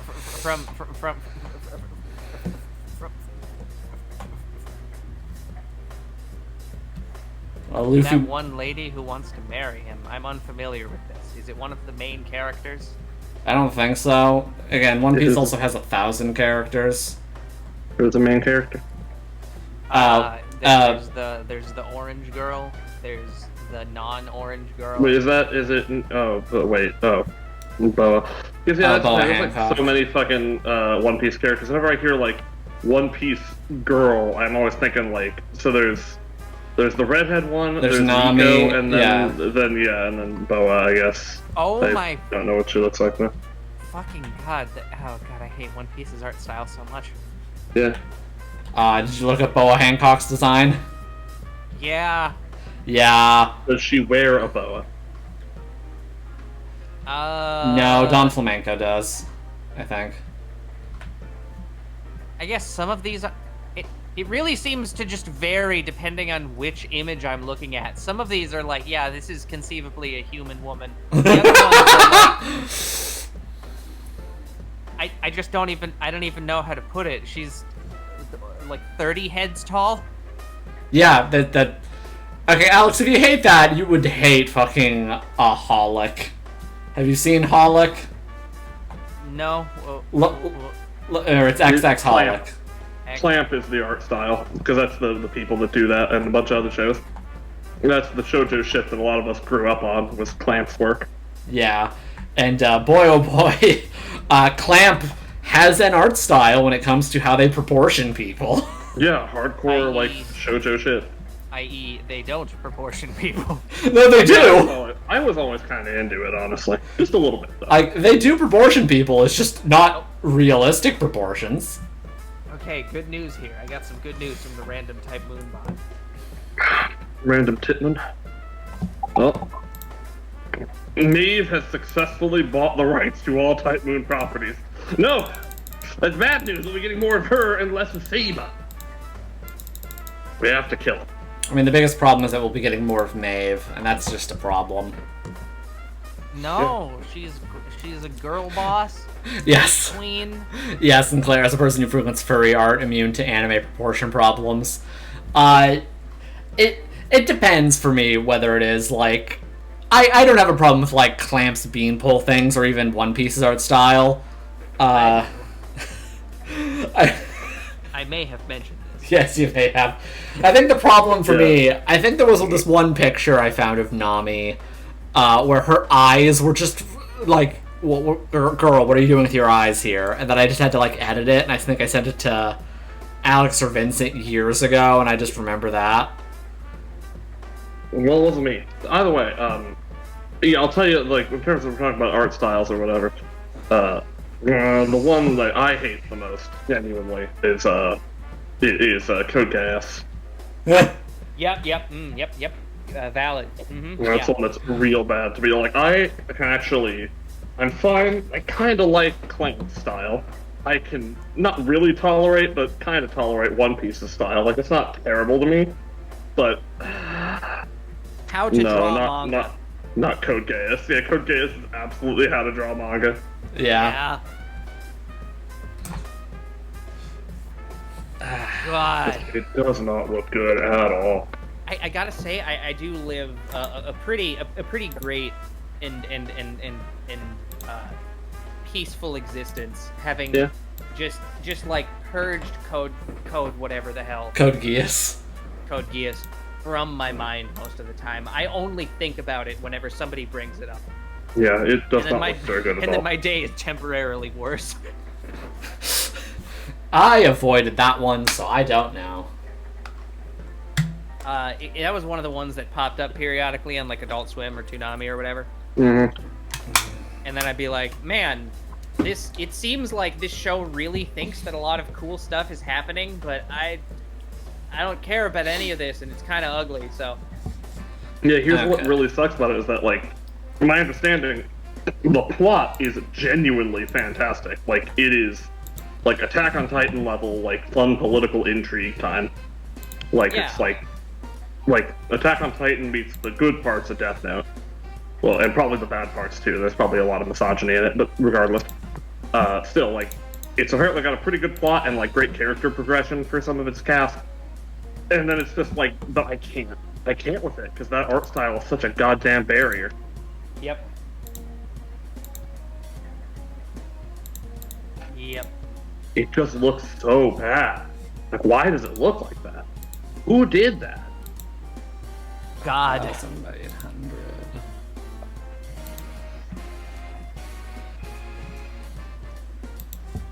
God.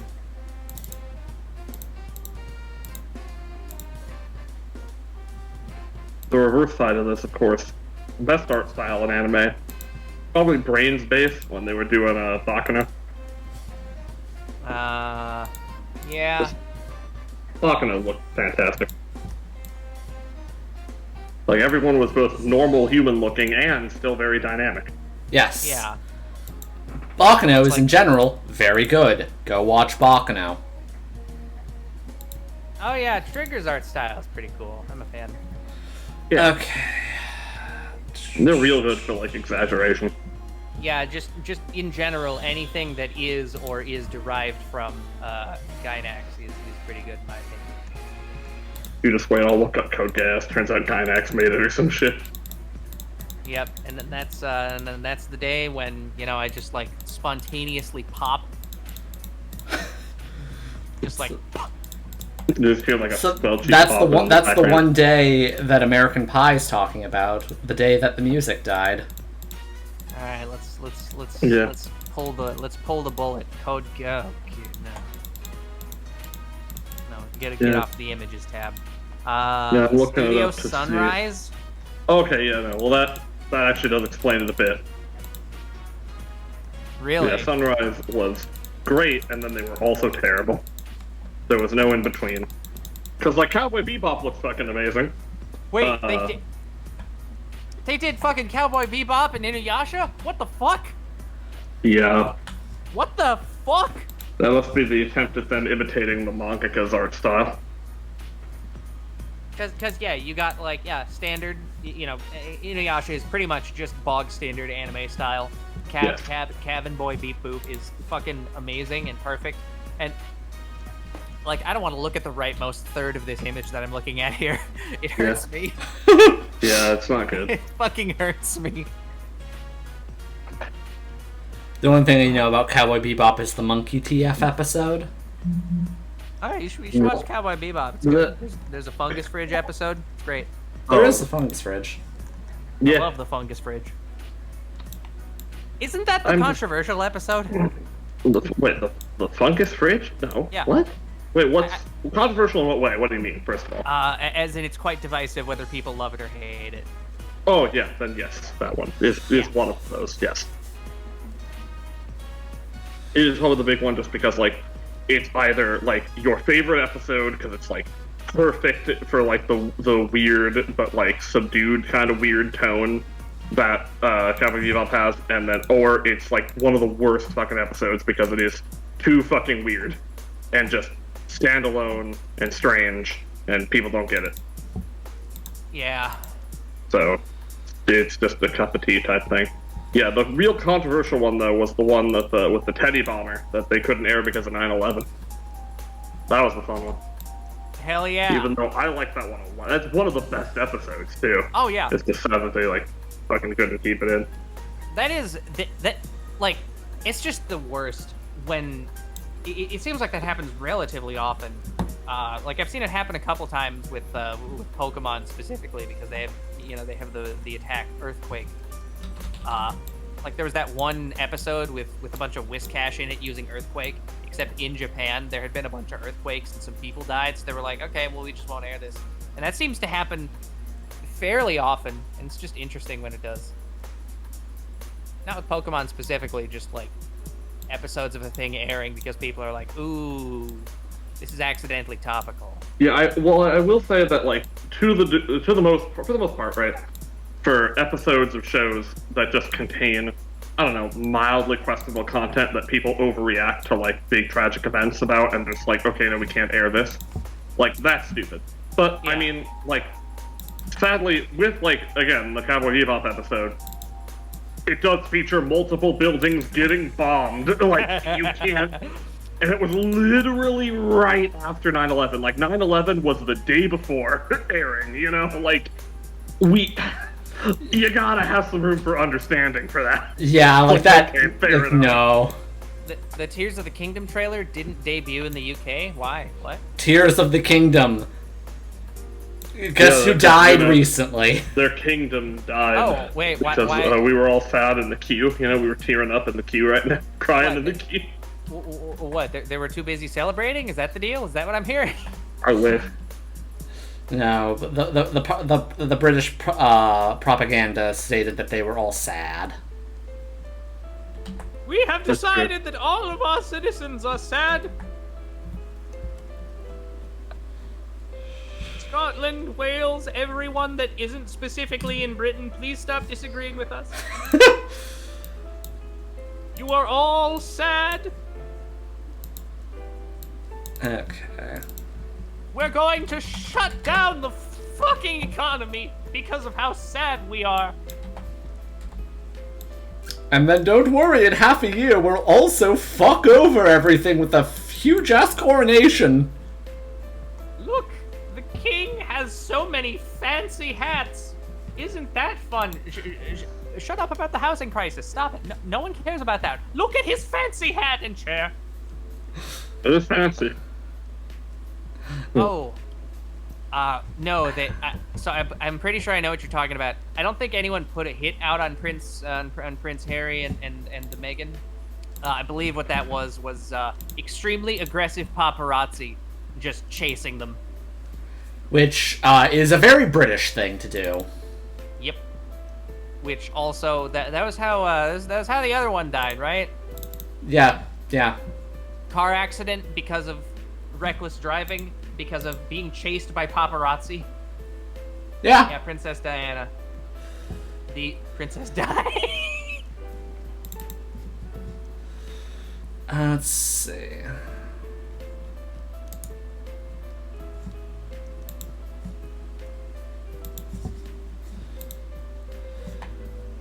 What? Picture.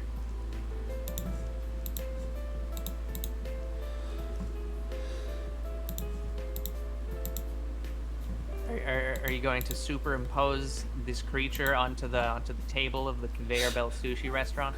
No, I pulled up the conveyor belt sushi restaurant because that was a previous commission from Kagero. So I have all the colors in there, so I'm just snatching the colors. Yeah, no, the paparazzi are pieces of shit. Fuck them.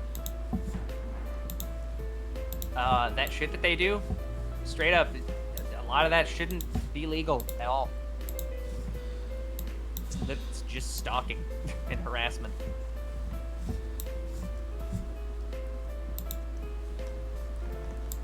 Which, you know, on like an interpersonal level, you can get restraining orders and shit for that, but paparazzi, nope. Because once it's big enough, that's kind of too big to scale. Why did TMZ have and display Rihanna's son's birth certificate? Fucking lord, what? Why would they do... What? What's the point? I don't know.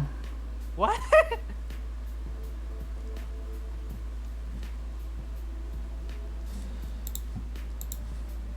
Anyway, the Pokemon Mystery Dungeon soundtrack in question that I was thinking of was Mount Steel.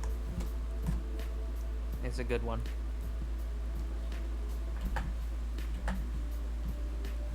Neat.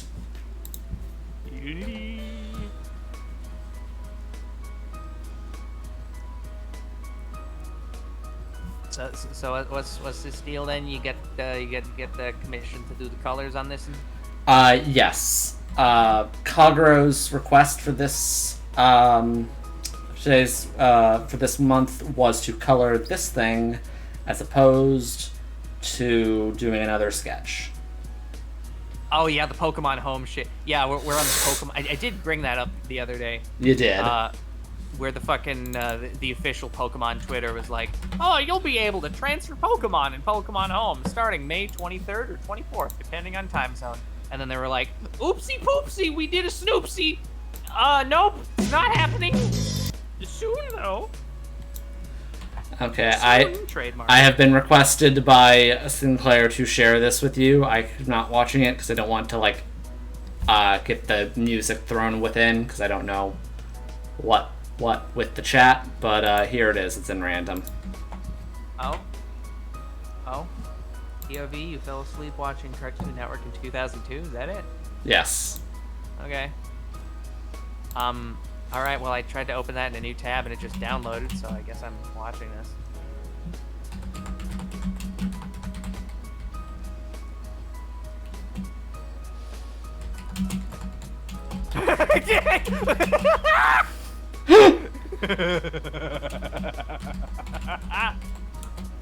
Oh my god.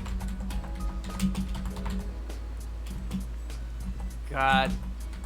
I've been considering going back and fucking watching Inuyasha again. The Yashahime anime was pretty alright. Oh, was that the new Inuyasha? Yeah. It was interesting because it seemed like it was gonna have some kind of like grand plot, and then it really didn't. It was just kind of more Inuyasha. That feels very Inuyasha. Yeah. Am I okay? No. I feel like we've done enough of these streams that should be fairly apparent to the people at home. Oh no! You're stealing they shade. Yeah. So I can grab the base color. It's just like it's like one of those things where it's just like, oh yeah, you know what? Fuck you. Unshades your characters.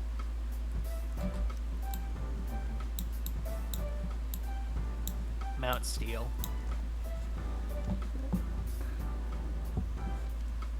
Oh shit, Vincent's one of those deaf mutes. Oh no! Ghost in the Shell. Ghost in the Shell was very good.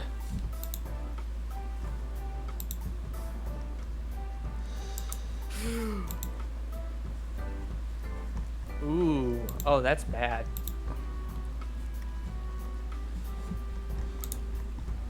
Oh, that's bad. Oh, Ryan posting, why?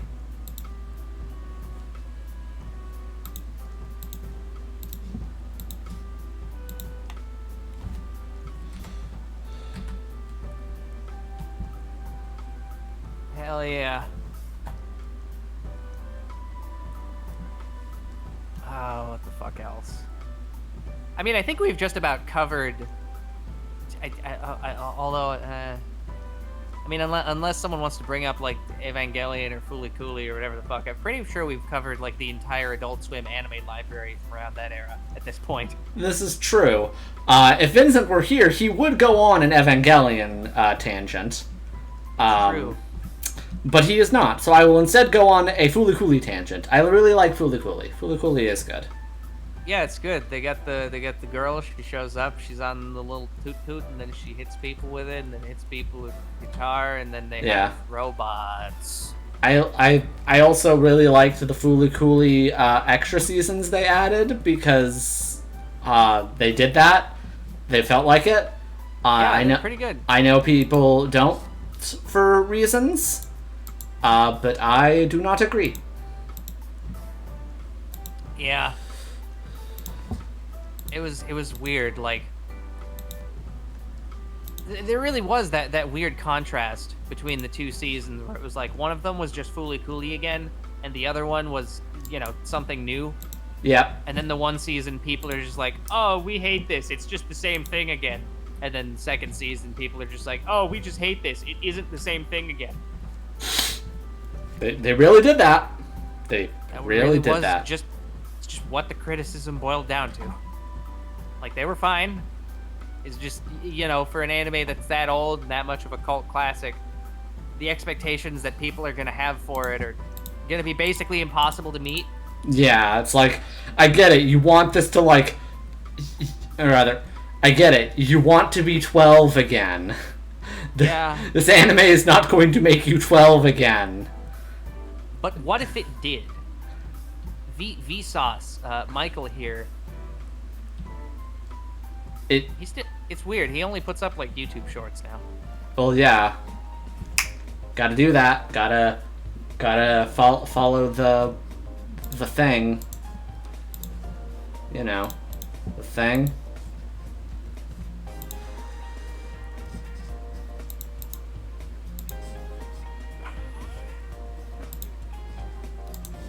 That's a good one.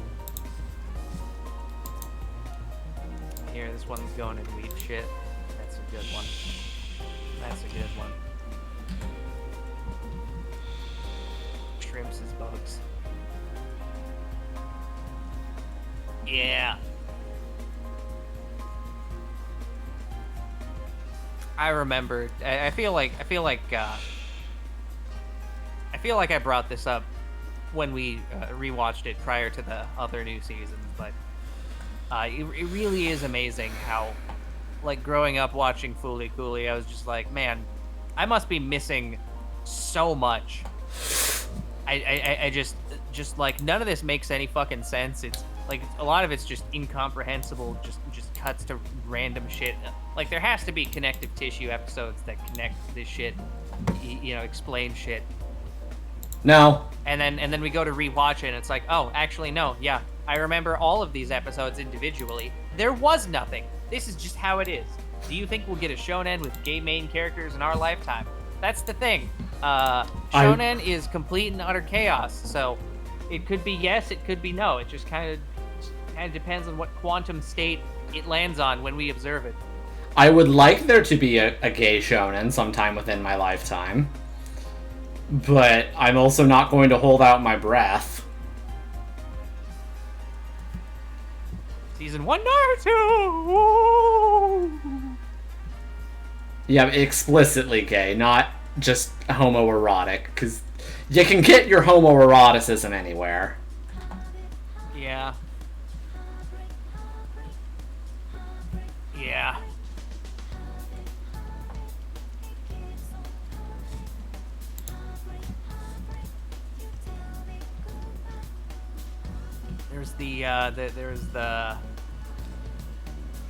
There was the girls from the new Gundam show, right? It's not shonen, but you know.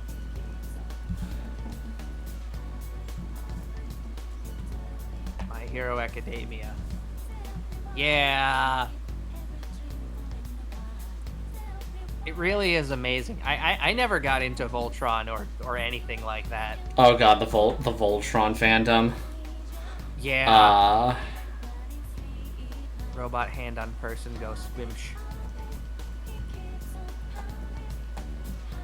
Yeah, it was just one of those shows that, like, I saw a lot of people get really into on Tumblr. Yeah, so... And then I never got into it, and then people started screaming.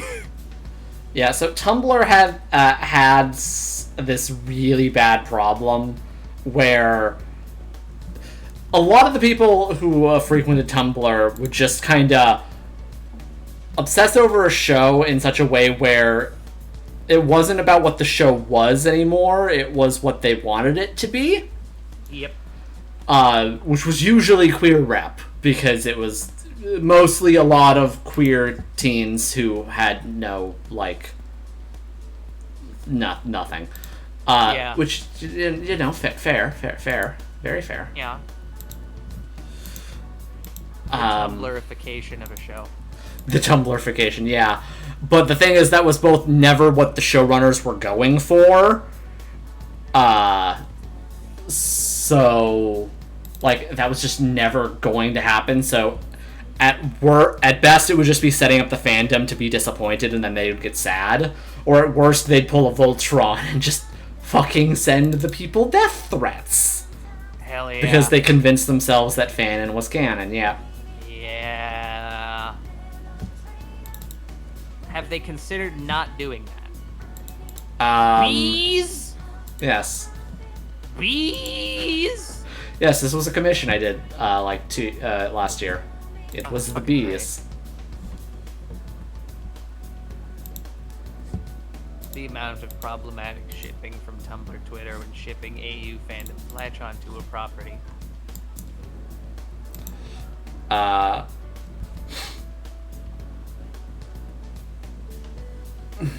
Wait, what's not even Yeah. remotely the same level? The problematic shipping thing. Oh yeah. Yeah. Yeah, they were. Yep. Yeah, again, serious death threats. Like there was also like one time I think the show got leaked or whatever. Ooh. And the leaker was threatening to leak it, like threatening to release the show, unless their demands were met, which was that the ship become canon. Jesus Christ. Which, very normal, not unhinged behavior there.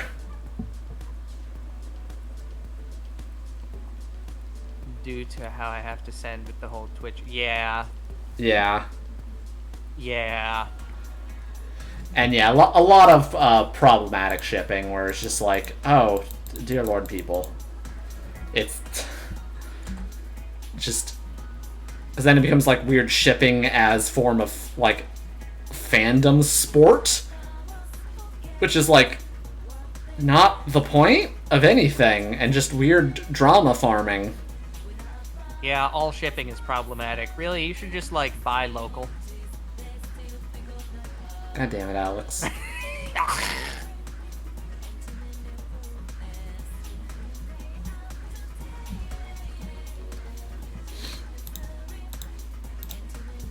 Yeah, no, I mean it can become a fandom issue. Yeah.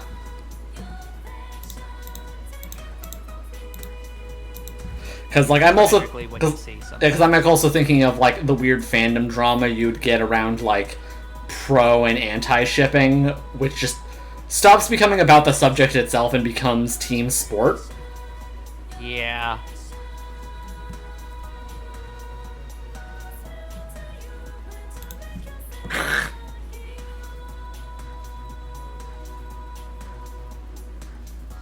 It's just like volleyball.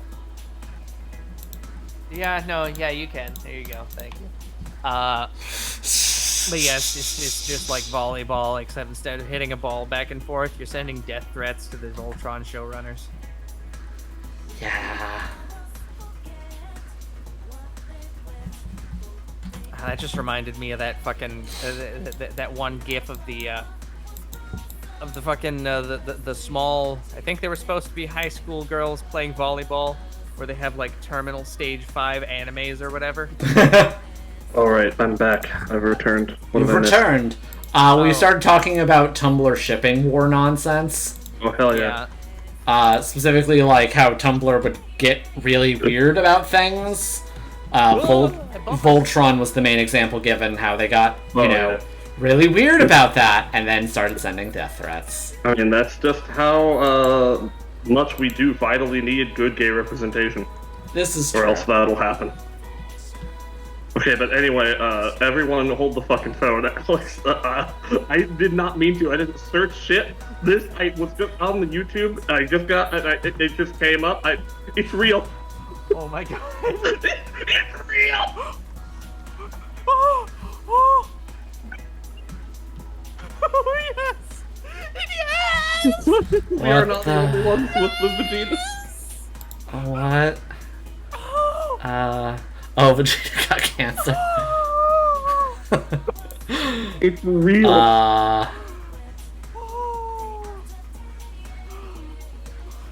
Dragon Ball Z Vegeta's Vegeta. good. Get stage 5 cancer. It just autoplayed. What the fuck? He's got cancer.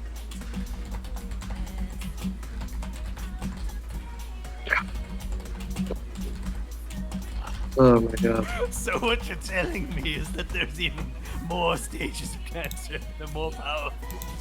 Oh god.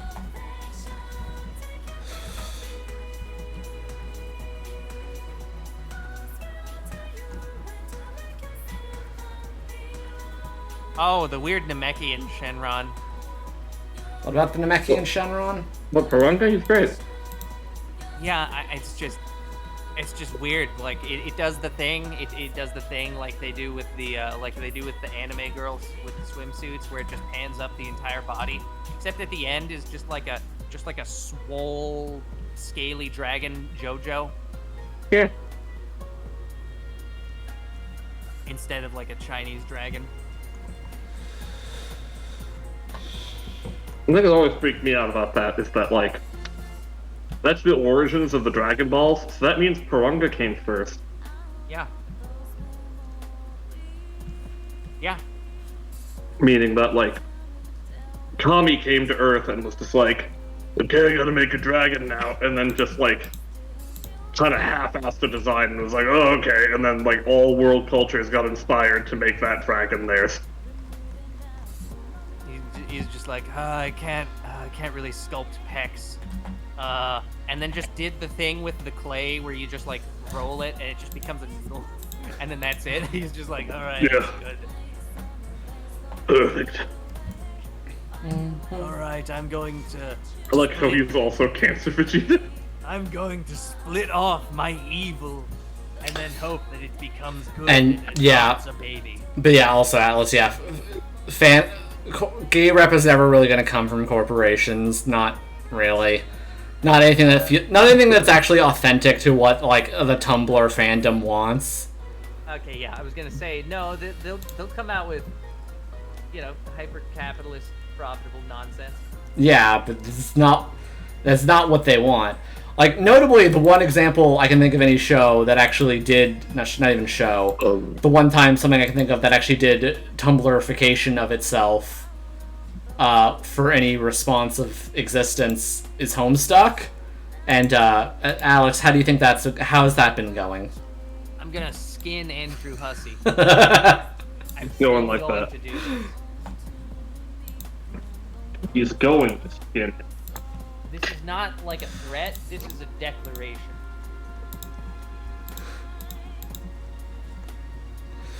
Oh yeah, Ruby also did it. But it's a goddamn arms race.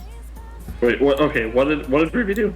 Tumblrificated itself by actually just acquiescing to the fans and being gay. Yeah. And then, wasn't the main character, like, homophobic or something? No? What? There was that thing that Mark posted, right? What? Right? Am I just misremembering? Yes. What the fuck are you on about? I don't know what you mean. So, maybe I didn't see whatever you're talking about. It was a video clip from the show where the main character's name just is Ruby, right? Yes. Yes. Yeah, where there was the other two, and then she was just like being mad about him, like, oh, you just sitting there with your girl or whatever the hell. It was the thing. I saw it with my eye. Oh, I mean, that's the scene where, like, I haven't seen that volume, but, like, evidently that one's the scene where she just kind of goes off on everybody for, like, multiple reasons. She's just mad. Yeah, Like, I know, that has nothing to do with... Yeah, but then people clip that one particular thing and then post it to YouTube and be like, oh, Ruby, homophobic? No. Dude. Like, especially because said gay relationship involves her sister, who she loves more than, like, anything in the world, so, like, never. Even if she was homophobic, that very act would, like, un-homophobe her.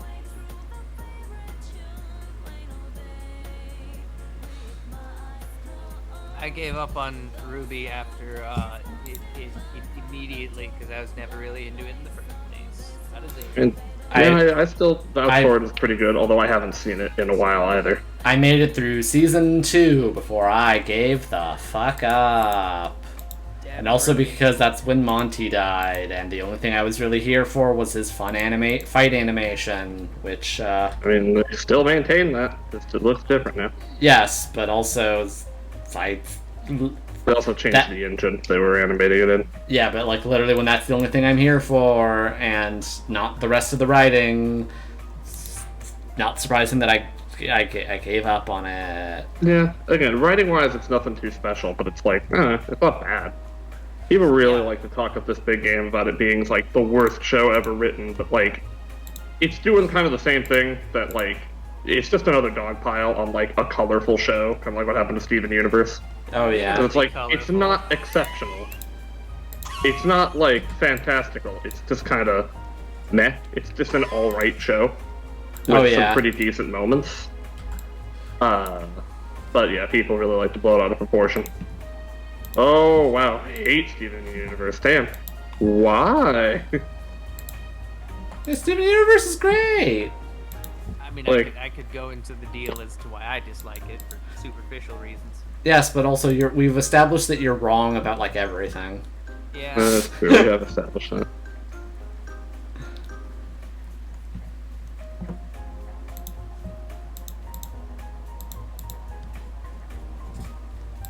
But yeah, no, there's like, in terms of Ruby, there's like fucking 3 whole volumes I ain't seen yet, so I don't know what goes on now. It's just mess but different. But up to what I saw, which was like volume 6, like, I still say it was good. It was a fine little adventure show. It's kind of just like a more, what's the, what would be the word to use for this? Like a more mundane? No. Like, Yeah. no, I guess mundane. It's like a more mundane, like, Avatar, Last Airbender, you know? Yeah. Like, at this point, what Ruby is now is just kind of like late season 1 Avatar, essentially. That's... I was gonna say impressive. That's mostly just sad, given that it's already, like, in season 6. Yeah, well, I mean, like, again, that's what I feel it was, like, starting at, like, you know, seasons 3 to, like, 4. Like, so, I mean, I'm not saying, like, it got to that point or anything. I'm just saying, like, that's what it is, I feel. Yeah. Like, But, it's just, you know, it's an adventure show with people with powers, you know? But yeah. Except instead of, like, element powers, it's, like, random bullshit anime powers. But yeah, like, Steven Universe does want to talk about a lot of things that, again, nuance is hard and it's never going to be perfect, and I know that a lot of people get really frustrated when something is even attempting that kind of, like, nuance and isn't expressing it in exactly the way they want. So you actually really liked season 1. I know a lot of people complain about season 1.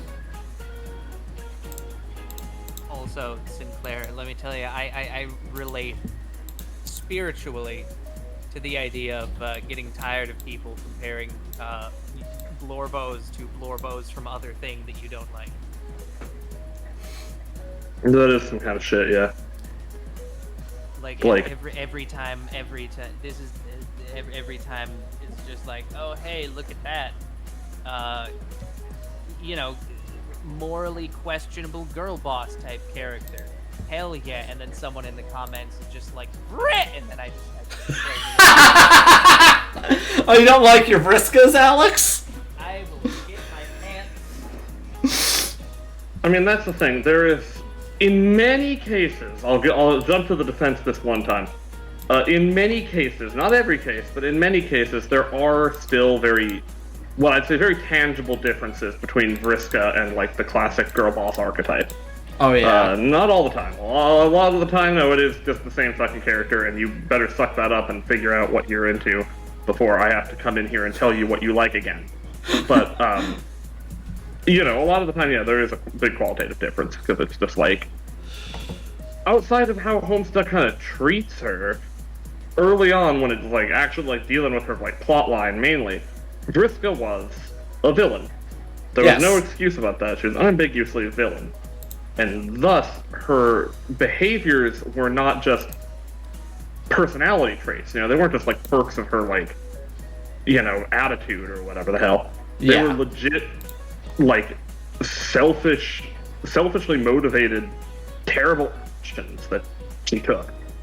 Versus, like, you know, the traditional kind of, like, you know, that archetype of just, like a huffy, tsundere style, like, fucking angry girl boss type person or whatever that takes charge of situations and makes people do things or, like, pulls them off their feet whenever they're, like, dawdling or whatever. Generally, that kind of archetype isn't a villain. They're trying and have the best interests of people that aren't just themselves at heart. They just are abrasive, you know? Yeah. Yeah. Like, yeah, and that's usually the difference. A lot of the time, though, no, sometimes they are just fucking evil. And people will look past it because, ooh, titties, which, here's the thing. I get it. Okay, I'm straight. I understand. Like, I understand. I don't buy into it, but I understand it. I'm like if straight people in general, if straight people are just like a bunch of like monkeys in a zoo, like it's like if you go to the zoo, I'm just like there's like a monkey walking around outside in like a suit, and that's me. What about Integra Helsing? She's perfect and not any of that at all. What the fuck? Literally one of the most perfect characters in fiction. Oh my god, don't even fucking get me started on Integra. Integra is amazing and has no flaws whatsoever. Which, again, is not like me being like, oh, haha, jump to a character's defense because whatever. No, I mean, objectively, she has no real flaws because that is the point of her character. She has to be like that. She has to be an epitome of what it is to be a human being that is to have responsibilities, burdens to shoulder in this world, and real, like, connections, benevolent connections to other people and the state of the status quo that you're in charge of, to contrast all the people who sink into depravity. She has to be there to be the one to manage Alucard, because if Alucard wasn't serving her, he would be worthless. He would be just a monster, get rid of him. And she has to be there, definitely, to contrast the Major, because the Major is the problem, and all the people that sympathize with him freak me right the fuck out, actually. They're the final confrontation between the Major and Integra. They are the final confrontation for a reason. They are meant to be the ideological opposites, and that is why she wins. No, there is like a point to it. No, you see, there's the thing, right? That's the thing. Like every time these people are just sitting there, just simping for the Major, they're just getting confused. They think that they're talking about Ghost in the Shell. Yeah, right, exactly. In which case, they're valid. Yeah, which is true. She's another one who's just like a perfect character, and in that case, it's less to do with like, oh, she has to be one symbolically for like the themes of the narrative to work, and more to do with just like when they were writing Ghost in the Shell, they genuinely did forget to give Motoko any flaws. And it's fine because it worked out. Yeah, forget, quote unquote.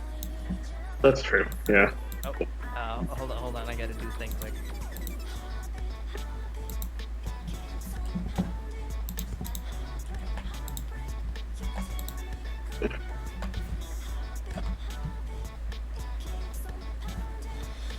Let's see, also,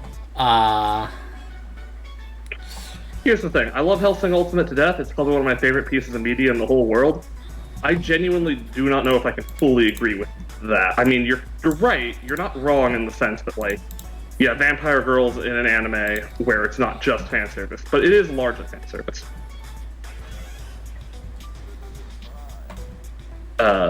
Like, sort of. It's fan service of different varieties, because there's obviously the thing with Ceres, right? Ceres has fantastic development and is incredibly meaningful as a character analysis in the broader story, in that she is, yeah, absolutely, you are correct. Although that's a certain type of fan service, Sinclair. The picking up the canon is also kind of fan service in a way.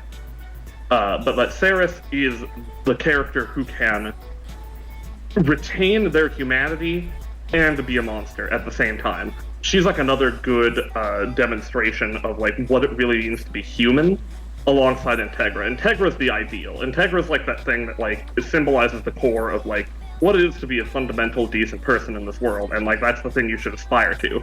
But we can't all be that, which is why Ceres is put in as the relatable one. Ceres is the character that like in like real life, as we like travel through and deal with the problems of living day to day, Ceres is like the person we are. Like, who will not be able to be that perfect, because who can, right? We'll have a dark side. We will have times when we just kind of want to give in to our more base urges and be selfish and just say, fuck everybody else. Like, no one thinks about me, so I should be the one to take command. And if that means stepping on other people, then fuck them.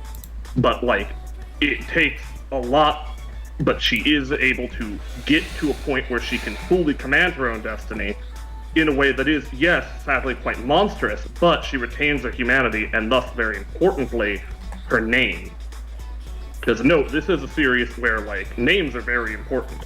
The people who give up everything they are in Hellsing Ultimate to like essentially the bleakness of like a nihilistic void of power or whatever the fuck they happen to worship, power or a cause or something, ideologies, or forgetting that they're human, are people who give up their names. The major, the captain, and the doctor all don't have names at all. Contrast this with Integra, who has 18 names and they all get said all the time.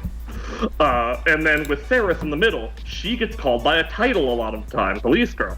And she stands up and claims her identity against Zoran when she finally fully, finds herself, That's the thing. She's able to maintain herself, her sense of self, and her ideals, while still being essentially a monster, someone who has given up on the humanity, because she hasn't, actually.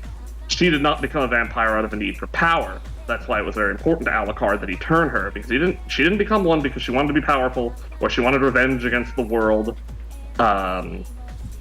just because, they wronged her or whatever. She wanted to be a vampire just so she could keep being alive and trying to do her best. She just wanted the chance to keep living in this world, and it's fucking great. Whose name? Alice? Mine or? Alright, I'm back. Yeah. Or Alex's? Purple boy here is Vincent. I'm Vincenzo. Shit, what the fuck? Vincent. Yeah, Alex is Scrumbo. I'm Scrumbo. Yeah, Vincent, like the scent, but it's Vin. Point is, Okay. Indeed. Point is, yeah, Hellsing Ultimate, real fucking good. Note that I was not even coming in here with any of this intention. Sinclair fucking mentioned Hellsing Ultimate, and then I'm like, okay, well, time for a theme diatribe. Hey. Because Hellsing Ultimate means things to me.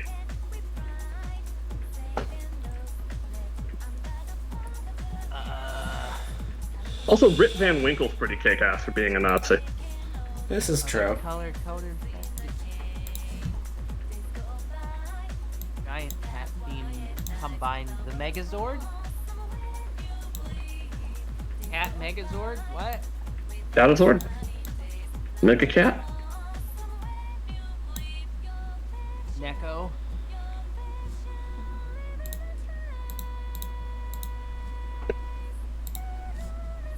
I feel like... I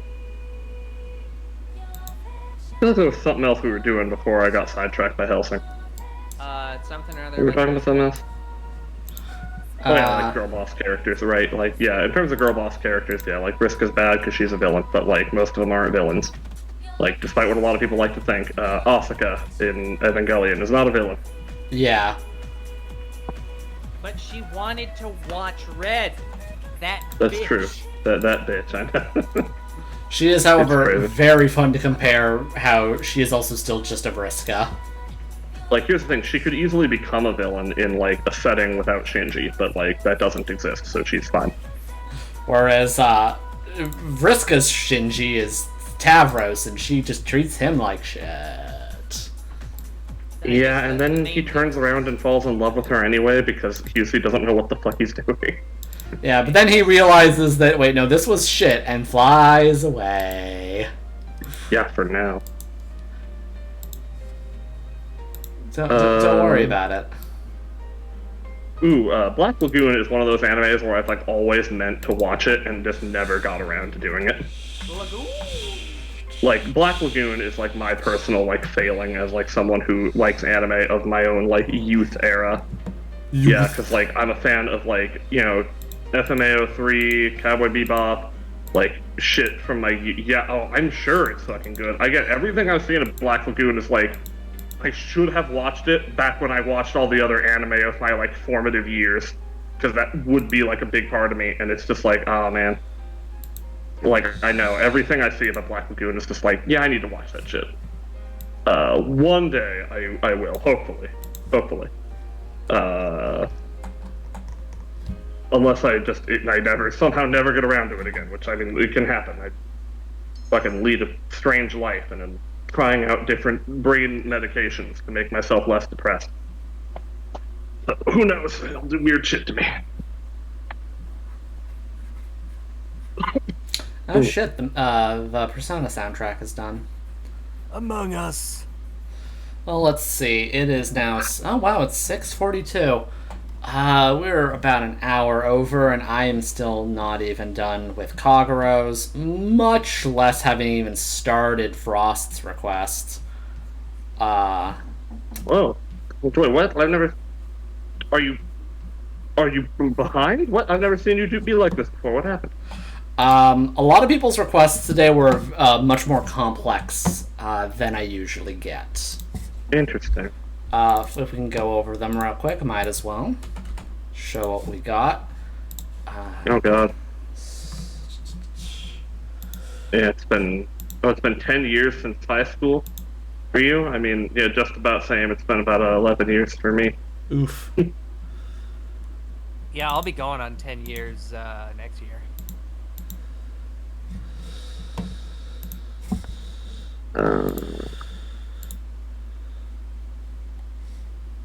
So will we want to then pick these pieces up later, or will you just finish them on your own later and not save them for another stream? I'm probably gonna finish these up on my own later because it's only just like 2 bits. Okay. Save Kagura's just so it's own, so I have that. This is at least gives me a good time to see just how long it takes to do coloring, which is roughly the same as a line art basic, but Kagura also picked a pretty complicated piece that I needed to do some editing for as well. It true.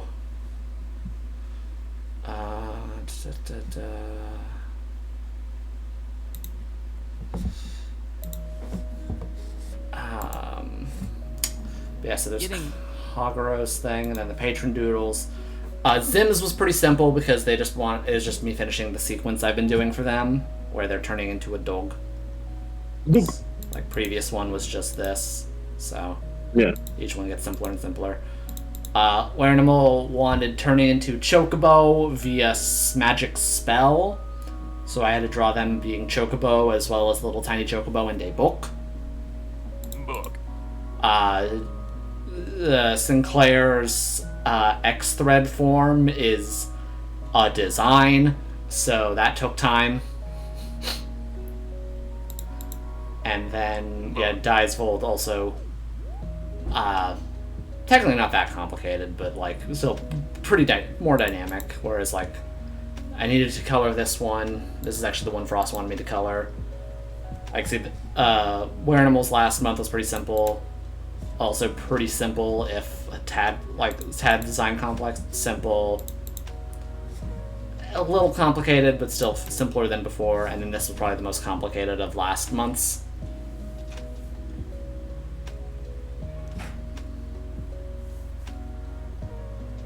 I do like this one too, for obvious reasons. Among Us. Yeah. So yeah.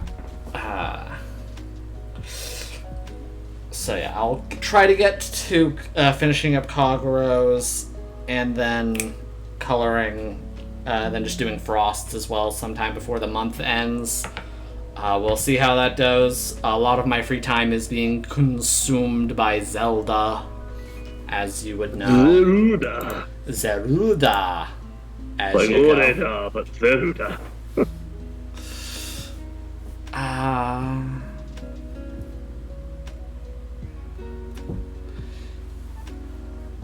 Oh, thank you, Atlas. But yeah, so go through all these. Next week will be more Ratchet for Sunday, and then Wednesdays again more Cassette Beasts, and then starting in June I'll do the plugs at the end of the stream. Yep. Starting at June, I'll probably at the very least move up the Wednesday stream to be a bit earlier in the day so more people can show up, because I will be free to actually do that. I'm not currently free to do that. Oh, this is a good thumbnail I found here. Never mind me. I found a thing. Great thumbnail. I'm going to post it in random. Sinclair, going for the 51 where you get a real cat TF potion mailed to you? Oh, I mean, I can. Those take a while to make. You wouldn't believe how expensive the requirements are. Non-gamer. It requires one non-gamer, which are surprisingly rare. Yeah, it turns out gaming is just like poison. It's invasive. It's a toxin. It's a disease. Yeah. Like I drink the cat potions constantly, and I'm only like partial cat boy because of how much gamer I've been exposed to over my years. It's true. He games too hard. I do. He's absorbed too much Prince of Persia Warrior Within. God damn it. Look, track. It's funny how that came out so hyped up, and that is objectively the worst of the trilogy. Yeah. Oh yeah, because they really just decided to lean in on the edge and the sexism. Although I do really like the misogyny. Dahaka. Oh, the Dahaka is great. Like, there's a lot of things conceptually in Prince of Persia Warrior Within that are good. I just love the infinity horns so fucking much. Yeah. That's such a cool idea. Whoever designed that needs a raise. Like, imagine the good timeline where Prince of Persia Warrior Within still has the internal monologues and isn't a sexist. Yeah. But then we wouldn't have had the third one, because then he wouldn't have had to fuck the lady so badly. I mean, the third one could still have him, like, the Warrior Within could still have him be edgy if that's the arc you want to go for, but that would be, like, you know, intentional and not something they kind of ad hoc fixed for the third game. Yeah. I suppose. I mean, I did like him fighting against his edgy self in the third one. There's just something about that that's just really funny to me. Oh yeah, that's great. I do love that. The Dahaka. But yeah, let's see. So, streaming Wednesday, streaming Sunday. Stream Back to Zelda for me as well. Same. Alright. The universal experience. I might actually, Vincent, you stick around. I do have something to chat with you a bit first, but Okay, yeah. yeah. Catch you all on the flip side, everybody. Bye-bye, Bye-bye. everybody. Bye-bye. Try the shit.